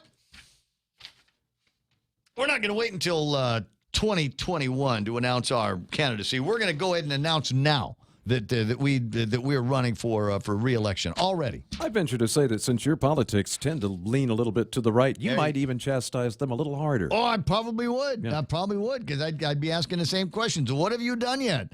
You've been in 10 months. I'm not expecting any miracles in 10 months. I was surprised that there were people that were expecting miracles in the first 100 days. But so far, don't see it yet, and so I'm wondering where's this grassroots movement now that is apparently clamoring so loud that they're going for it. That's the eye roller part. But the really interesting part now is going to come in the next 3 years as we move ourselves into the senatorial elections that are coming up. And who else is running in the next elections? It's going to be the senators. Probably might be a couple of mayors that might be running. Maybe a congressional race that's going to be coming up. Because Mikey only gets to sit in there for a couple of years. Yeah, he got to come back and start running for re-election, right? See, I would expect to hear something about that right now instead of something that's still 3 years away. Oh, he's too smart for that. Yeah, yes, that would surprise me if he did something like that. But at least it would make sense now, because the ballots are the applications are going to be ready in like January, which is 4 months from now, as opposed to waiting 2 years. I'm gonna start as soon as he was inaugurated, say, well, got to do this re-election thing. So here we go. What's going to happen now, as I said, every move that is made out of Adelup is going to be made as either something that promotes their re-election or will be viewed as something that will be seen as a blocking maneuver to somebody else. And you would think that obviously it would be, blocking maneuver against a Republican gubernatorial hopeful team. But there are going to be moves that will be seen as blocking a Democrat gubernatorial team. Now, you might be saying, but there is no gubernatorial Democratic team on the Democratic side yet. How do you know? How do you know? Well, you can bet they've got some murmurings going about the Republican hoo-ha. Yeah. What woman can we float up against Lou, right? Who among the Democrats could we run up against somebody like Josh? And it might be a two-girl, a girl-girl team. Might be a girl-boy team. Might be a boy-girl team. Might be a boy-boy team. You don't know. You don't know yet. So that, in my mind, is how all of everything that will. And I'm okay with this. I'm all right with it. You know why? Because for me, then that means that every action that's going to get taken will be strategically motivated. It will be tactically motivated to do one of a couple of things. We were talking earlier about this. The conventional wisdom is what she's already trying to do is block Talena and Therese from running. Okay, well, what better way to distract Therese by asking the Attorney General to ask Therese to work with Mike Phillips on this case where we're going to be trying to take this Dave Davis case apart. The governor will appeal the plebiscite case. She came out with that yesterday. Oh, and I think I still have that address. I haven't played it yet. The governor said she will ask Guam Attorney General Levin Camacho to appoint Attorney Mike Phillips and Senator Therese Terlahi, who is also an attorney, to lead the effort in the U.S. Supreme Court. Okay, fine. Now, if it was me, if I was the tactical guy, I'd want to hand something to Therese that says, here it is, sweetheart. Not everybody gets to go to the U.S. Supreme Court on the government's dime. So you and Maggette put together a case, get out there, and you show Dave Davis who's the boss. And I can see Therese going, yes, yes, yes, yes, yes. So can she be a senator and do that at the same time? Absolutely. Will she be distracted? Trying to get a case in front of the Supreme Court of the United States? Yes. And if they win, who gets the credit? Lulian Guerrero gets the credit. If they lose, who is shame, shame, shame, shame, shame? You know who's going to get shamed if they lose? The lawyers. Shame. Mm-hmm. Shame. So if you ask me, Senator Therese Terlahi, this is in because I think you're smart. I think you got brains. I like the way that you maneuver things over at the legislature. I would maneuver this right back and say I need to do the work of the people now, and I think that there is an ample team of people. You know what I do? Therese, go back and say you got a lawyer in the family. Didn't there's a lawyer? Didn't you have a son-in-law that's a lawyer? Let him be the guy that takes right chair with Mike on that one. That's the way I do that. Anyway, so like I said, tactically there are ways to do this. Have you ever read Art of War? That's right. James Howard says, don't take the bait. Brandon says 2019 might be all four of those different scenarios. Wouldn't that be fun?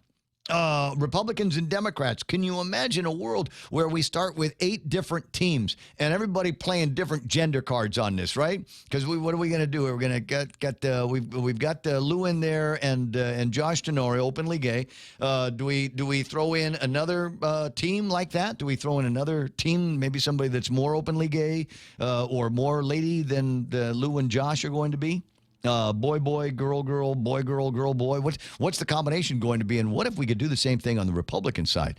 Although the problem that we have here, Brandon, on this one here, is that there really are not a whole lot of Republicans that I think have got the political juice, the political capital to make it to Adelup. There might be some guys, I think, on the fringes. I mean, what do you guys call it in the weather game? The wind field? Yeah, basically, Winfield. Yeah. So it's the Winfield. There are people that have a degree of prominence, right, but they're not eye-wall guys. They're in the circulation, right, and you've got some guys kind of floating around at the edge of that wind field.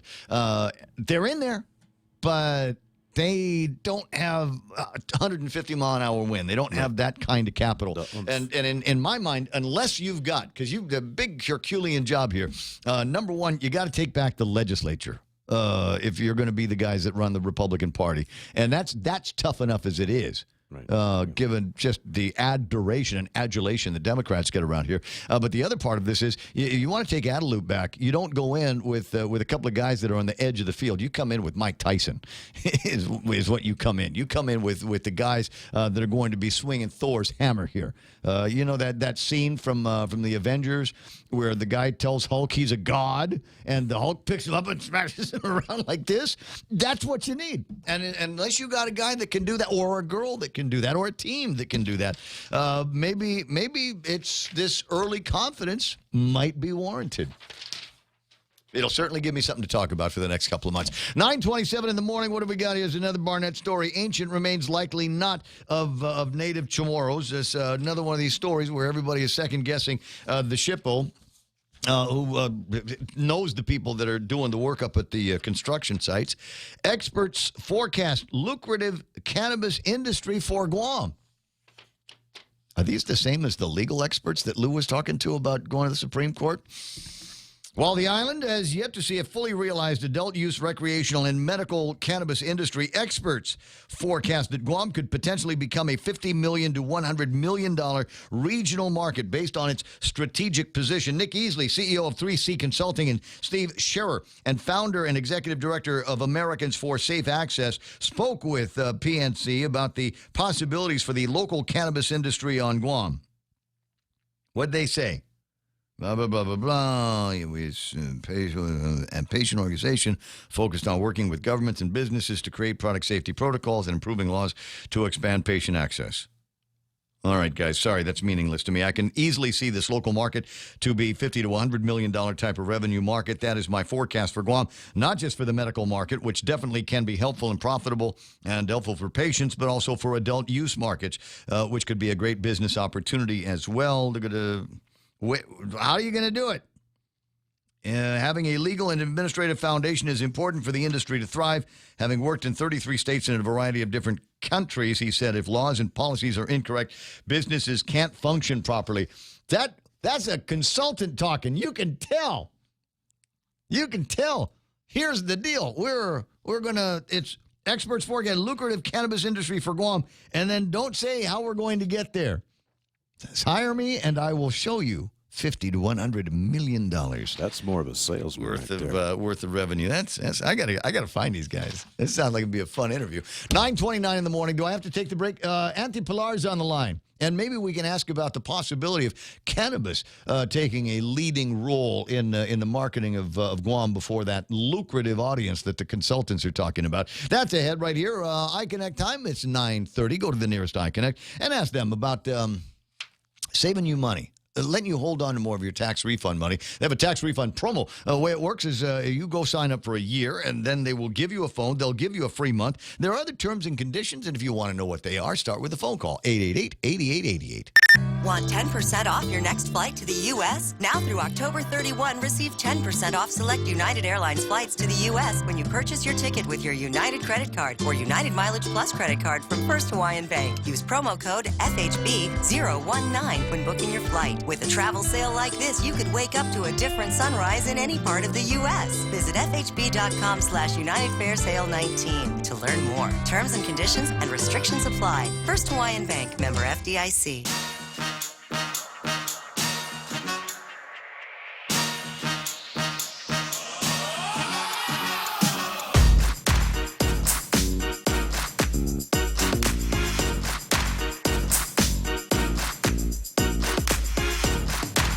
I'm holding out. And Rudy Magallanes has got a link up here, www.math.utah.edu, and where they answer the question, how much caffeine in drinks, coffee, tea, soft drinks, and caffeine contents. I've got the link. I've got the site up here, and it tells you where everything is. And I guess they're right. Mountain Dew, 55 milligrams of caffeine. Red Bull has 80 milligrams of caffeine. I routinely, when I'm running, especially like marathons and stuff, routinely take a GU.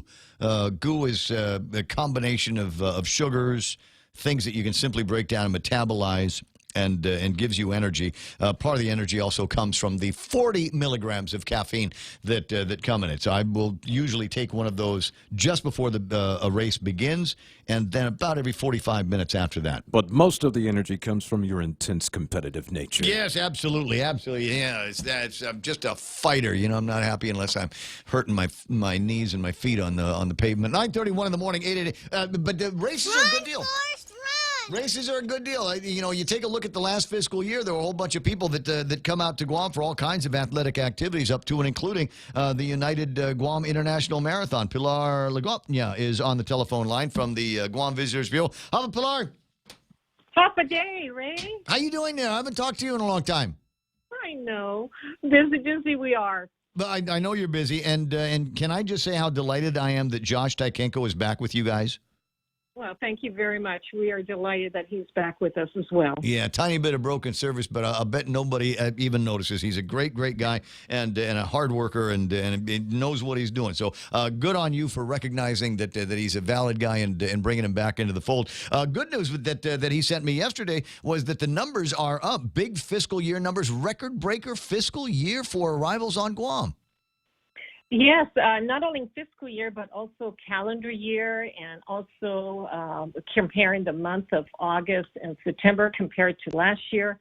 It has really been an astounding year for our community and the industry at large. Really good business has resulted and has arrived in our visitor economy. So we are delighted that this has happened. Well, I'm delighted as well because, I'm the guy that's been critical of the quality of our product these days, not necessarily the product of, that we see in Tumon and with the hotels and a variety of the F&B places. But, considering all the littering and the graffiti and just, junk on the sides of the road these days, I was worried that, that more and more of our visitors. That problem hasn't gone away. That problem hasn't gone away. And we are going to tackle that the best we can. But considering what the international travelers, especially from our main market sources, have recognized Guam as a beautiful destination, we're very blessed to have had all these visitors come and boost our economy with the amount of money they inject into the businesses and the community here. So we have a lot of work to do, but we're just so thankful that we ended our fiscal year with record-breaking numbers. Well, as you point out, I'm kind of delighted to see that as well. There were always concerns about the visitor spend and concerns that maybe the Japanese spend was going down and the Korean spend wasn't rising quickly enough to meet it. But it looks like we've hit something like a good equilibrium on those numbers. Yes, Ray. Thank you for bringing that up because the numbers of tourists is really something that is good, but what's even better is their economic impact that they provide to our community. And with our increased visitors, the on-island spend and our third quarter stats show for 2019 that it has actually rose. To give you a case in point, the on-island spend has gone up to $580.30. That's an increase of about $200 compared to the previous year, and I'm talking 2018. Which 40% increase. That's pretty good. Yes, it was $381, and today we're enjoying $580. So for that same period, so you can see that the number of dollars that are poured into our economy is been good, and what that does say is that our workforce is enjoying that benefit, and that the government of Guam is also enjoying that because of the infusion of our funds into the TAF and the GVB thrives. That's how we survive. We generate the TAF so that we can do all this good work in stimulating the economy. But Japan did increase over previous years, especially in the F&B area, also with shopping, also with ground transportation. And these numbers are all available on our website for the public to really study closer. Even our Korea market spent more, and we just see a nice increase all around. We, for the month of August, ended with 159,856, shy of 160,000. That was an increase of 9.6%. For the calendar year, it was up 5.5%. Fiscal year, 5.8%. We will end our fiscal year with 1.63 million visitors for the first time in Guam's history. And again, those numbers relate to the economic benefit that these numbers created. And absolutely. and we think. I have had other thoughts on what's going on in the hospitality industry. I mean, there used to be, as an example, you were talking about shopping, but it seems to me the retail profile has changed around a little bit, where there used to be a lot more emphasis on higher end luxury items, luxury watches and clothes and purses and wallets and luxury brands of alcohol and spirits. It seems to me that some of those stores that did all that business are now turning into restaurants and food and beverage locations. Has there been that significant a change in what it is that these consumers now, visitors are consuming when they get to Guam? Yes, good question. Well, our data shows. Well, that when does it swing back around the other direction? Because I kind of like the idea that there were so many of these luxury outlets out there. Yes, consumers are empowered to do their research, and technology provides them the ability to do a lot of advanced review shopping. And when they come to Guam, many travelers, and we are no different when we travel. We check things out before we get to a destination, or when we decide we want to go to a shop or to a restaurant, or we're looking for a particular brand. We do our research on our smartphones. And again, a lot of these trends that are changing, a lot has to do with technology and how businesses market themselves, and new brands, new vendors come into the realm of the visitor industry. And we also enjoyed, as a local community, wanting to enjoy the variety, the diversity of products. Oh, yeah. Well, I'm glad we got a Red Lobster and Olive Garden. We're getting a... Well, one thing about the food industry, you brought that up, food and beverage and just restaurants in general. Guam has been earning a reputation abroad quite rapidly in Japan and Korea and Taiwan for our quality of food. We hear a lot of positive feedback about how good food is on Guam today, how much it has improved substantially, and the variety that is available, and the taste, the quality of the taste has been very satisfying to visitors. And so they keep sharing these opinions with all of their own followers and their own friends and family. And so we have really improved in this area in terms of consumers' interest. Well, have you noticed? I'm sure you have. But you go up the street to Mesclados across from JFK. I don't know. I remember before when you could, a local could go in there and get something to eat. But the place is jammed with Koreans 24 hours a day, 7 days a week. So I think that's interesting. Are we learning anything more about adding perhaps some additional activities? I was talking about the Guam International Marathon, and I got a note here from the Cycling Federation about a big tour of Guam that they're going to be doing, and normally they've got a few folks coming in from off island for that as well. So are we looking to expand opportunities for recreational activities, amusement activities for all of our visitors? Yes, we're always looking for events to promote.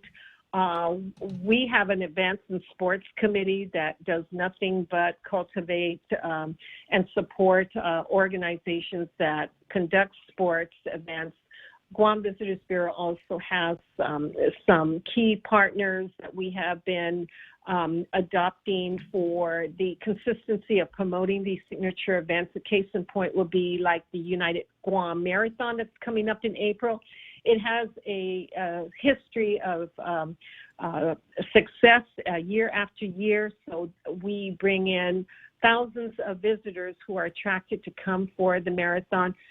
We would love to see more of these kind of big events. The Tour of Guam would be another one. One of the challenges that are posed to us, Ray, when we have sporting events on Guam, having the date of the event a year in advance to pre-market that and get it into the hands of the tour wholesalers to think about how to create a product packaging that event. It doesn't happen overnight, and they only have the ability to get new products into their product line twice a year. And so these events are not known and marketed with what we call a marketing toolkit from the organizer. It's hard to get it into a package. Yeah. So if you're planning something and you want to get all kinds of attention from out of town, best way to do that is to plan it in plenty of advance time, and then sit down with the folks over at the Yes. Okay. Come and see us and introduce your event, and we have expert staff here that can help go through what it takes to help and get this, to have global exposure. But we're always, like Smoking Will is another event that is consistent and well attended. You have visitors from abroad who's interested in that arena that comes here to participate. So yes, we always welcome that. And then we have our signature events. Well, I was going to ask about one last thing before I let you go. Another signature event, and that is the decorations of the hotels, the highways, and the byways down in Tumont for the holidays. It's already the 22nd of October. Should we not start to see some kind of holiday decorations going up down in the hospitality zone? A good question. We have asked the hotels if they could, in their planning of decorating for the holidays, to see if they could help us and concentrate on the roadfront property to decorate. And what we're doing right now, Ray, is we are getting ready to water blast the sidewalks and do some maintenance work down in Tumon, so that, because it's a highly visited area where people walk along the sidewalks, and so you'll see that coming up October. Maybe give them a little time. It's not Christmas yet, and we still need to celebrate. No, it's okay. Home Depot already has Christmas decorations. It's okay. Yeah, the turkey is saying, wait, it's still his turn. That's funny. Hey, listen, I appreciate your time as usual. I know how busy you are, so I'm going to let you get back. And again, thanks. Congratulations for having the smarts to let Josh back in the building. Yes, and I just want to say congratulations to our island community for really extending the hospitality, the half-a-day hospitality to our visitors when they come. We had the Crystal Splendor that visited Guam on Sunday, and we had so many passengers comment about wherever they went, how warm and friendly the people of Guam were, and what a beautiful island we have. So every visitor is an opportunity, yes, and so you take advantage of that. Every resident is an ambassador of Guam. 9:45. I'll talk to you pretty soon, Chief Ambassador of everything over at GVB. Thank you. You have a terrific rest of the day. 9:45 in the morning. 888-8255-888-TALK. This is going to be. Can I just illuminate my disappointment in my direction on the show? I have in front of me, and I don't think I'll be able to get to it, depending on how much the governor lets me riff here. But I have in front of me a number of magistrate reports. There have been some DUI arrests that were taken over the last couple of days, and I've got to say, this is among my favorite things. Is just the stupid things that people say when they get arrested by the police.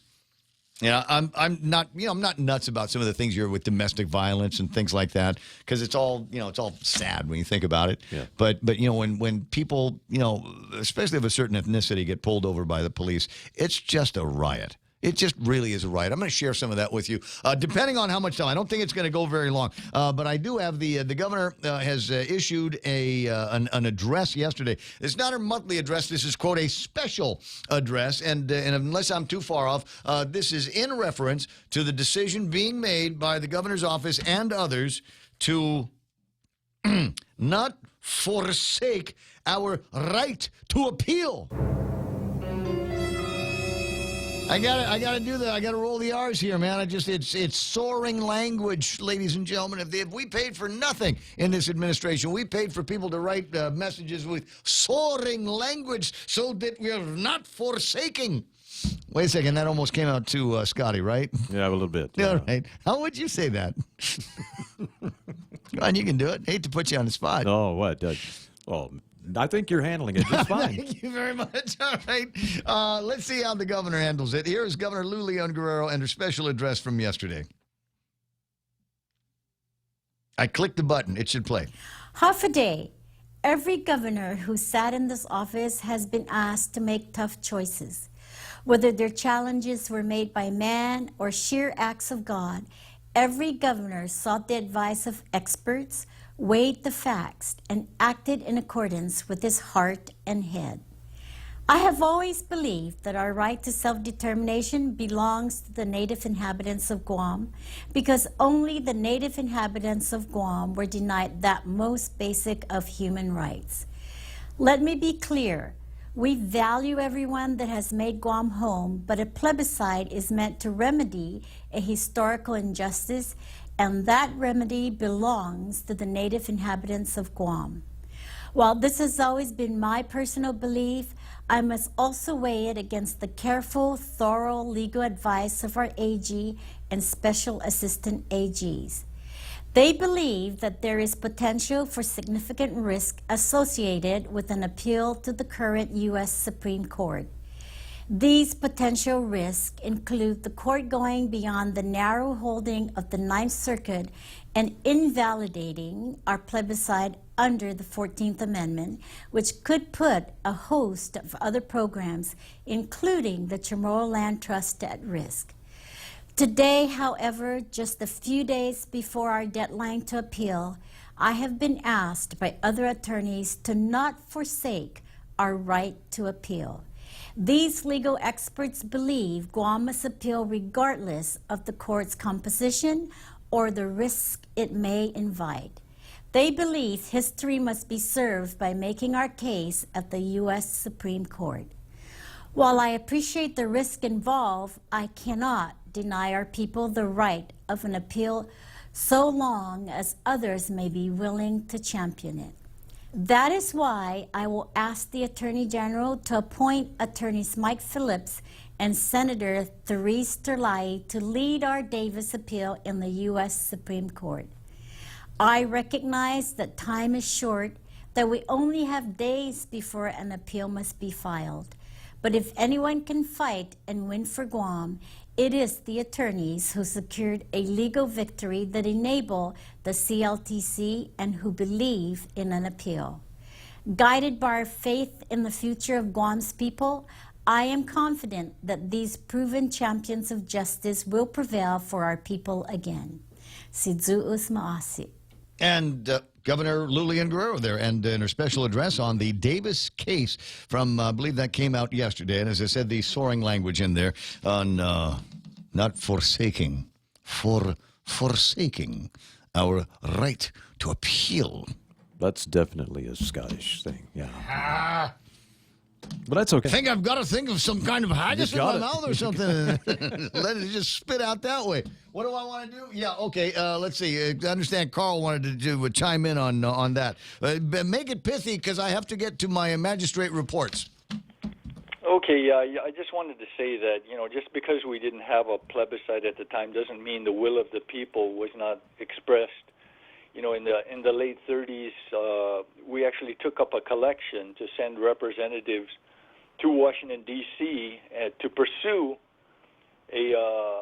our present status and, to pursue the Organic Act and pursue citizenship. And in the decades after that, there were no mass protests. There was no expression of mass discontent with our status.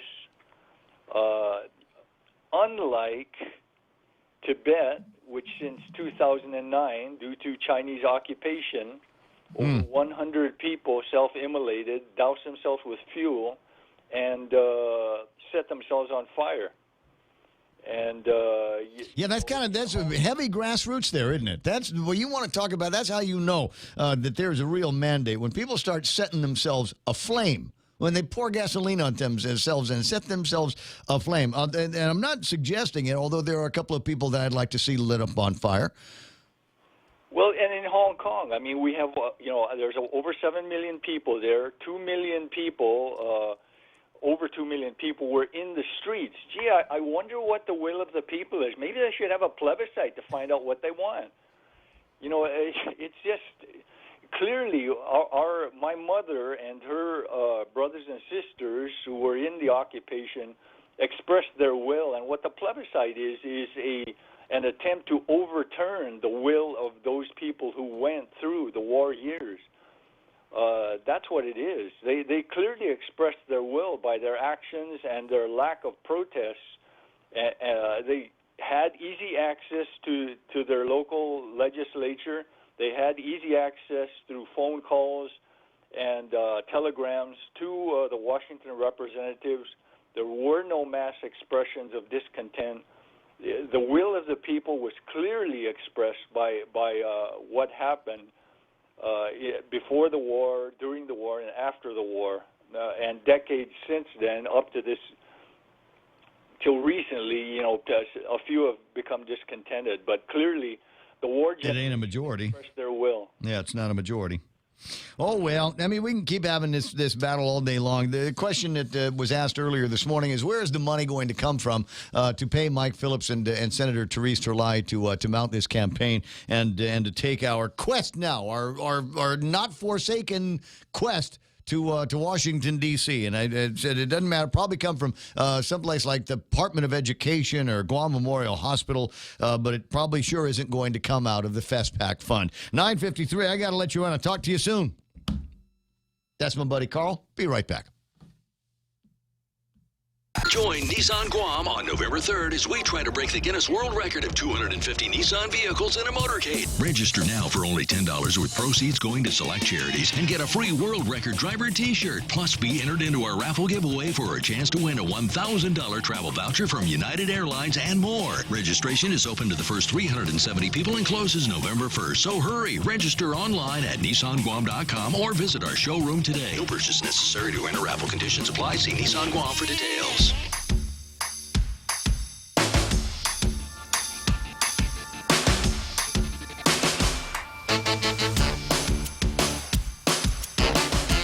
I've been asked to share this, and there's a part of me that wants to help, and then there's a part of me that says, you got to be kidding. Come on. You get this. Why do we need to have a fundraiser? There's a lunch plate fundraiser going to be going on. Will feature food. They've got this right. Food from Kaylee Smoke and Grill.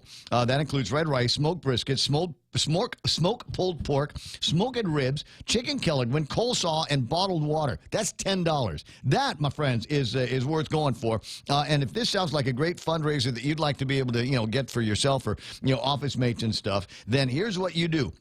Please contact the Mayor's Council representative. Proceeds benefit the 2019 Mayor's Council of Guam Christmas Party. You got to be kidding me. This is $85,000 a year, and I don't know what the vice mayors make, and it was $120,000 for Angel, and they're coming to the gross national product of Guam saying, hey, Umbi, can you buy our $10 fundraiser plate here, guys? Can we do that? So there's a part of me that I will get behind you. I will support you in your endeavors here. I'm just wondering, facing the mayor here and ask them to take some more money out of their pocket because it's for your Christmas party. Who do you suppose they were working for over there? 888-8255-888-TALK. And if it sounds like I've got a little piece of beetle net in my mouth, it's because I do. 9:55, and I think I'm going to leave on this note here. And it has just got to be, being a cop's got to be a tough job. That's got to be just a Suki job some days. You got to deal with all kinds of crap, and there's never enough resources for you. But there's, at least you got this as the high side. The Jokers on the road. On October the 19th, about 3 o'clock in the morning, GPD officers observed a red pickup truck traveling south on the inner lane of Route 26 in Day-to-Do. The vehicle swerved continuously, coming very close to colliding with the concrete median barrier. Cops decided, well, that's not entertaining enough, so they pulled him over. That's when you get the real rich stuff. Never mind just watching the guy. You got to pull him over for the real entertaining stuff. Gamuel Etumai, a.k.a. John Doe, was appraised of reason for his pullover and requested, the cop said, can you hand over your driver's license, vehicle registration, and proof of insurance? After a long Paul Etumai stated in a very slurred speech, I don't have any of those, sir. Driver's license, vehicle registration, proof of insurance, the three things that you've actually got to have in order to be on the roadway at any given time. I don't have any of those. And officers asked him, have you been drinking, Mr. Etumai? To which he replied, I had a lot. No! Officers requested Etumai to submit to a standardized field sobriety test, to which he replied, no, I'm too drunk. That's champion! Something to me. At least he's honest. Yeah. And so he did. The insufficient sample breathalyzer reading was basically a refuse test, and so there's the implied consent law on Guam, which he kind of invoked there. No, I'm too drunk. Take me to jail now. Then there's the other story. GPD responded to a report of a possible reckless driver. This is one of those cases where somebody else has seen the reckless driving and will call the police. And in this case, they called possible reckless driving because the guy pulled up to a stop and then just stayed there. It's like the easiest job in the world. Nobody had to get chased. He appeared to have fallen asleep. Officers found the vehicle, met with the driver, who appeared confused when officers instructed him to shut off his vehicle. Didn't understand the instructions. Officers had to reach into the car and shut the ignition off for their own safety. And you might be thinking, well, you didn't want the guy to drive off and run over the cops, which would have been impossible because apparently the car was also in reverse at the time. This is just brilliant. Officers noticed the operator, who only verbally identified himself as, this is the name, Careless Lau-Ur, had bloodshot, watery eyes, an odor of intoxicating beverage emitting from his breath and a person. He shouted out, "I'm sorry, I need to call my boss." And then he shouted out just the word drunk. Officers asked for his driver's license, and Careless stated, "My wife has, not me." They asked for the vehicle registration, and Careless Lau-Ur stated, "My boss." They asked him to exit the vehicle. He was very unstable and unable to walk without risking falling. How about that? Maybe he actually thought he was a Klingon and thought he was Kalis. Kalis. Oh, I see what you're saying. Yeah. 9, it's a hell of a reference. Good job. It's a big reach there. 9:59 and change, and I think that's all the time we've got. Remember, today, elementary and Head Start parent-teacher conferences all day long. Your kid probably came home with a note. Look around for it and then show up. Tomorrow's middle school, and October the 24th is going to be high school parent-teacher conferences taking place. We'll remind you about that when it gets to be tomorrow. Tall Tales with Daryl Taggarty coming up. But that's all the time I've got. So on behalf of Michael Knight, Duke Sky Talker, Montesilva Tyron, my baby sister / news girl, and Renee Logie, our current voice of sports here on The Point. This is Ray Gibson. Thanks for listening. Appreciate it. We're KUSG. I got you. Stand by now for Fox News Live. This is The Point. It failed. I'm Lisa Lacera, Fox News. The attempt to punish one of the House Democrats leading the impeachment inquiry goes nowhere. Arizona Republican Andy Biggs introduced a resolution to condemn and censure House Intelligence Committee Chairman Adam